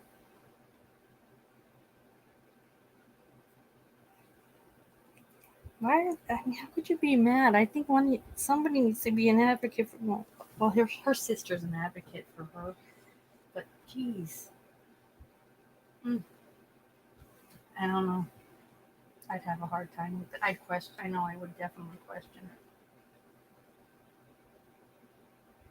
and especially if it was my stepdad, I would definitely be looking at him a little side-eyed, like not sure. So that is weird that it is Natasha that does that. I thought that was his blood daughter, but it's not. I have a very good relationship.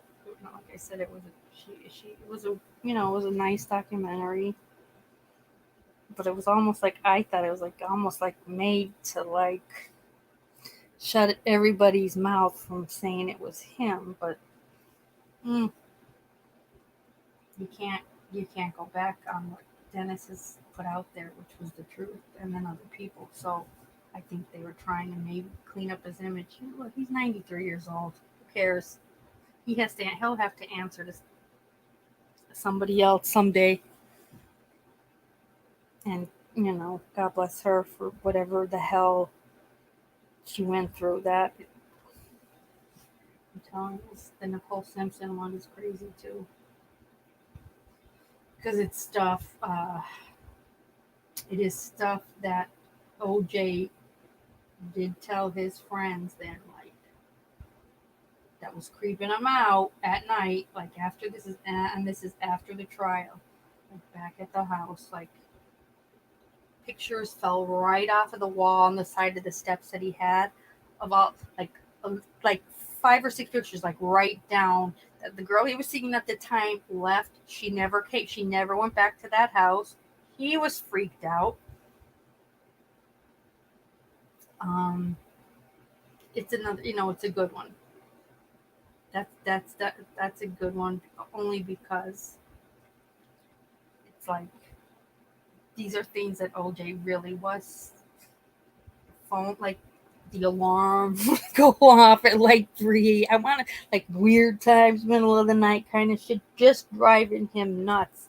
And he started to tell his friends that he felt like like Nicole was haunting him. And I'm like, I hope. Let's hope so.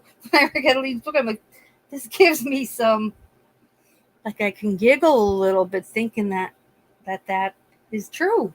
And you were making him shit scared at night. Like he was shit scared.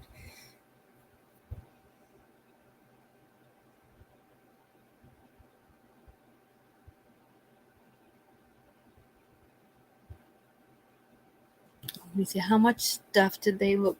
Um, well, they looked into it all, and I don't know why it wasn't enough from what Dennis said.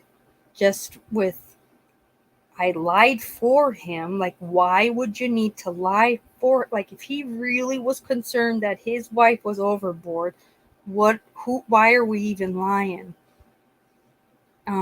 That to me was weird. And then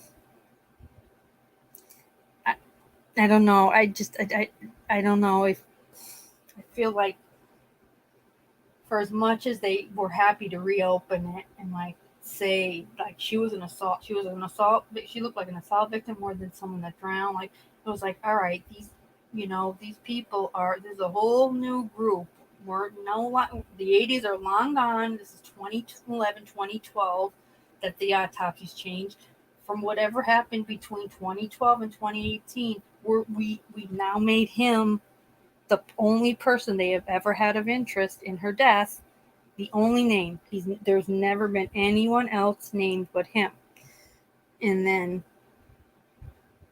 4 years later, it's just Robert Wagner has been cleared, and it just remains open and unsolved. Like, oh man, really? You're gonna just let this go as a cold case when you have? I just feel like so much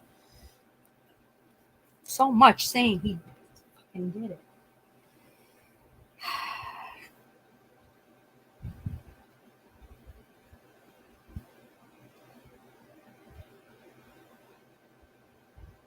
I don't know. Favorite. Let me see though, because I do have. I mean, I know they did look into it, the 2018, because the guy even, like I said, they did the 40. They did the show on it too, because I love that forensics guy. There's Max Shepard, and then there's Dr. I want to say it's Dr. Hunter that did hers, but man, like he left no stone unturned. He looked at every slide they had. That's the other thing I wanted to tell you is the dinghy itself had scratches on the side of it. Okay, like look like nail, actual nail scratches of someone like literally either trying to get on this dinghy or clinging to it. Yet they did not. They took nothing from under her fingernails, nor did they clip any of her nails. Nothing, because that was questioned then in 2012 and 2011. There's not. You have no sample of anything under her fingernails, even though the initial Coast Guard report says that there shows what appears to be scratches on the dinghy. Come on.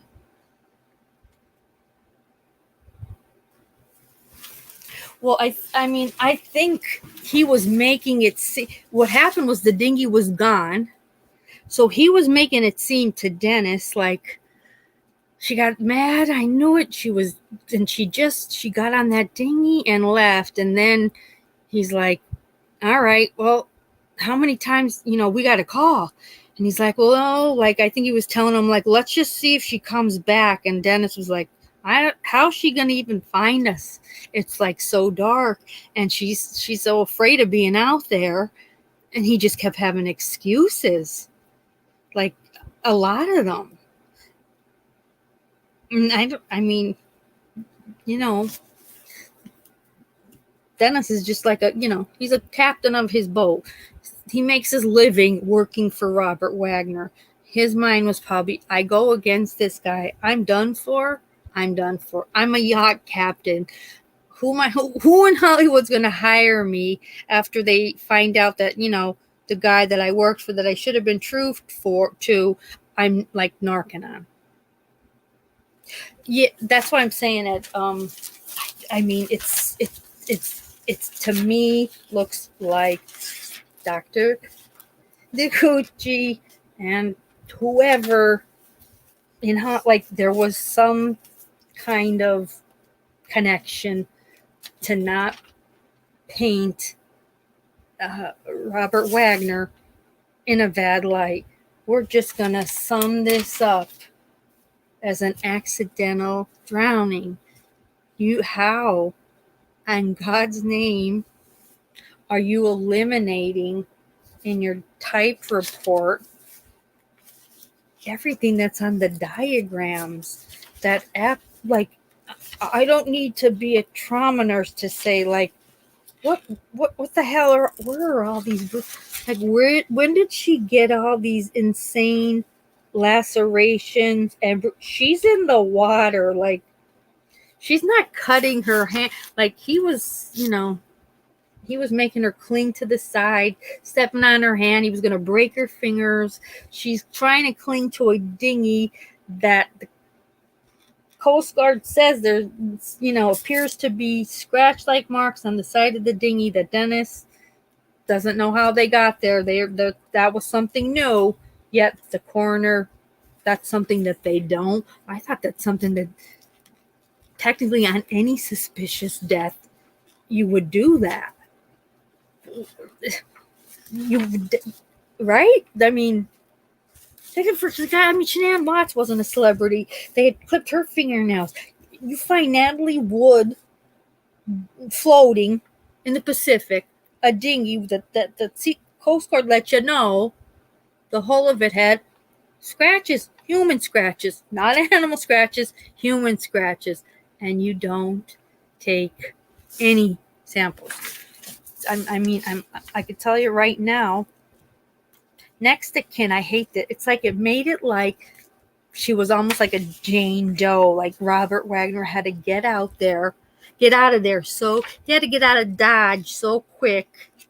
Him, and of course, he probably told Christopher Walken, like, this is going to be an ordeal.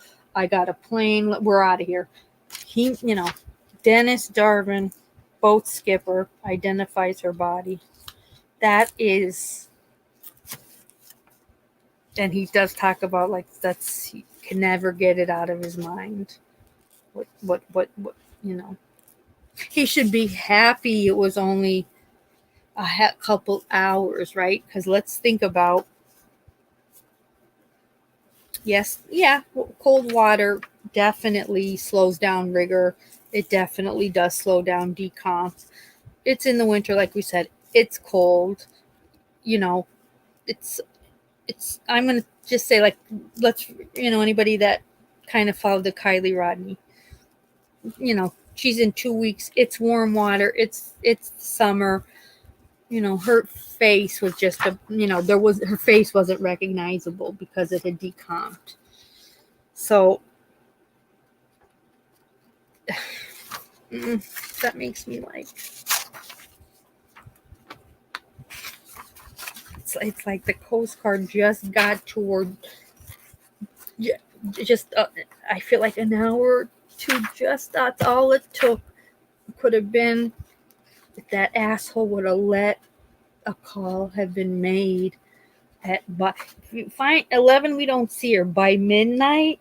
I'm on the phone, and I'm on the. I mean, if you love that person, you're on the phone with the Coast Guard, and you're saying, "I'm Robert Wagner, the Robert Wagner, and my wife Natalie Wood fell overboard." Like, you're gonna get shit done. People are gonna, and you're gonna have a huge search party. Let's all get that straight too. How many people would have been out there to help, right? But instead, he's telling him not to say it, and he was. I mean, way bigger. She was way bigger than him, and he made it such a. Like he really ended up really despising her for it, even though it was like her money that was buying, the luxuries and most of the stuff they had. He started to get a steady paycheck with the heart to heart and whatever he did in between. But I mean, she was a Hollywood, starlet. She was much bigger than he'd ever be. He hated. I think he also just mixed that with the alcohol, and you're a paranoid lunatic then. Like, everything she's doing, it's like you're questioning, is she doing this to make me look stupid? Let any real man would be like, if this woman doesn't want to be with me anymore, I'll let her go. Like, there's lots of other women out there. I'm an actor too. I'll be fine. But it was his owner. She was definitely his ownership, and that's like, that's how we treated her. Like, She came home. He knew she didn't want to be not called like get that legend award, which is like when you think of legends award, it's the end of your career, and usually they're 70 years old. Maybe it's changed. That back then it wasn't. It was like Betty Davis. Let's wheel her out in a wheelchair, give her award. Natalie was young. She didn't want to go to that, and to come home and he spitefully had a huge house full of people there to celebrate it when he knew she was looking at it like, am I done for? Like, is this it? And they're like, this is my send off. Like, thanks for all your work. It's over. So just that alone, but the people at the party are like, look at him. Look what he's doing for her. This party. She doesn't even know what's happening when she walks in. This is going to be great. Yeah. That's not, he knew she was questioning, like, oh God, I am in Hollywood. I'm getting old. Like, you're 39. People in Hollywood are 55-year-old women are having babies now in Hollywood. Christy Brinkley looks better now than she did when she was 21. Times have changed, but man, you this was a hard era. This was a definite hard era. And if you weren't lunching with the ladies and then shopping, that to me is like, oh, what? That's hell. That's hell, especially if you're like, she was such a good actress, but she was almost having to take nothing because how, to say to Christopher, like, what do you think of her as a mother choosing to work instead of be with her daughters and husband who need her? Like, isn't she a horrible person? Like, how, like, this is her friend that she invited on this horrible Gilligan's Island excursion where nobody's getting back, and you're in front of her even talking up. It's just, she didn't even want to go that weekend. The daughter's crying, don't go, and no, we're going. Like, he made up rules as he went along. I just think, yeah, I definitely think it's weird where he wanted to go, because she's like, why are you taking us to like that other side where there's nothing and it's dark and we don't go there at all and there's nothing to do, it's so isolated. I don't know what she thought. I mean, I don't know how deep in her head she was going. I would think she probably thought she was somewhat safe. Dennis is here, my friend Chris Walken's here, like, he can't kill me. But I mean, I don't know how paranoid she was at that point. But she should have, if only she just held it in that last night and not said, we're done. Like, we are done. When we get home, it's over. But like, he embarrassed the shit out of her, smashed the wine bottle. Dennis heard that. Chris Walken was furious. Like, I'm splattered with wine all over me. It's all over her. And I was done for. It's like, Natalie knew I wasn't going on that trip to get in the middle of any fighting between her and RJ. And I wasn't. And he went in he's like, I was once again getting that fucking seasick, having to take his Anaver, and that makes you just sleep. So he's down below, door closed, out like a light, and they had to wake him up. That had to be horrible too. Like, can you help us? We can't seem to find Natalie on this, 60-foot yacht that I've had Dennis circle about 82 times now. I think we're going to have to call for help. What time's it's 1:30? What time she go missing? 11. What the fuck are you waiting for?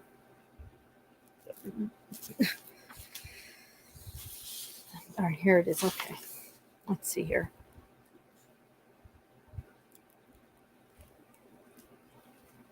Even from what's weird to me, even from this initial autopsy report, Wagner's name is redacted when they do the entire summary of the night. They redact his effing name from any paragraph where it doesn't look good. Unbelievable. Referring to her as Mrs. Wagner throughout, but, and oh, here it is, guys. That's right. That's what it was. Her body was spotted from the air by the sheriff's department helicopter. That's what it was. Spotted from the air by the sheriff's department helicopter that was en route to the island to assist in the search. LA County lifeguards and 2 private searchers were the first ones to reach the body of Mrs. Wagner and pulled her from the water, whereupon she was pronounced dead. So that's right. It was the helicopter. That's right. Oh, God damn it. Yeah, see, this is a very important paragraph. His name is redacted from all of it. All of it. I'm trying to see, his name isn't mentioned until he hears until he makes a radio call for help. So it makes him look like, oh, good guy. That's at 1:30 a.m. You're not a good guy. No. When it's determined that indeed the dinghy and Natalie are missing, the search begun with the Harbor Patrol and the Bay Watch. And then LA County Sheriff and U.S. Coast Guard were called a couple hours later. That's what I'm trying to find out, because I don't... hang on. Don Whiteling was one of the private searchers who laid at the dinghy and says the key was in the dinghy, in the ignition. It was off. It was in neutral position. The oars were tied down, and it appears as if the boat had not even been used, because they said, Natalie's sister said she had no clue how to use it. She had no desire to even want to know, because she in her mind was never going to be in that alone. So the dinghy was pretty much just found intact. Let me just see here.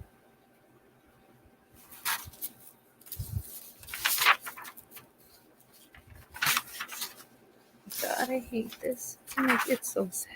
Fuck. I'll turn. So they met at the heliport. Johnson. Okay, hang on. Oh, wait, it might be here. Yeah, but they're redacting his name where it's bad. Like, she's missing at 11. They don't call, so his name's redacted then, but then it's put back in as Mr. Wagner calling for help. Can we go back and put his name in that first sentence, though? How long did it take?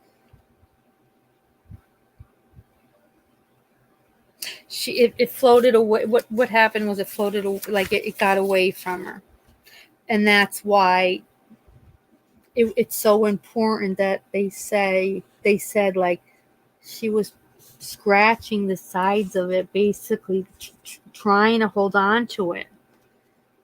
And it was okay, there's no sea creature that's going to do claw marks, but they said it was like human scratches on it. And that was, Dr. Doolittle from 1981 didn't take any samples of under her nails or clip her nails. It was the 2011 that questioned it. What do you mean you didn't take any samples of her nails or what was underneath them? No.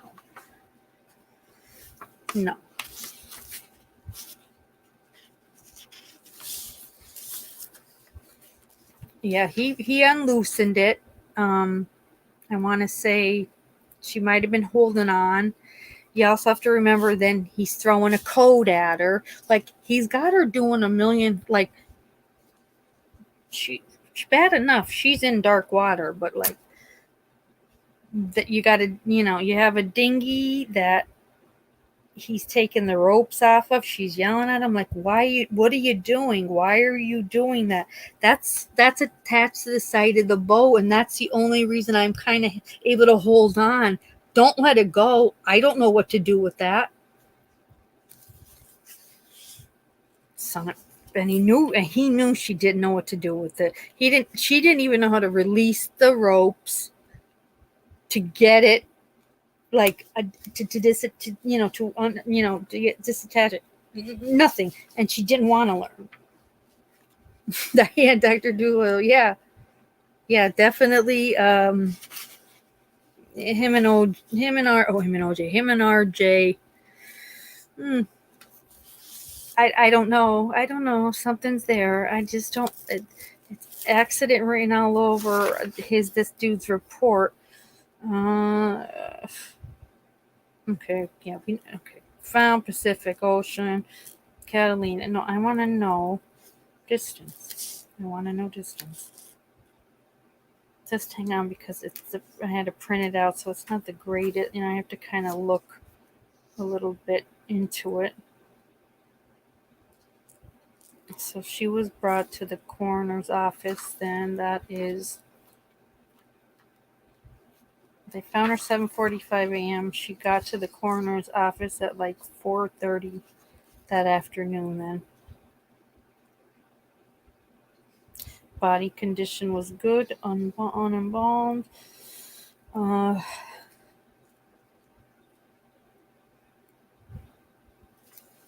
Time of death unknown. Hang on. I'm still looking though, because there's a lot of pages.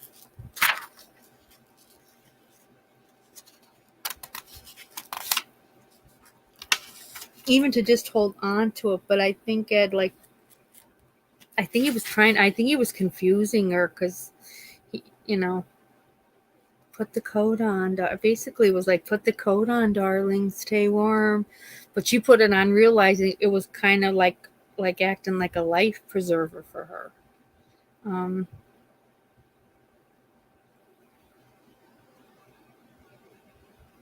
That's awesome. I love that. Dr. Goodhart and Dr. Payne. Okay, wait. Oh, hang on now. Reported, sheriff's office. Yeah, we know that. Please. Early morning hours of Sunday, November 29th, sometime after this group had returned to the boat, which was moored off of the Isthmus, blank, redacted, became aware that his wife and the boat's dinghy were missing. Redacted name was immediately radioed for help. No, he didn't.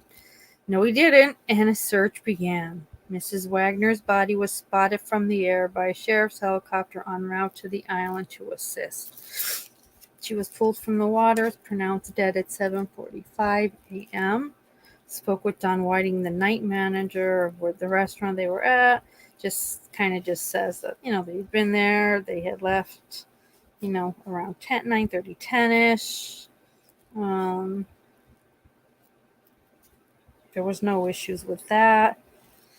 So once spoke with redacted name, who related that the last time he remembers seeing his wife. How about the last time you were screaming at her? Was at 22:45 hours. Once again, redacted name realized then his wife was missing and placed a radio call at 1:30 a.m. Even though you think she's missing at 10:45, 11. I don't like this. This medical examiner, his wording is so wrong. There was no immediate call. It should say a delayed call then was put in for help at 1:30 a.m. There's a big difference. Jesus. Doug Whiting heard Mr. Wagner's radio call for help. Whiting lives on a boat, and during his waking hours, at approximately 1:30 a.m., and in turn, from hearing this, he called a friend on Isthmus to go to the Wagner boat and advise him of the situation and if a search had been started yet. When it was determined that indeed the dinghy and Natalie were missing, the search began. Like I said, still not. Okay, here it is. Here it is. Okay, Mrs. Wagner's body was found approximately 200 yards. So 200 yards off the Blue Cavern Point Isthmus. So 200 yards off of Blue Cavern Point. Okay, we need to know what's the distance between there and the part of Isthmus Cove off Catalina Island. It says, and north of where the dinghy was found. So she was found near the dinghy, near the shoreline, 200 yards off of Blue Cavern Point, a couple hours earlier where she had last been seen.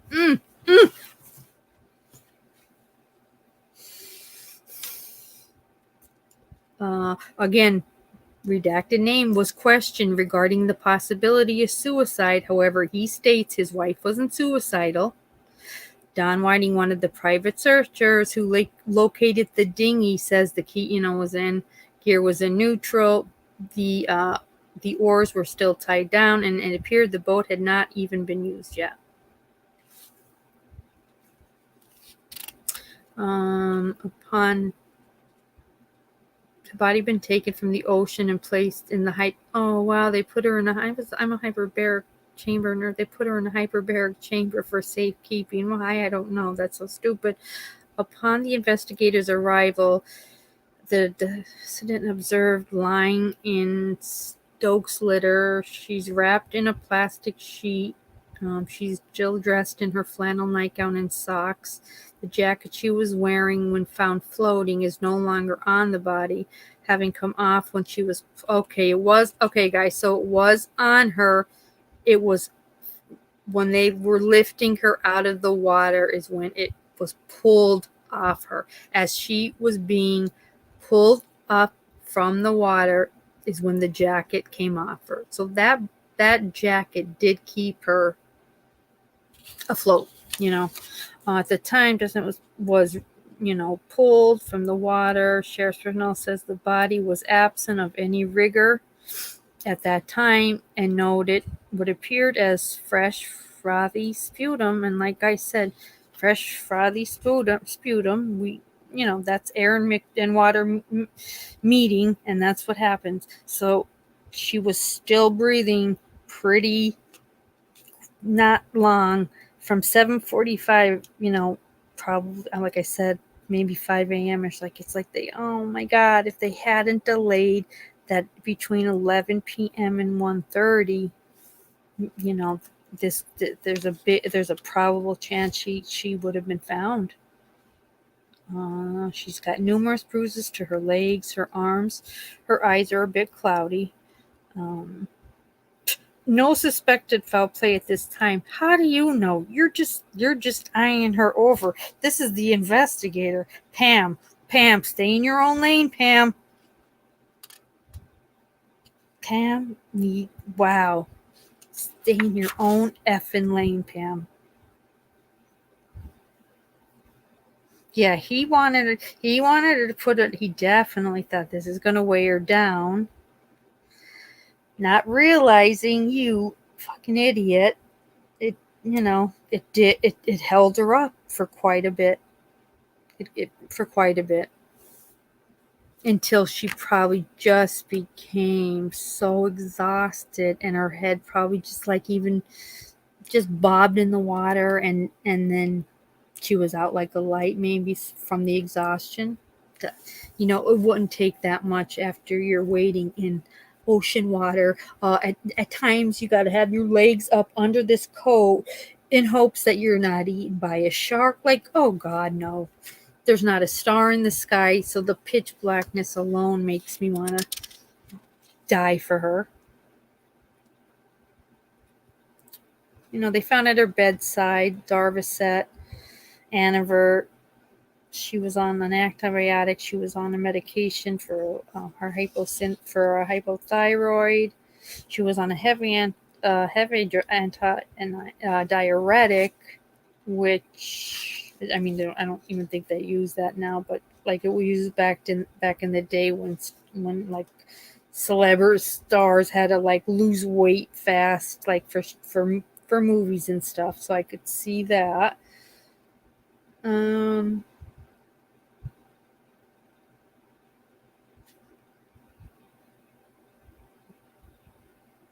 so it doesn't have really. There's nothing major with that. Rigor mortis, none at the time of being pulled. Temperature 63 degrees Fahrenheit of the water at 7:45 a.m.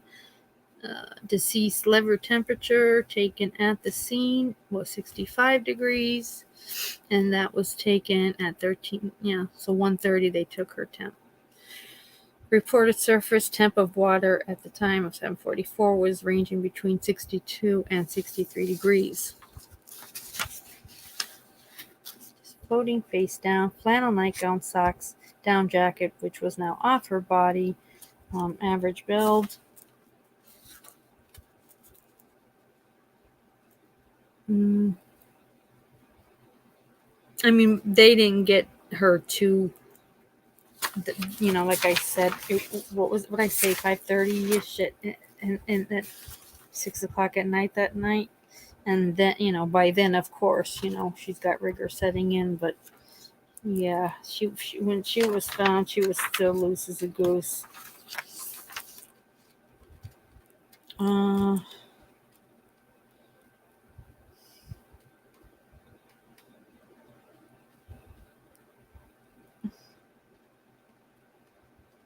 So she had no, like, I remember we talked about this when I explained it on Kelly's about with the autopsy, like no petechia in her eyes, so none of her blood vessels in her eyes were punctured, which means okay, doesn't appear this is just still an external that she had possibly say been strangled prior.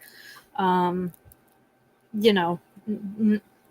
Eyes are brown. They're not really saying that they're even cloudy yet.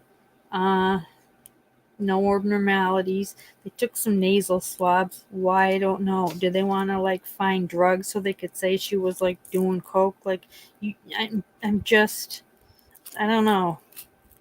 And this guy's bruises. I don't like this doctor. He likes to call like everything's a fresh bruise. Dude, you named about 5 bruises. She had 28 on the front of her body alone, where either you're saying bruises are fresh or you're just saying, 4x1 area above the wrist. Very unprofessional. And we don't, in trauma, you don't even measure bruises. They're, they're small, they're moderate. I don't, the dude is weird. Her ankle had her ankle, okay, had a large area. From what? Was he stepping on her? Like, what was he doing? They said there were lots of superficial legs on marks on her legs, as if she was, probably falling, maybe trying to get up away from him, but not being in the water she was in, where she was just waiting and had a coat on.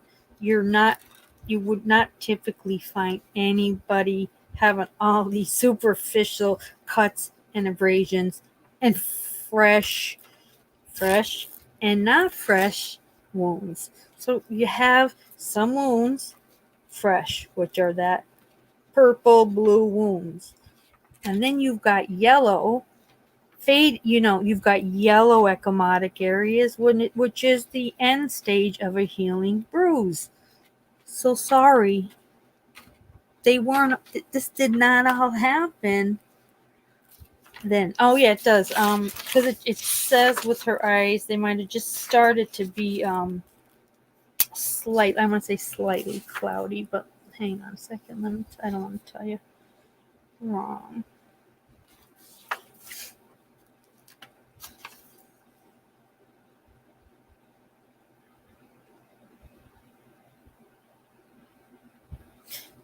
just in this one. This is the investigators' report. So we'll move on. But the investigators' report: descendants' eyes are a bit cloudy appearing. So to me, it does appear they were open and cloudy. Would okay? That's normal. That's she's gonna start the process of rigor soon, but she was in cold waters, so you have to take that in consideration, and it's all different based on you know what the circumstances are surrounding her.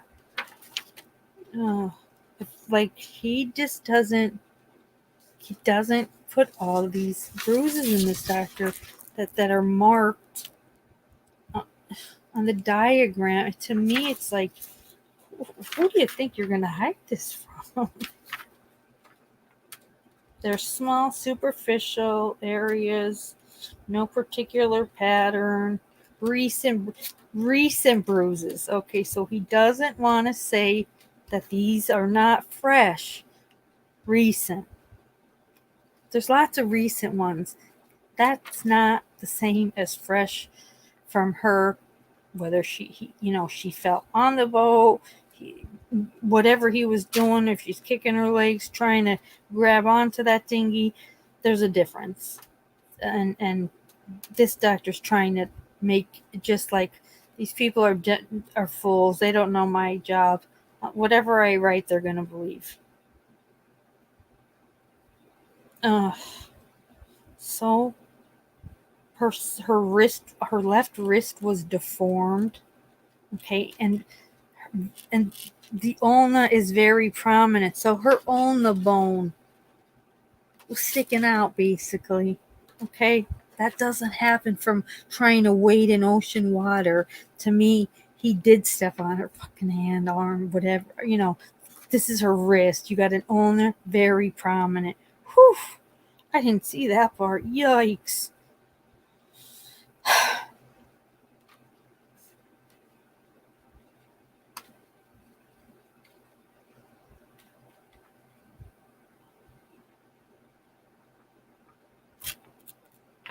I hate, don't you hate?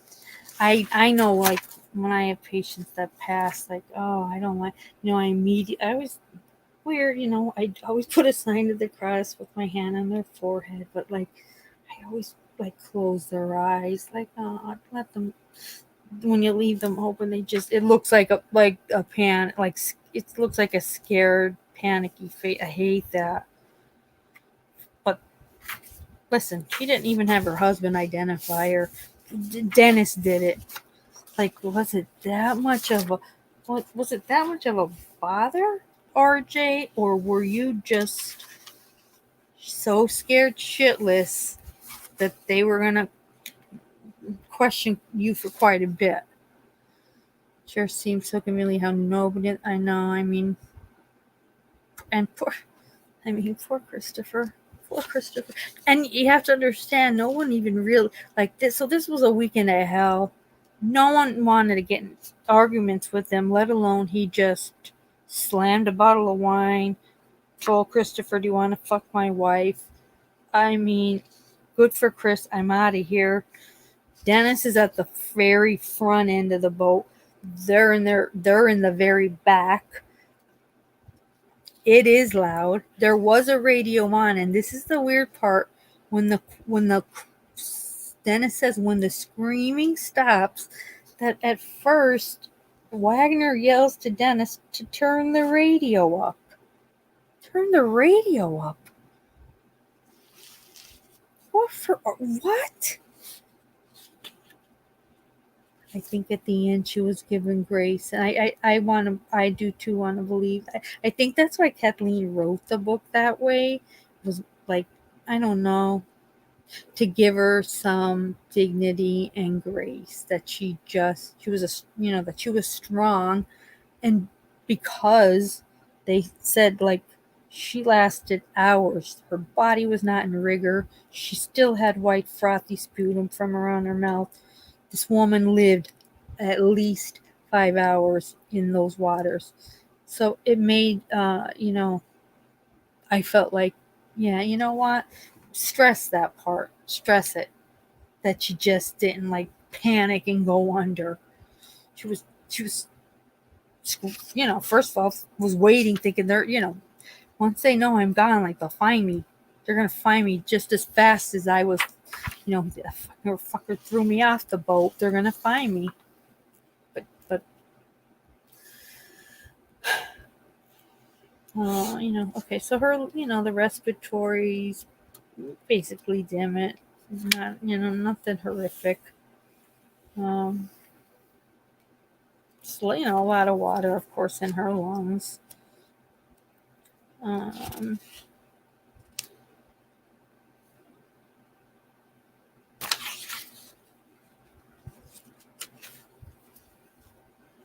Stomach showed it was filled approximately with 500 cc's of semi-solid, partially digested food.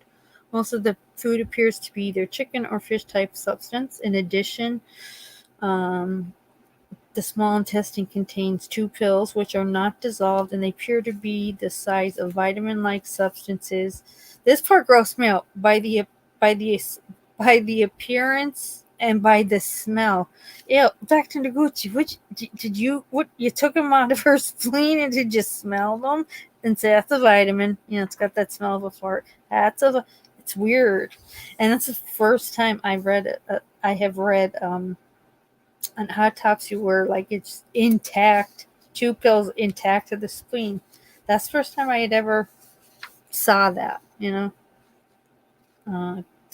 Gastric contents, and he kept this fucking doctor. Gastric contents emits the smell of alcohol. We get it. We get it, doctor. Thank you.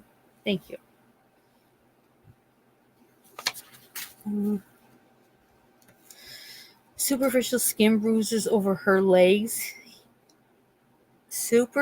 There's dude, come on.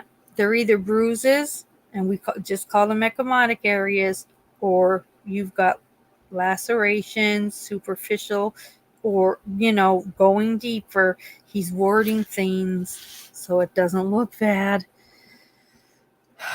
Abrasions over the left cheek of her face appear to be fresh, but superficial. Abrasions are brush type abrasions on the vertical dimension. Small skin bruises on her legs. No deep contusions. Oh, well, thank God for that.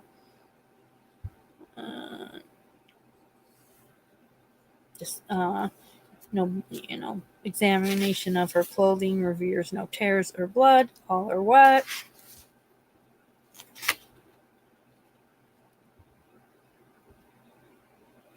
Autopsy findings are consistent with drowning in the ocean. Time of death difficult to pinpoint, but appears to be at about midnight. No, about midnight is when he, like between 11 and 12, when she supposedly goes missing. Come on, doctor. She was still sucking in air. When she was found at 7:45 a.m., she still had froth from her mouth. So she was still breathing. So let's change that midnight time. Let's add on a few more hours and say probably about 4:30 a.m. Come on. And how do you know? Most of the bruises on the body were probably sustained at the time of drowning. Okay, probably. Anatomical summary: drowning and superficial skin bruises on extremities and abrasions on the left side of the face. Yeah, because he slapped her and he punched her on this left side. Yeah, that freaked. That grossed me out because okay, you don't need to go any further than 2 large vitamin-like, pills were still intact within her spleen, and since taking to pathology to further find you're sniffing 2 pills that you just took out of her spleen. You're letting us know that she's basically reeks of alcohol all over, but you're able to tell us that by smelling the vitamins. They're vitamins. Come on. He smells her intestines. Takes vaginal swabs, but there's scratches all over the dinghy, but we're gonna not touch her nails because we don't want to talk about that. We're not gonna talk about that. Yeah, the left side, like left side of the face, because fucking hitting her, bruises and cuts and abrasions, left side of her face, left side of her arm. No, I know, Ed, that makes me mad at that part. And just, I don't, did Dennis hear anything more? Like him telling her, get your hands off the side of my boat or I'll break your fingers. I don't know. That's not in anything publicly we've seen. But it does match up with what's found. Like he was really focused. Whatever he was doing, he's like using his right arm, his right hand, and smacking the shit out of her left side. They go through a whole exam of her brain. It's so fucking weird. I don't. Yeah, her normal adult brain with mild to moderate congestion. Listen, can we get to her nails? Her brain isn't going to have any evidence on it. It's, adult brain, no diagnostic features except for rigid congestion. Oh, God, thank God you did that. And that was done. They didn't even look at her brain until April of '82. So they waited a few months, and they're like, well, let's check her brain out. Maybe we could blame it on some kind of a weird, more abnormality, and let's see. But there was nothing. And here's Dr. Choi with his areas of right arm, some skin contusions, very, very fresh, he said. Very fresh. Sections of the skin, right forearm with bruises. He just puts in parentheses like 4 to 12. Well, which is it? Is it 4 bruises or 12? There's a difference. Right knee bruising and, everything appears so fresh. You left out. You only put in 1, 2, like the 6 fresh. You didn't you're not mentioning all those other ones. Why? Why? Toxicology. They tested her. They tested her for just about everything, and that. Because here's another sheet where it's somebody else's handwriting that's like right knee, right ankle, right forearm. Like, what the hell? Well, they tested her. Alcohol was 0.14. So what? She wasn't driving. She could drink what she wanted.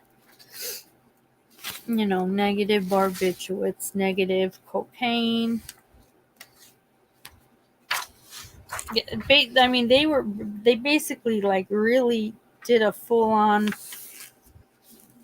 a dead robot. Let's see what we've got here. What can we go with? Let's make sure that there is no areas where the neurons don't meet. We can rule out. We can say that suicide can't be ruled out. We can, but there was nothing. There was absolutely nothing.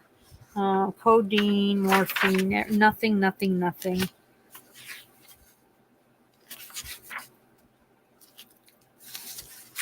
And they took, they did blood, they did liver, they got, so there's the diuretic that shows up, cyclazine that shows up.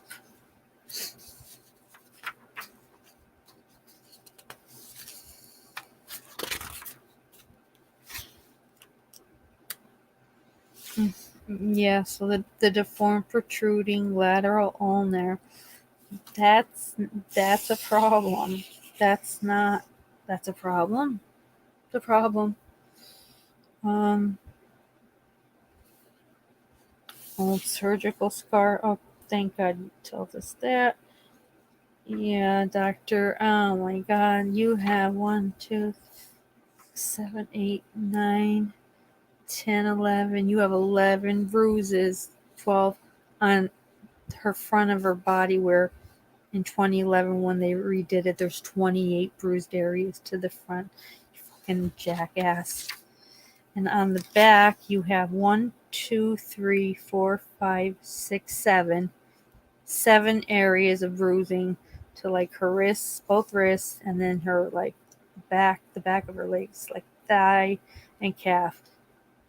There's actually 11 bruises. So he totally downplayed what they freaking found. Like, you could put it there, write it small. Like fortunately I could read their writing, but probably just really chicken scratch the shit out of it. But write it down. Nail scrapings, nope. Nail clippings, no. Hair, it says, head and arm. So they took pieces, hair from her head, from her arm.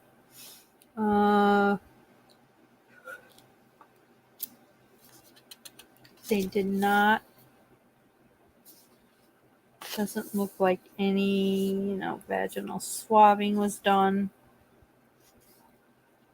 at all. I told you they did a nasal swab.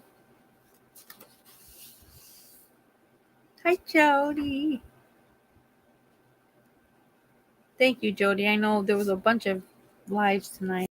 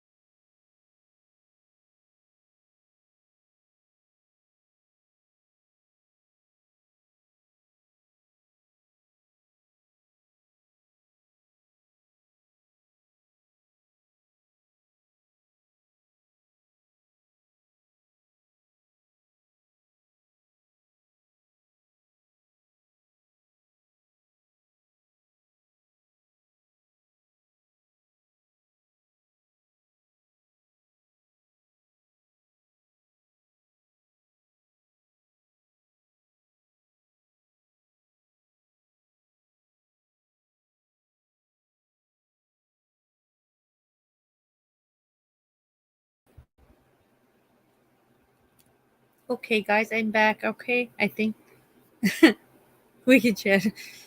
Yeah, we could talk about anything here, right?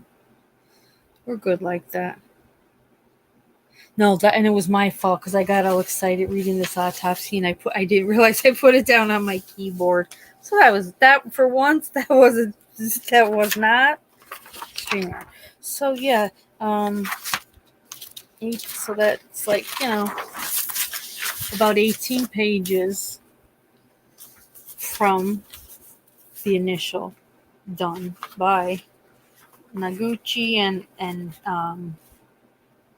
Choi, Dr. Choi.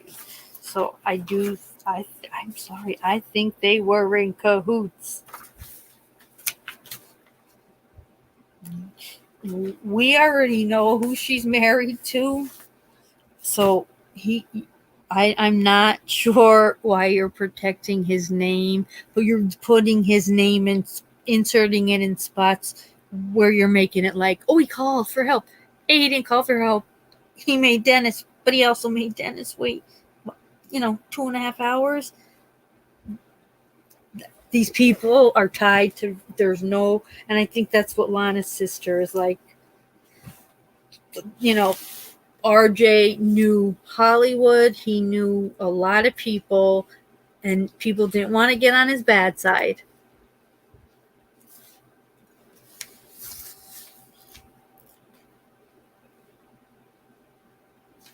So this was in 2011 one that just says they finally released her. It was 2011 that before the Los Angeles CBS obtained her original autopsy, which was 34 pages, And it said body was found by the skipper, Dennis, and Darven today admits that he lied 30 years ago to tell a story more compatible with one Wagner wanted to release.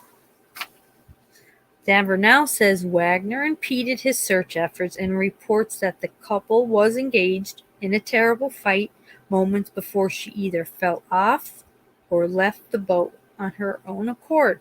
The captain is quoted in interviews that were just done on Saturday, just like I said, was in 2011, that Wagner prior screamed at him, "What are you trying to do? Fuck my wife." Investigative report also says Mr. Wagner states first missing his wife at 22:45 and immediately radioed for help. Light your pants on fire. Coroner reports also asked Wagner if Wood was suicidal, and he insisted she wasn't. Her eyes are slightly cloudy, numerous bruises to the legs and arms. Blood alcohol was 0.14 over the legal limit of 0.10. The coroner, Dr. Noguchi, noted lots of white frothy foam coming out of her mouth, consistent with the drowning. No other trauma noted, and no foul play at this time. Really, you are able to just you're looking at her mouth. Okay, good. Everything seems. Look away. Everything seems fine here. No signs of a strangulation. No, God, no kidding. The dinghy appeared intact in neutral, had not been used. Hi, John. Hi, John. We're talking about RJ, Robert Wagner, that sleazeball.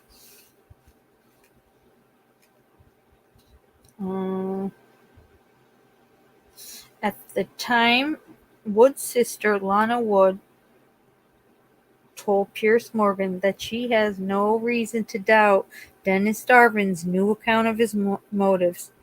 She said, "Things happen. At first, I couldn't imagine that RJ would do anything intentionally to hurt her, but things happen." So, to me, maybe for those years in between 81 and 2011, she was looking at him as, oh God, the poor widower. And then, man, once Dennis came clean, a lot more people came clean. I know. I emailed you, John. John, how Mrs. okay?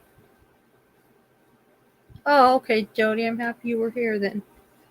You were watching another Idaho Live. Anything going on? I just love the fact that who was, God, I can't even remember who was like, Pennsylvania authorities releasing many details upon their ambush at 4 a.m. I'm like, leave it to us. Are we fucking up this trial? Letting everybody know they found him in his parents' kitchen, in his pretty much in his tidy whities, and a shirt, wearing surgical gloves, and putting his garbage into several different Ziploc bags. Because who doesn't do that at 4 a.m.? I don't know. I do. Yeah. They probably walked in and was like, what?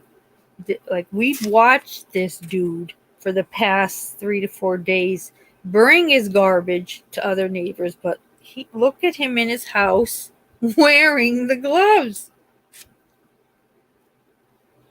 Oh, definitely. In fact, most of them were saying that too, Ed, that we needed that.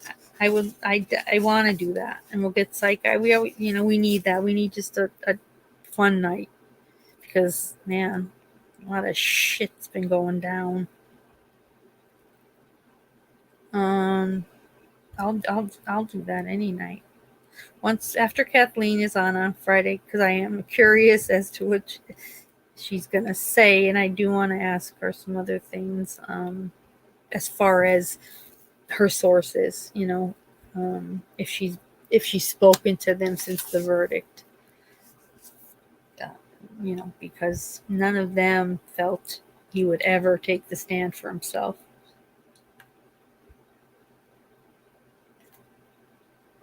Yeah, definitely.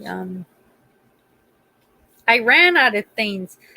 I'm gonna do a trivia. I'm gonna look on Amazon. I'm gonna do a trivia like wish list, and there's a lot of cool games. And even if you want to put $2 on it, like pick the different trivias you like, and I mean there's some really good ones. I can get us some new stuff, like online. I mean, man, we were on a roll for a while, but I do miss doing it. Okay, so yeah, 20. Like I said, oh, so somebody asked me something between 2018, what they were finding, right? Is that what it was? I just think, when Dr. Hunter,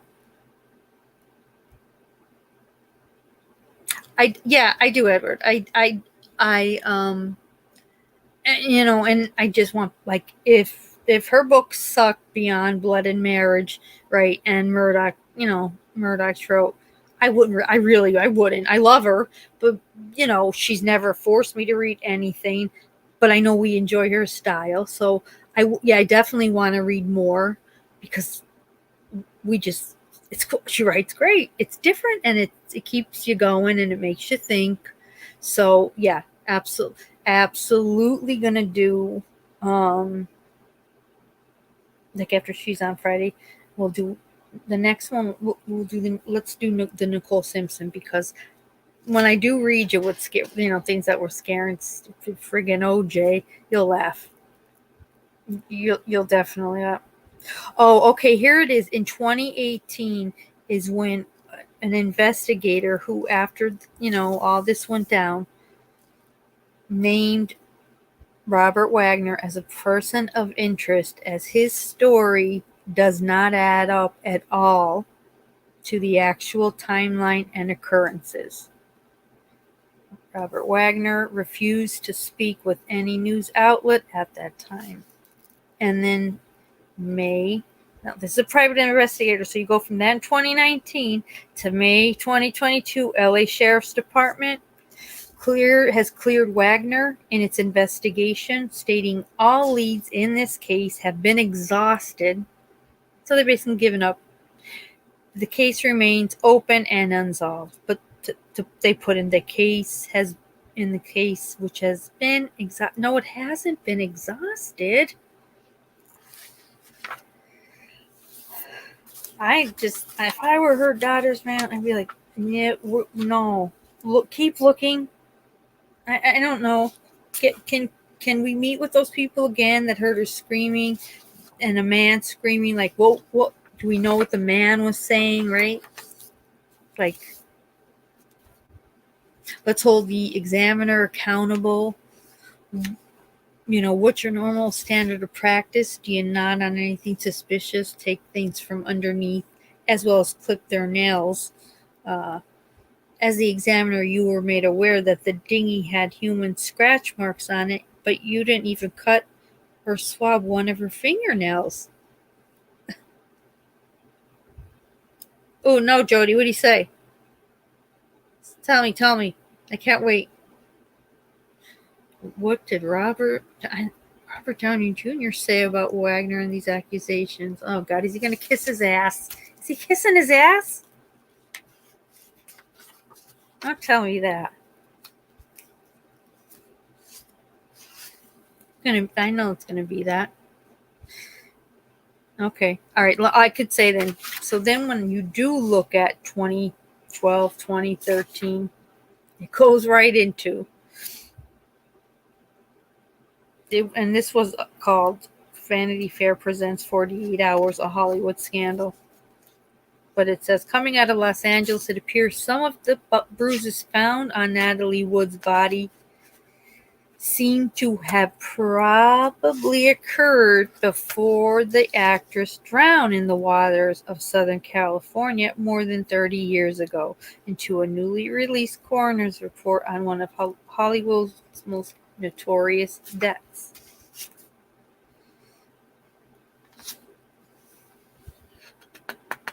That was a trivia night I did. What'd you do at Jen? Because I still laugh all the time. I couldn't remember Kurt Cobain's even though. Oh my. No, seriously, I remember it too because I was almost going to be like, Ed, this is going to affect our relationship, the friendship. You got to remember. Yeah, there is no upside down. There is no way as her child. I'm confused. Because Robert Wagner was not.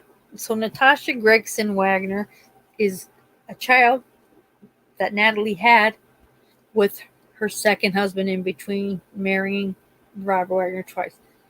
So she took on both her biological father's name and Robert's name, and she's Natasha Gregson Wagner. I'm very surprised that it's her instead of the biological daughter, Courtney, that Robert and Natalie had together, saying nothing. And like I said, I don't know if it's is it a self-preservation? Kind of sounds that way. I mean, I don't know.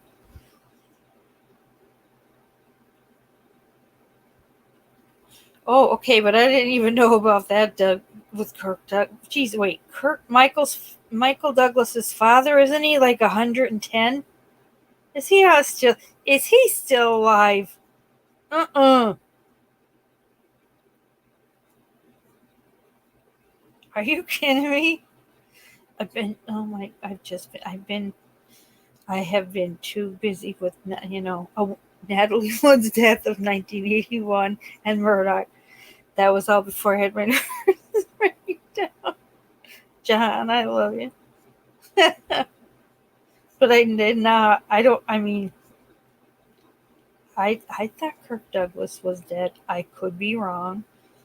But it does seem like, more and more women are coming forward with stuff. Like Kirk Douglas, you're right. He was inspired. No, I don't think. No, I don't either, because I do remember kind of like they did a memorial just on his legacy and all, his works, everything he did career wise. But oh God, Robert, I don't know. It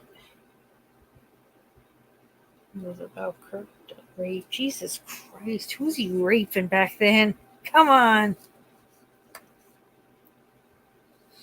He was pretty old though, Kirk. Like he lived a nice, good old long life.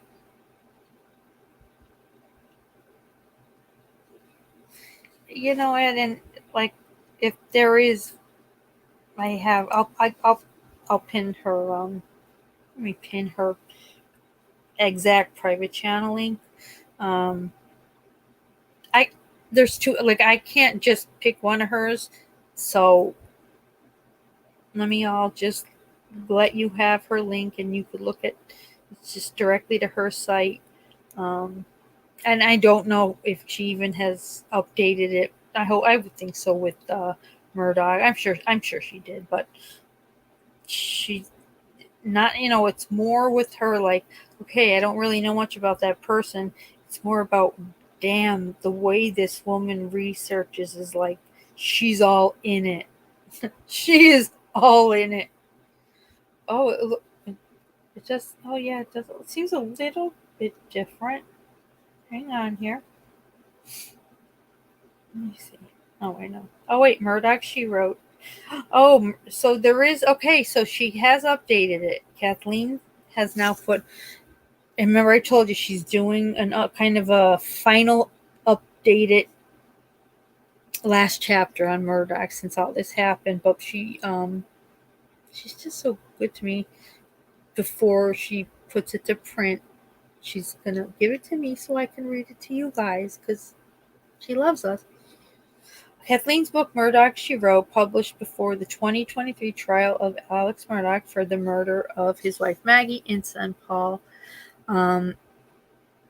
because she has recently discovered via insider sources what most of what had happened that rainy night on the murder Moselle estate in South Carolina. While the original version of the book covers most of the ground that has emerged during the trial itself, a substantial amount of extra detail or color has become available, such as the verbatim police interviews and the OnStar data from Alex's car, thus a complete timeline for the fatal events. And then there has been the riveting spectacle of Alex Murdoch himself being cross-examined after he made the astonishing decision to take the stand in person, a high-wire act without a safety net if ever there was one. There will therefore be a part 2 to the existing book to be published around 2 weeks after the end of the trial. And for those who have already read it, thank you. There'll be a separate publication. The price of the update, and we don't have to worry about the price, but so we'll be reading that soon, guys. Definitely be reading that soon. She's probably finishing that up now. I like her write up on the Watts thing too. It's like really good.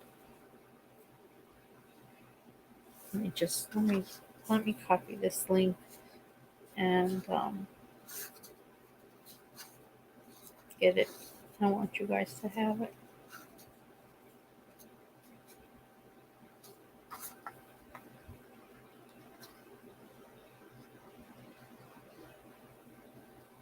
Okay, I'm gonna put it in the chat, and I'll also put it with the description too. So that's her personal site. Oh, okay. So Natalie Wood, I didn't know that. I never knew that. Accused Kurt of rape, and Robert Downey thinks he did it. Wow. Me too, Ed. In our heads, she said, perfect life, perfect house, no worries on finances. We've got, we're good, and yet there are those certain marriages that are beyond miserable, and it's like, oh, we just got to stick it out because this could ruin both of our careers if we separate it. Kirk died in 20. Yeah, right. Because I thought he was. I'm like, isn't he 102? Yeah, he was 103. Jesus Almighty.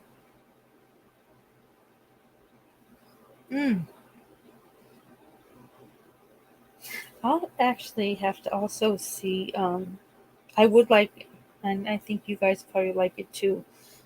If I can get Lana's book, because hers is the investigation, and she does say a lot. Of course, upside down. There's just, yeah, right.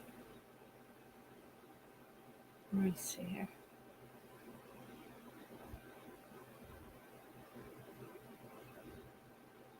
That's all right, Jody. You named somebody else. You named somebody else as a rapist. Listen, Kevin and I outed Jodie Foster back in the day, so we don't judge here. No net or broom to clean it. Oh God, no. Did any of you all see like one of the pictures? Now I have pictures of Moselle,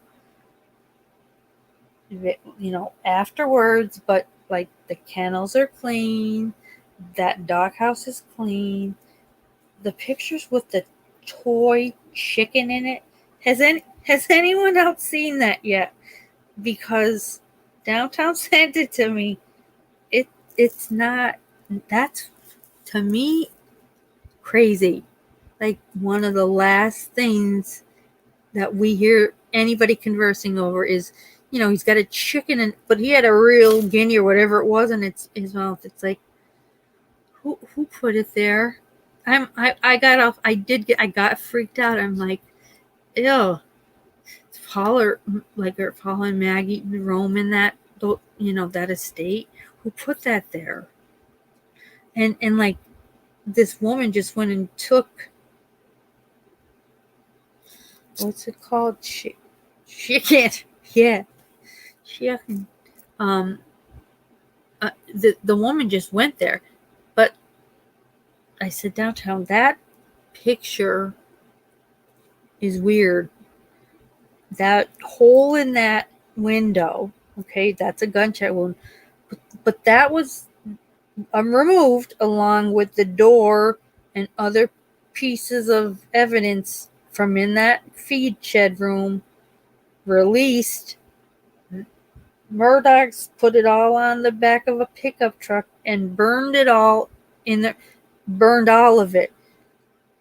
So I don't know if that girl took those pictures when it first happened, but supposedly all that shit was like gone the next day after John Marvin cleaned up all the brains. It's weird to me. I don't know. Maybe, okay, this might make sense. I don't know. Did they put in a window with a gunshot wound because the jurors were going to see it? Maybe that could, that to me would make more sense.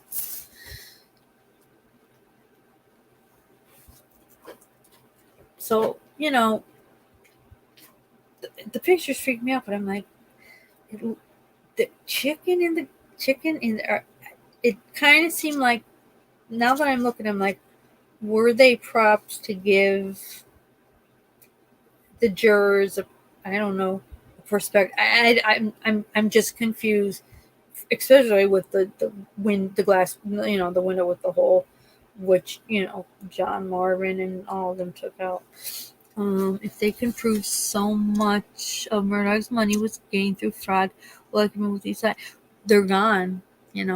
Moselle is, it, so sold for 3.0 million. Okay, Mallory's family got some, but there's still like 2.4 million that's frozen until it says money is distributed amongst other victims and lawyers' fees.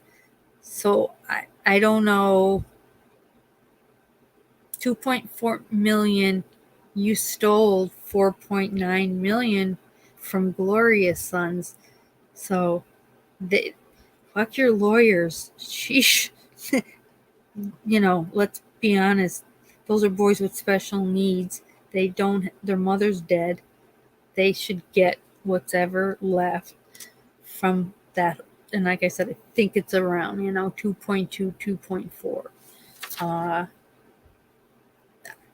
I don't know what they're going to do. Mallory's family is still, moving forward to sue the gas station, the bar that served him shots, but $530,000 is shit. Your son killed their daughter. It's a slap in the face to think that, there you go. That's a little bit for you. You commoners, that should shut you up. No, it doesn't shut me. I mean, I was like, yeah, they're gonna need more. They're gonna need more for what they did to also Gloria's family. The guy that ends up a quadriplegic. Come on, there's so many people he owes money to, and they play one call that had happened when he was first arrested and put in jail last year, where he's saying to Buster, I don't know what they're going to be doing with assets, so you might want to start selling some equipment, tractors, and putting that money to the side. 2 days later, everything was frozen. I'm like, booby, do you not? They're recording you. You don't. What an ass.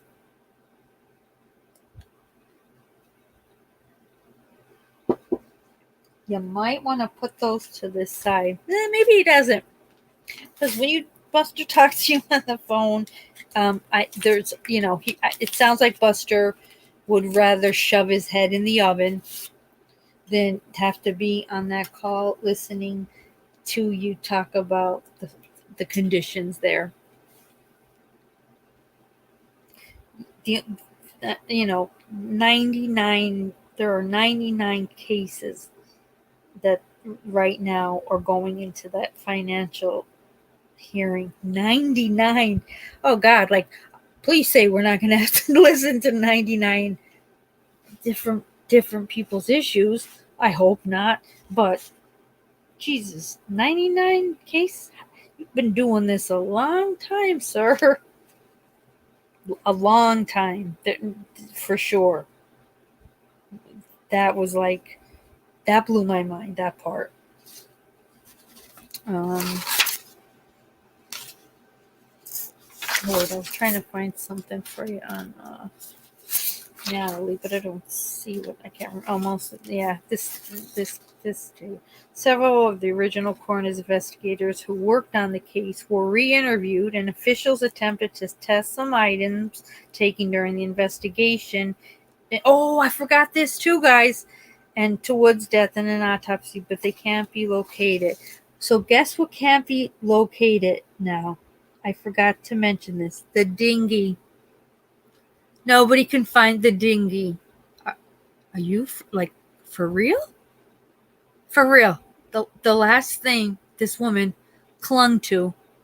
No, nobody knows. No. It's like, don't know. So that really pissed the investigator off. Nobody knew.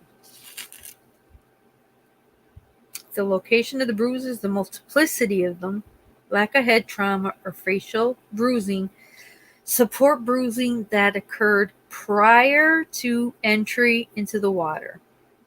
Since there are unanswered questions and limited additional evidence available for an evaluation, it is under my opinion that the manner of death would be accidental drowning, and then no, accidental drowning changed to drowning with undetermined other factors, meaning assaulted.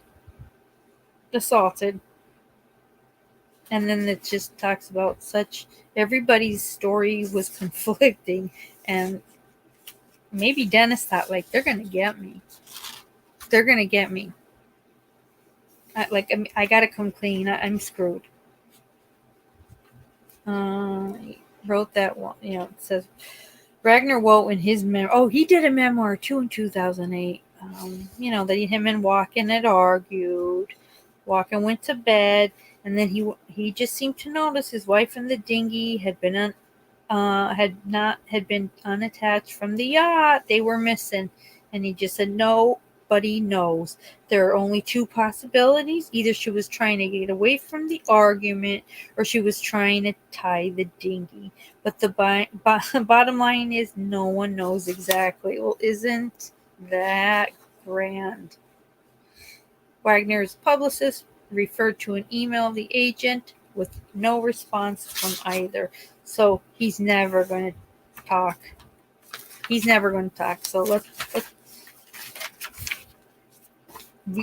we just have to go on everything that I did, look up. That it's like, oh, come on now, come on now. There's no way around this.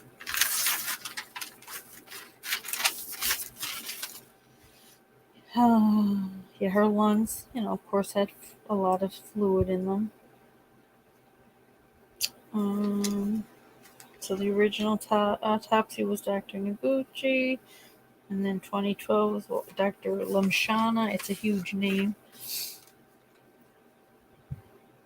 Lana's memoir was released in 2022. I'm going to get that for us. Fingernail samples were not taken. Fingernail clippings were not retrieved. Isn't that easy enough for us to just chalk it on up to whatever the hell Noguchi said? Oh, it was Dr. Michael Hunter that did the last hours of Natalie Wood. Really good episode. I'll link it. I loved it. I thought it was great. I love those shows. I think they're so good.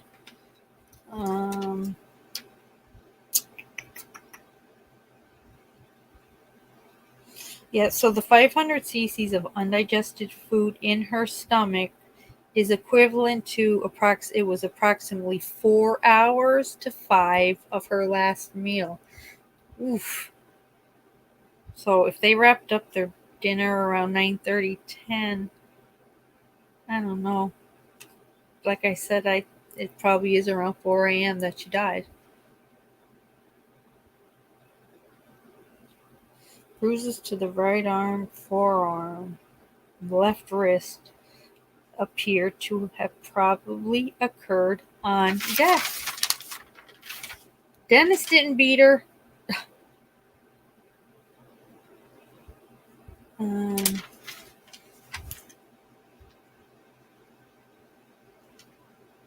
Yeah, Dennis heard, just the nasty things Wagner was saying to her. They were kind of saying nasty things to each other, but I mean, nothing that, he could ever use as a motive. There is no motive for murder when you're just disgusting.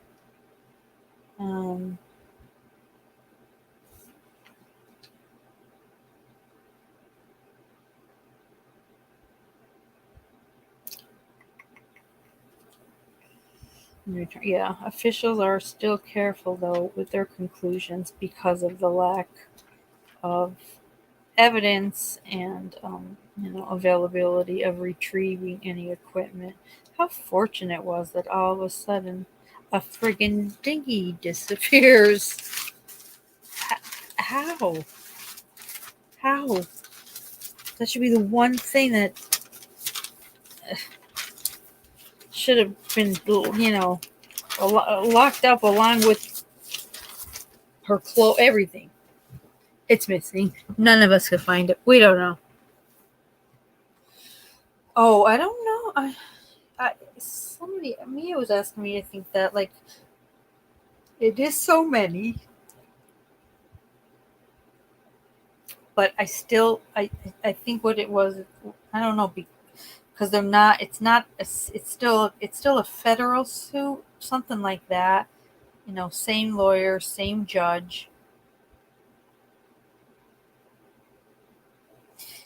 That's right. That's right.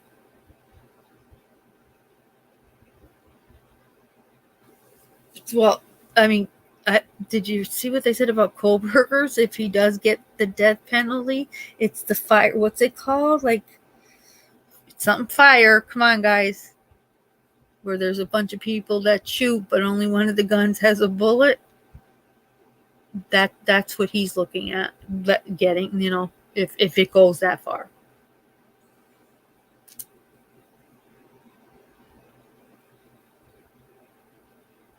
I don't know. Is it? I hate when oh my God. Is it a fire? Is that what they call that? Like when someone's sentenced to death and, they give 5 men 5 guns. No one knows which gun has the bullets in it. Firing squad. Okay, well, yeah, that's what Koberger's looking at. That was,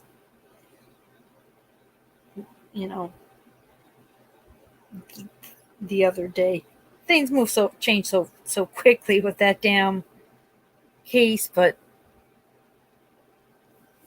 I think I don't know why all of a sudden people are having such a hard time with like this whole lethal injection. I'm not sure why all of a sudden it's just so wrong. Like, I don't know. You have a pedophile that, raped and then say killed 5 girls. We're concerned that we're maybe not treating him humanely by just giving him, you're going to go night-night now. Night-night. But that's bad. Yeah, they're having a lot. Everybody wants in. It's like trying to get tickets to Saturday Night Live. It's a big old lottery. Keep putting your name in. Maybe better luck next year. That's too funny. They having a lottery. I just like that it's the same judge.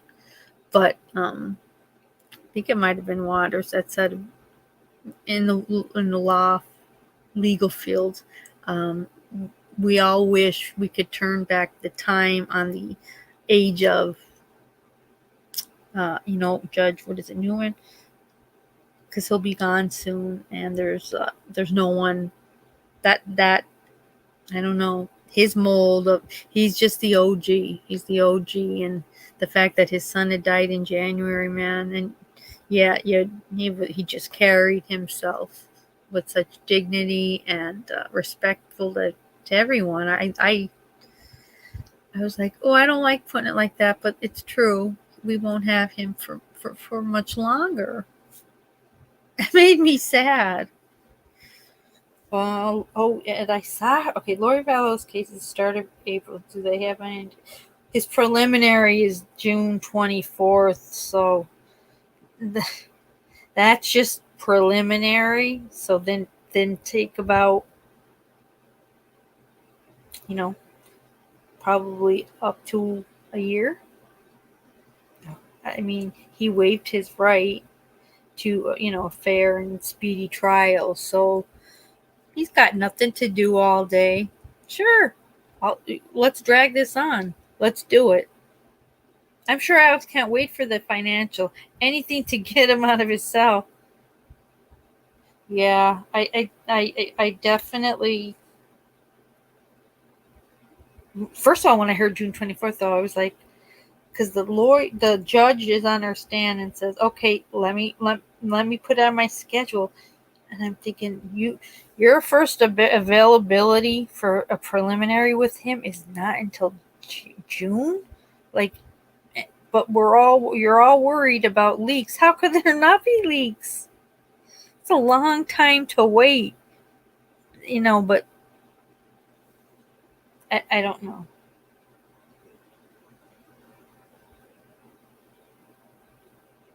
Because they lied about the injection inhumane, killing it all is a negative, killing sadistically. Yeah, I know. They should feed him raw. I just feel like just giving someone goodnight medicine through an IV is pretty humane. We're also giving you a little Ativan to take the edge off, but it's pretty humane. I mean, a firing squad, I'm like, are we also still hanging people? I got a little weirded out, but I'm like, haven't heard that one. But what else? What are we doing? Like, are we doing this often? Is this an Idaho thing? Because Kaylee's parents were just like, we want the death penalty, but they didn't say what it was, so I don't know. I don't know. Yuck. That's a rough one. That to me is a rough one. You're gonna have a mess. We're going to call John Morgan Murdoch in then to clean up the mess, because he's the new crisis cleaner. And that could take, that could be a while. He's a busy man.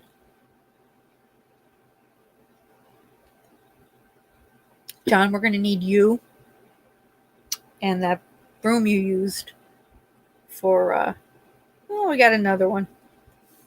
We got another one. Yeah, firing's just, they die in I'd like to know what are they giving them? What are they putting through them? I have yet to hear that. We didn't. I mean, that's not. We should be better society than that. Like we're better than that. That I feel that way. That, if you gotta die because of what you did, it is what it is. But I wouldn't want to be a witness then sitting having to watch. Yeah, that he's dead, but yeah, first they tortured him a little. Like, oof, yikes. That's a little freaky to me. But like, I don't know what I'm trying to even think. What you could intravenously give someone to put them in excruciating pain. I don't know, unless it's just some type of a extremely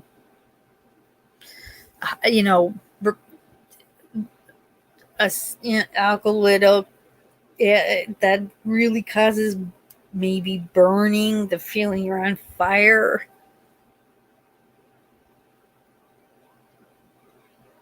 No, and that's, to me, it's like, whatever you get, whatever happens, BK, you rightfully deserve it. Yeah, you rightfully deserve it. I just was like, whoa, firing squad, I didn't realize. But who cares? Who cares is my opinion. Yeah. Let him go. Like, he's, hopefully, let's just say hopefully. I mean, if he gets just life without parole, I truly feel like Kaylee's father will lose his mind and like go after him. He better get death. They're skipping one. Okay. Oh, okay. Then it could just be about anything. Then if you're not putting in the anything at first, almost like a lidocaine, there's a lot. I mean, there's a lot, even basic, diuretics, antibiotics. Some of them have a strong burning effect, and I don't know how much it takes lethally to kill anyone. I don't even, what was the last death sentence thing we have? Was it remember the Oklahoma bombings? Remember him? Can't remember his name.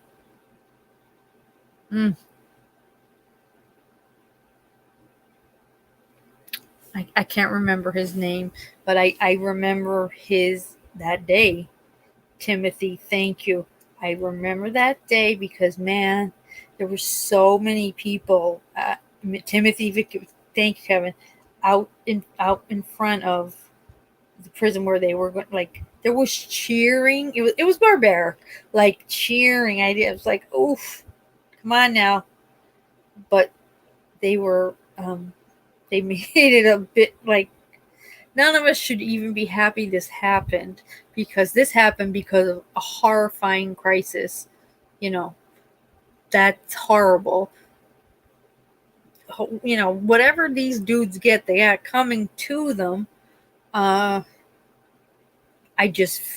don't believe in the death penalty, but if you're a mass shooter or a mass murderer, there's no there's no rehabilitating you. And, I have no arguments with whatever these states want to do. I just have a problem with the humanity of it all. The older guy. Was he older, Timothy? I thought he was. I just remember that day because there was a daycare in that building. And they were like carrying babies out. Ted Bundy, yet there was out. They were outside for Ted Bundy had a fan club. Let's remember that. Timothy McVeigh's were like, burn, like burn in hell. It was different. It was different. Ben Bundy, they glamorized him. And I'm sorry. I even look at interviews. I'm like, I don't. Maybe he had a lot of charisma.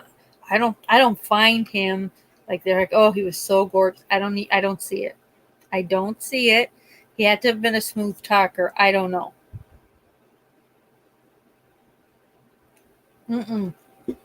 No, I don't even. I can't even think about the electric chair. But I just like who passes the laws of we're gonna skip over that one antibiotic and we're gonna give him a couple minutes of hell, and you're gonna have the witnesses that you have to have so many people watch it. That's traumatizing. That's friggin' traumatizing. So you had what dude liking what he did? I've been definitely put them to work. Hell yeah. Yeah, I love when I see them like on the side of the highway picking up garbage. Keep going. There's plenty more of that where you came from. And whether it's 100 degrees or 10 degrees, who fucking cares? You're doing it. You're not here because you were voted most popular senior year. Like Kevin, I'm with Heaven's Gate. I'm late fashioning, but also killed numerous. Yeah, I mean, the day it was horrible.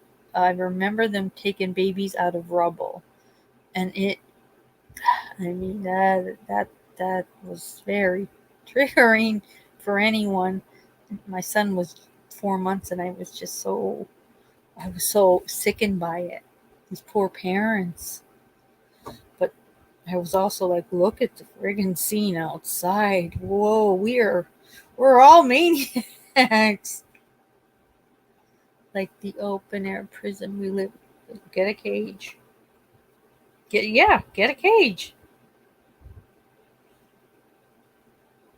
These mass murderers thinking that their act is really gonna make a difference from all the shit they seized from stupid Kohlberger in Pennsylvania. I mean, wouldn't it take literally just a couple hours for our YouTube sleuths to find that number, whatever, which is like book taken, page 118 with line, underlining certain sentences. Wouldn't they went through everything, like books that they thought possible, and it's that Elliot Rogers book, The Incel Leader, page 118, just talks about how good, these beautiful blondes that don't give us the time of day, need to be taken off this, or like it's really bad. It's really bad. And it's like, did he take, it's almost like Kohlberger took page 118. It's like, that's how I'm going to do it. Because it also then says, and to the good looking men that get to fuck these girls that will never get to fuck, they deserve to die too. I'm like, whoo, wow. But he like, doesn't just say beautiful girls. He's like, those blonde, beautiful girls that we know will never get. Oh, so it only took a while for them to like, well, here it is, right in Elliot's book, and which is sickening. But I mean, I don't know. I don't know what he's gonna get. I don't know what she's gonna fight his lawyer. Listen, it's leaked, but so what? He was sitting in his underwear at 4 a.m. when they raided him, and he had gloves on in his own house, separating garbage into Ziploc bags to dispose in other neighbors' trash cans. I wouldn't, as a juror, I'm good. I'm done. Guilty. Guilty. Yeah, and I don't know if I'm just late to the party, but I never heard about, the whole incel thing. And I'm like, they're just, they're people that are single and don't have sex for months. Like, they're not blaming society. These dudes have a real, such a entitlement issue. Which Ed says it blows me away how he studied criminology, then allegedly committed the crime. It's like, yeah, I mean, and I really am just in shock that he wasn't even there a month and got in trouble already for getting into an altercation with the professor you're working under. You're there. You literally are there. Your first month in already. Second month in, we got a problem with the way you're treating women, the way you're grading women opposed to the men. Multiple complaints. This has to stop. We have to, look into it. So let's call him back in. We're going to do an improvement plan because you're not meeting the expectations of your job. They just should have been like, listen, you fucked up big time. You're out. You're out. So guess what? You're not going to school free. You blew it. You blew it.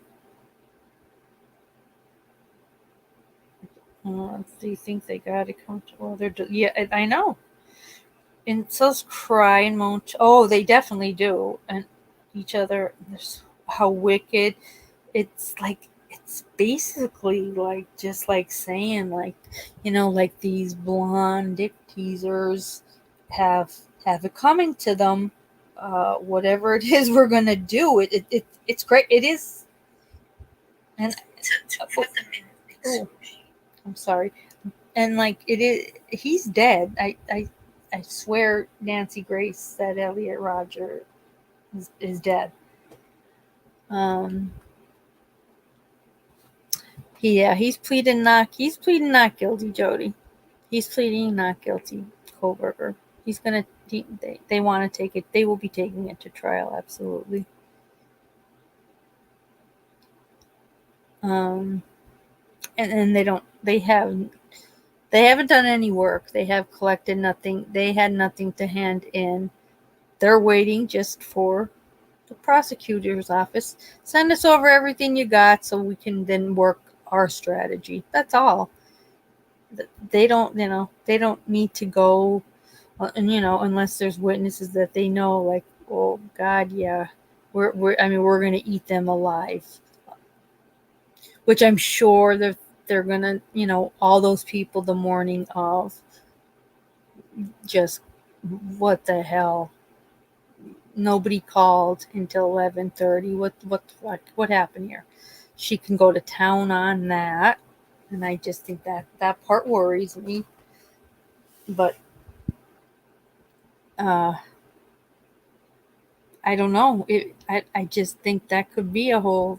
Oh, how do you not know that someone came in there and tampered with that scene, that knew something, that he was going to do something. Whatever it is, I just think, because they say she's such a friggin' Rottweiler, that the prosecutor has a lot that he better have collect. I'm like, wow. Like, I don't know. I'm thinking so she's got it made.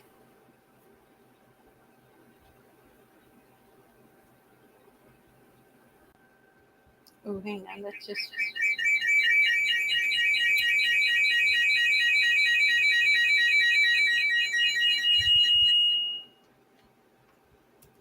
Sorry.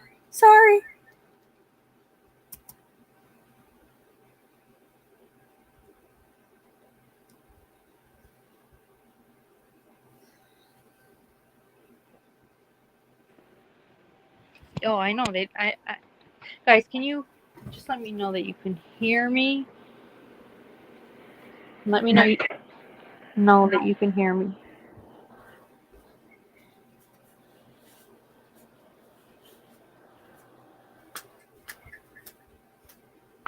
because I'm running downstairs for a drink, and I'm on my phone now. Oh, thank you. Okay, thank you. I wonder if anybody even looked that up, like, what is their, like, does every state have a different process? I'm assuming, right?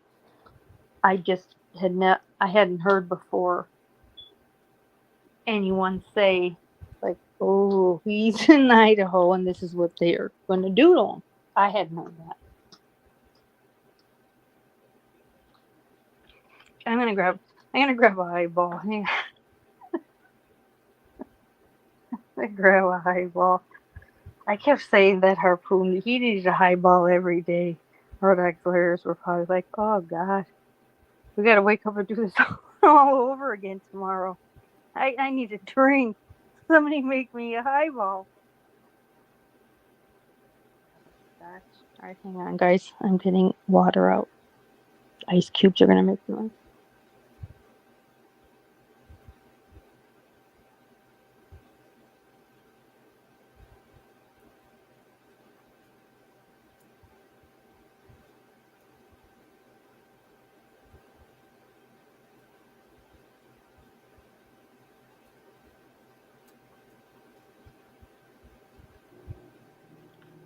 Okay.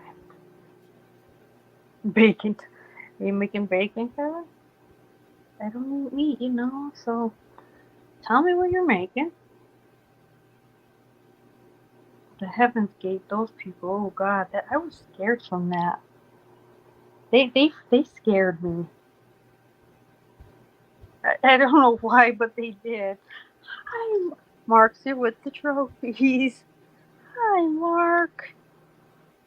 Thank you for being here. I read about Natalie Wood's death. We're not done with the whole shit show with it after. But what are we doing Friday? Kathleen, the author that's written like the Watts, a bunch of books. She's gonna come back on Friday to talk about the whole Murdoch verdict, and then we do want a trivia night. So I'm gonna need you to make sure you got the trophies. I mean, we haven't done it in a while. Well, yeah, that's just it, Kevin. It's past the point of getting a girl. They point out these girls as so, conceited, look down on us like they're everything, we're nothing. How dare they? And really hating the men that are with them. I mean, that page 118 mentions blondes. I don't know if Zaina truly was supposed to be that. Like, was she collateral damage? Her and Ethan. I just wonder that. I could see, I could see why, it was mad, she was pretty and she was on a lot of social media just for the restaurant that she worked at. Just too many ways for him to just know what she's doing. Which frightens the hell out of me. Like, you have no clue what Kaylee's saying, I have a stalker. Why did she think that?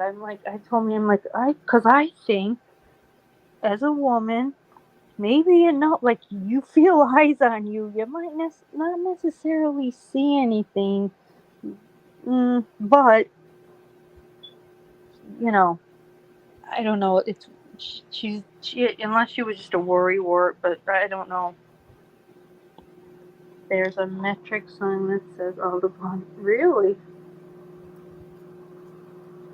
And Kimmy wasn't even a true blonde. Alright, she had brown hair. Bastard. It's just, I still can't even believe that happened. I'm happy that they're going to knock it down, but the whole thing now is no, no University of Idaho, you can't knock it down yet. Like we might want Ann Taylor's trying to say we might want the jurors to walk in that place, listen to the acoustics. What can you really hear? What can't you hear? I'm like, oh, for God's sakes.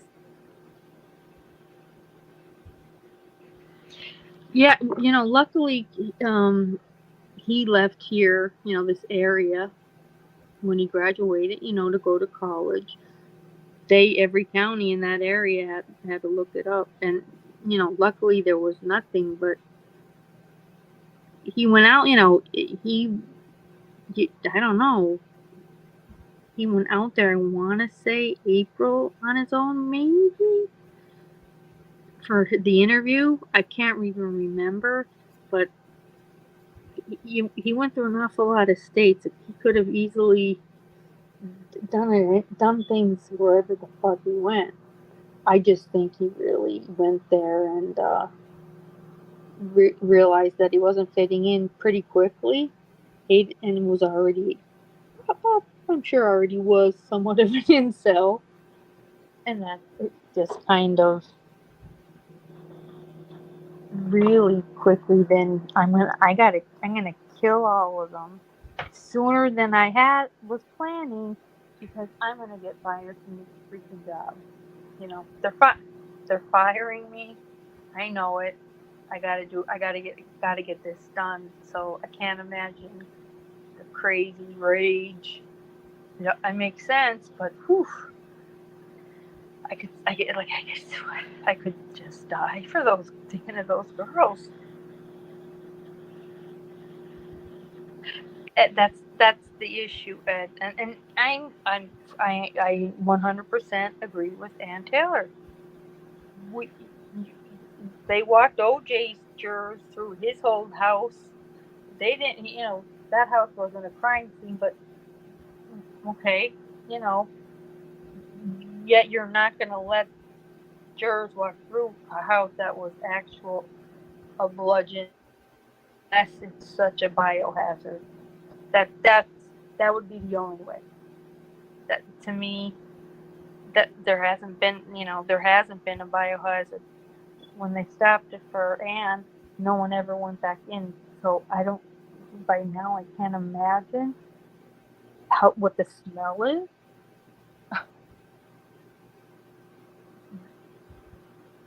Anne took pictures and did what she had to do right at the beginning.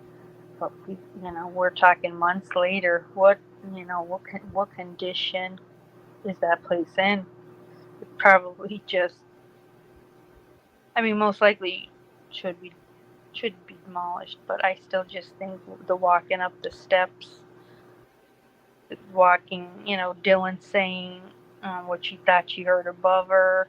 I think there's a lot of things that probably should be reenacted, and okay, let's call her bluff on that, or she's not lying, whatever way it is that they want to go with it. If it's gone, it's not, we're done. Alex Murdoch, they died. He gave them 1 day to do the autopsy, and the next day he had them cremated, so that there was no chance of those bodies ever being exhumed. And crazy to me. 1 day. And there is,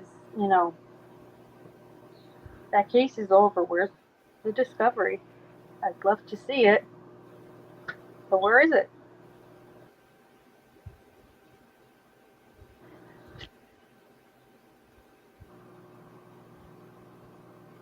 Oh, sorry.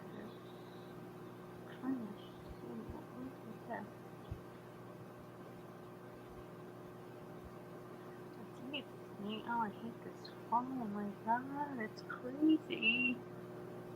Who knows what you... Yeah, I do, and like his father, you see his Culver's father's signature. He had to sign off for everything that they've retrieved from the house. Ugh,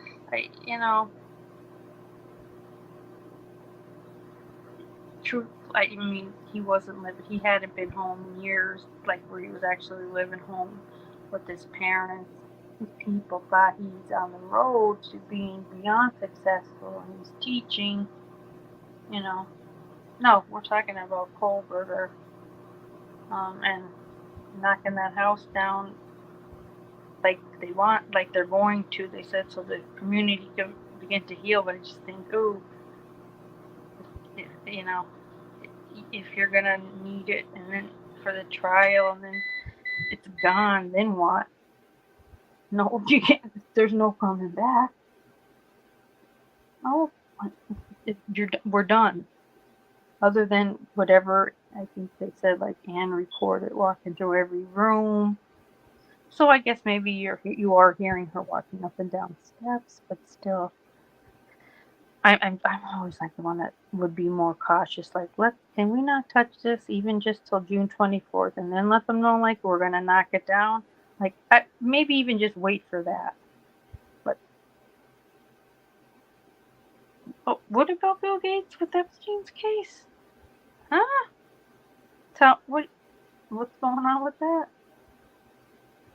I don't cover him because he makes me want to vomit. But what about it?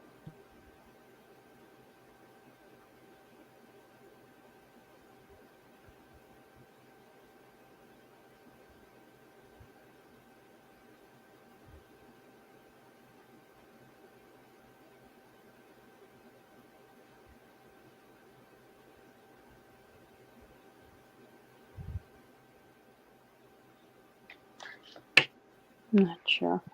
I'm not sure. Okay, hang on, guys. I'm going back up the steps. Let me put it on mute.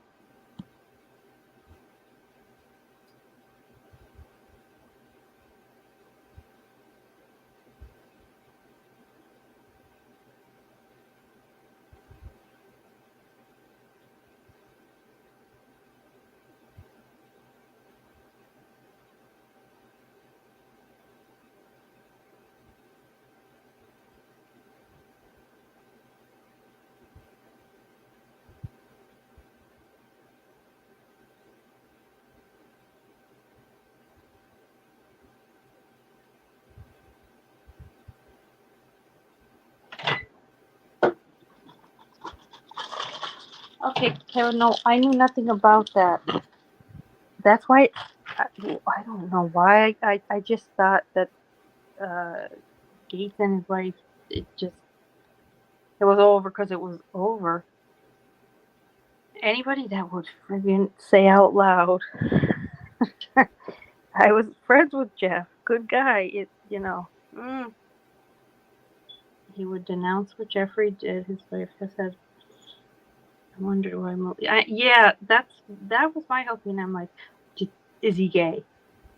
That was I really is I thought, is he gay? And either she caught him or he told her. I don't know why my mind went there. I mean, it was wrong, but I don't know. I couldn't. That one shocked me. That one totally shocked me. A lot of them were so tight with Epstein. I mean, he was such a creeper. In fact, I didn't know there's that whole documentary on Ghislaine or whatever. She's just a creepy version of him.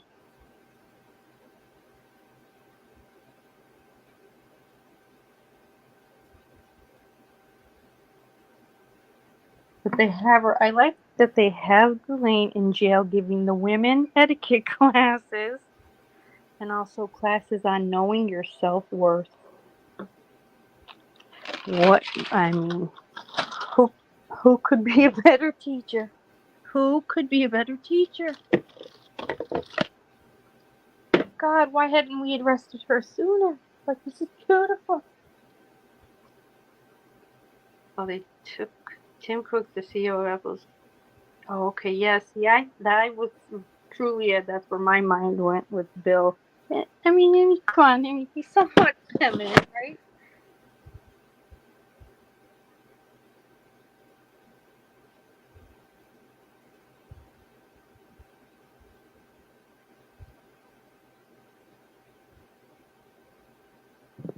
then they showed him the other night. And he's like, he's dating. He was dating some younger girl. And they have courtside seats. I forget who they were, what game it even was, but I'm like, oh, look at him living his best life. You know, with another girl, probably the same age as his daughter. I mean, really, she was pretty young. But yeah, Ghislaine Maxwell is she's the etiquette pro. We're gonna refer anybody with bad manners right to her, right over to her. And also, if you start to lose sight of just how important you are as a person, we're also going to send you to her. I'm going to pass. The things, I mean, just this part where the young girls had to snuggle with them. She came in the room. That alone, that's enough for me, to never come out of the house again. But let me snuggle with you, ill. No, I know what's going to happen. You dirty pig. You dirty old man. You're such a scary creeper. They showed his Mexican villa today, too. Holy cow, is that gorgeous. I'm like, so where does what happens to his money? Like, I mean, I know he, of course, had to pay out on a lot of it, but I mean, he had a ton of money. There's got to be, he couldn't have lost it all. I mean, I don't think he could have, right? Well, the daughter, it was the wife and the daughter were shopping like in Milan, and the daughter was like, she's in her 20s. I didn't know he even had any other children. So I can invite. Oh yeah, I know. And I mean, it's always the daughter's always. I've never seen the daughter with him. I've always only seen her with her mom. But like around early 20ish. Oh, I mean, unless it was whatever it was, she's just, I'm sure, pissed at her dad. Like, how could you stick up for a man like that? Like, that just says, like, what were you doing? What the hell were you doing there? Not just, I'm sure not just hanging out with Prince Andrew. Come on. 2020, yeah, okay, 2020. Wow. So are they all, does he have 3 daughters now? Because like I said, unless I keep seeing a different daughter and they look alike, I don't, heck, maybe. But I have only seen, but they're always, well, she's doing all right. She's all right. They're shopping. They're in Milan. They're having a ball. They're probably laughing as like they're spending dad's money. I'm sure. And I don't even know if the divorce is final, but she'll be all right. Belinda's gonna be all right. We're not gonna need to do a GoFundMe for her. She's gonna be okay.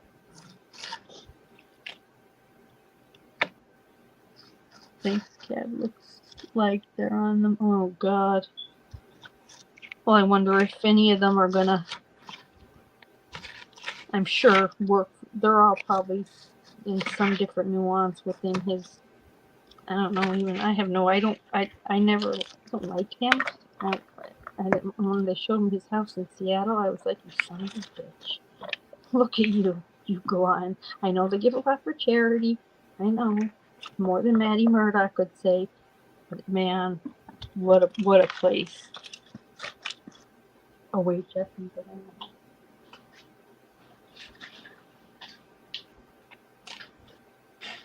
Bill Gates, Jeff Bezos, women costing a lot of money. Elon Musk, he only lost a few million, and he gave his sperm to Amber Heard. Let's not forget that, Ed. Let's not forget that. And he dishes her out money to like help her out when that was happening with Johnny. Here's some money, put it to the causes that you said, or the organizations you said you were going to, but you didn't. That was his money. That was his check. So she's never ever said who the father was, but he has said how he did give her his sperm. So the kid is older now, like I want to say, what, maybe 8-ish, but yuck. Yeah, Amber Heard, yep. Yeah, she never even looked pregnant, they said. And then, like, there's a picture of her in bed, like, holding when she, first got the baby, like, holding a baby and just saying, like, she's arrived, blah, blah, blah, and not saying no father name mentioned. And then, him, Elon. Elon loves to talk about Elon, so they were never a thing. No, they were friends. They were friends. I mean, from what they both say, I don't know, but she is also a gold digger, so I could see maybe they were more than friends. I don't know. Who knows what to put past someone shitting on their own bed. I can't get that. I won't get past that one. I'm always going to mention that, so no one ever forgets it. And the horrified house ladies. Let her call them to let them know that somebody shit in your bed, and it's definitely not the size of the little dog you just have poop.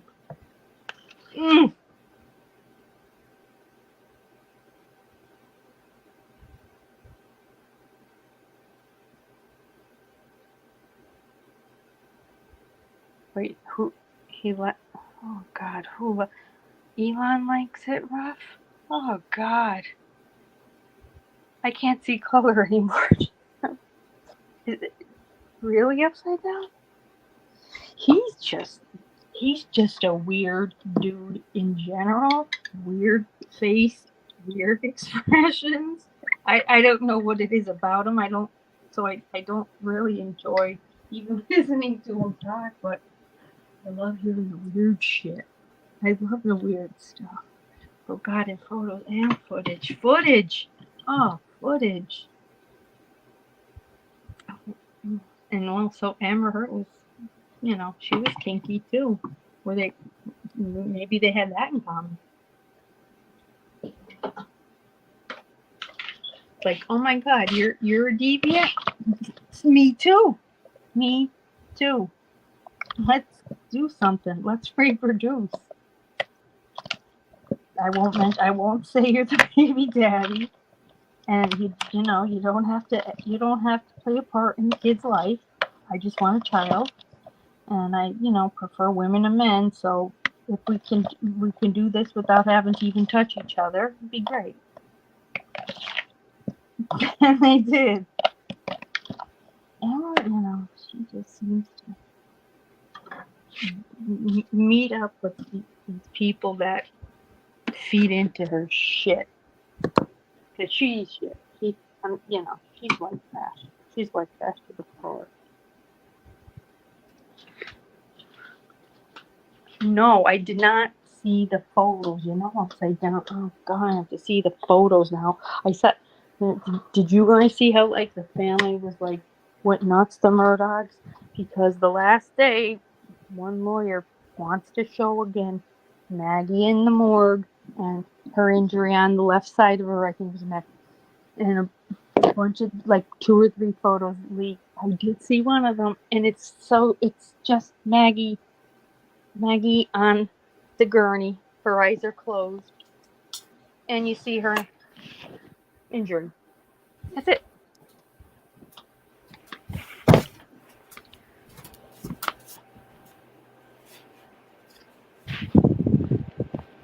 Okay, I'm back. Let me turn down now. Let me get out of here. Or you're going to hear me echoing. Okay. When you go. I've definitely seen the elevator video. Yeah.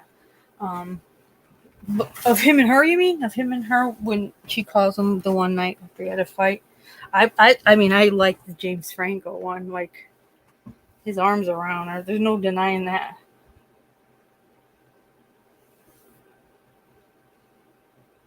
I'm quiet. I'm quieted. See, that's why. The Tesla wall. I don't. What's the Tesla wall or whatever it was? I don't know what that is. But I'm happy she went away. But it's weird. This year we had the Murdochs. Mags. We had Mags. Papa T. Yeah, I called him this. No, we've never heard you call him it. I always call Papa. Maybe that's why Papa's such a fucking weirdo, because you still treat Papa like a child. And he's not a nice one at that. Even if he was a child, Papa's got issues. You are all nuts. You're all lunatics. You're a family of lunatics. Oh my god, I can't believe how much I still have on the Natalie Wood. It is quite interesting though. We should write to RJ. I'll write to him, see how he's doing in his 93rd year of life. If he misses Natalie. No, he's probably just like, I can't believe I got away with it. How did I get away with that? You did. You got more than got away with it, you know. You got your daughters to believe you.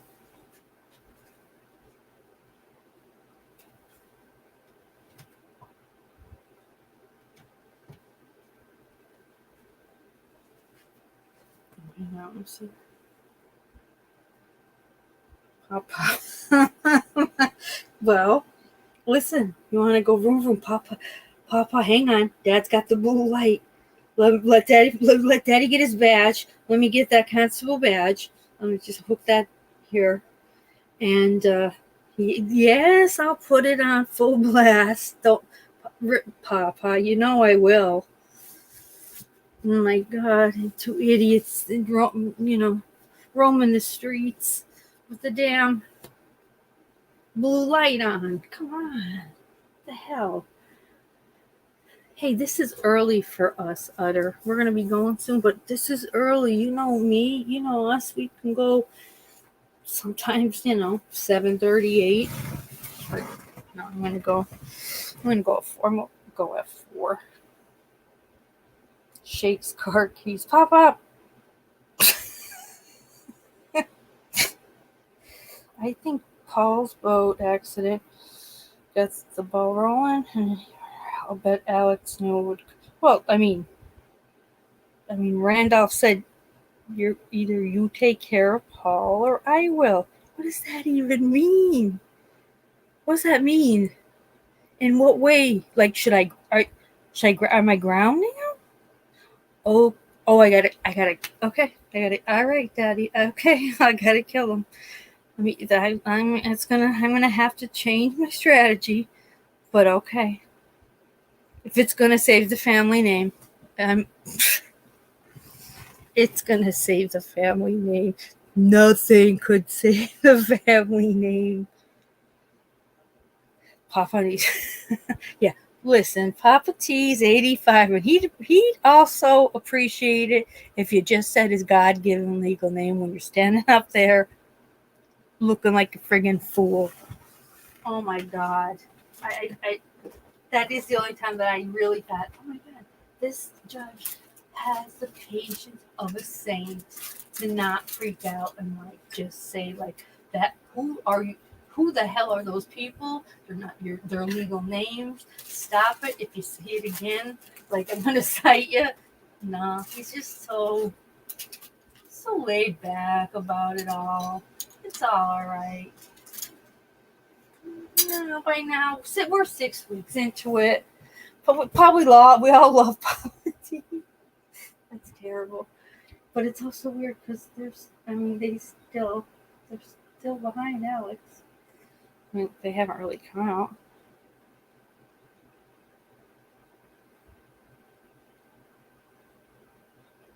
It's 3:49 a.m. here. It's March 9th.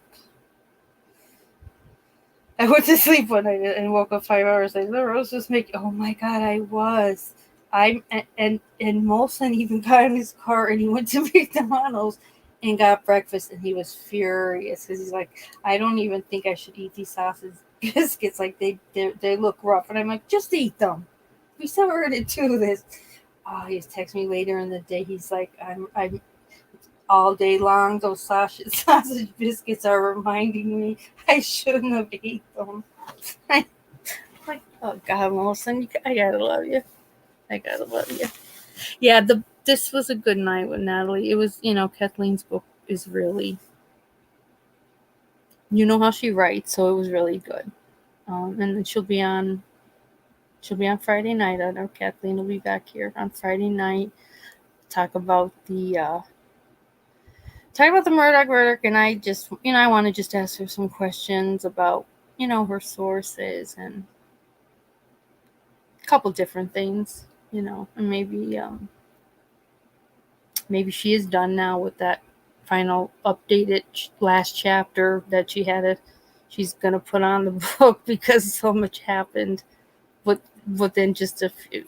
That book went to her editor in November, but like there was already so much happening that she's like, I can't wait anymore. And I'm pretty sure that we got it all, but I don't think you ever get it all with this group. I really don't. I just feel like they all, some are bigger than others, have secrets because of the power comes with, probably doing some disgusting stuff.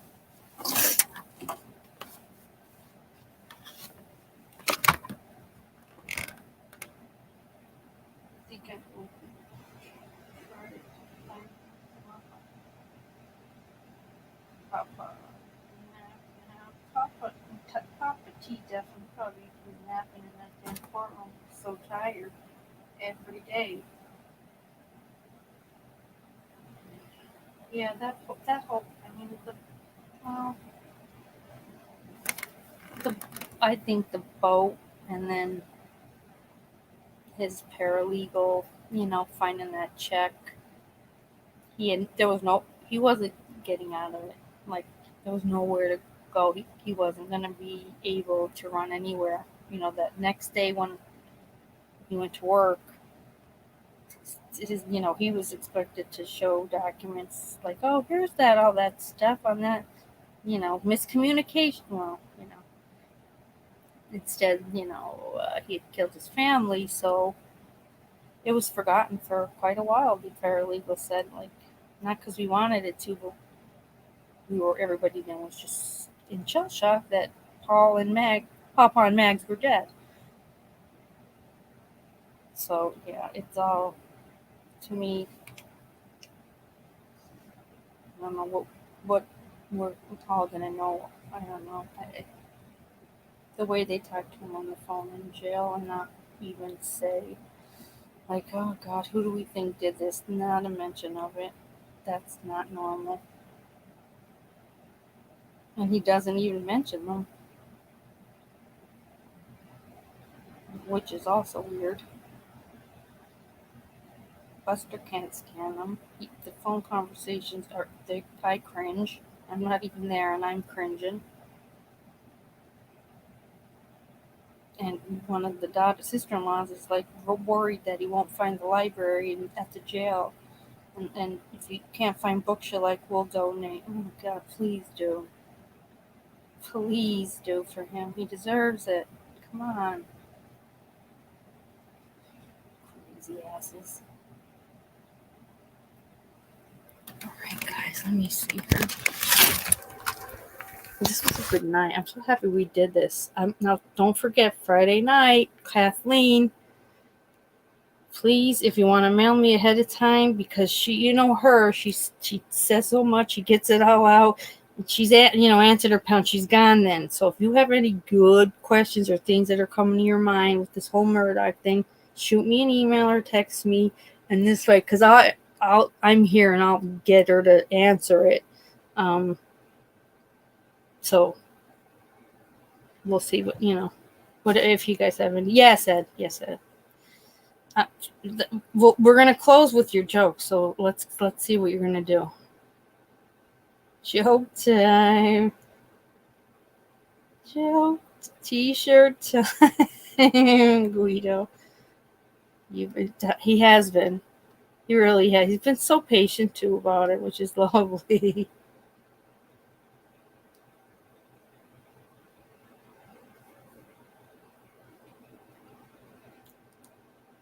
8 hours in a week. That's what the door. How do they separate the men from the boys in the French army? A with the crowbar. Oh, that's not bad. All right. You didn't use any racial slurs. It could be worse. It could be a lot. You could have outed somebody. I'm all right with it, Ed. You make me laugh. I love you, Ed. Dear God. He did want to tell it at the last life too, Hunter. You're right. He's so cute. He does Ed loves his jokes, and he is good at them.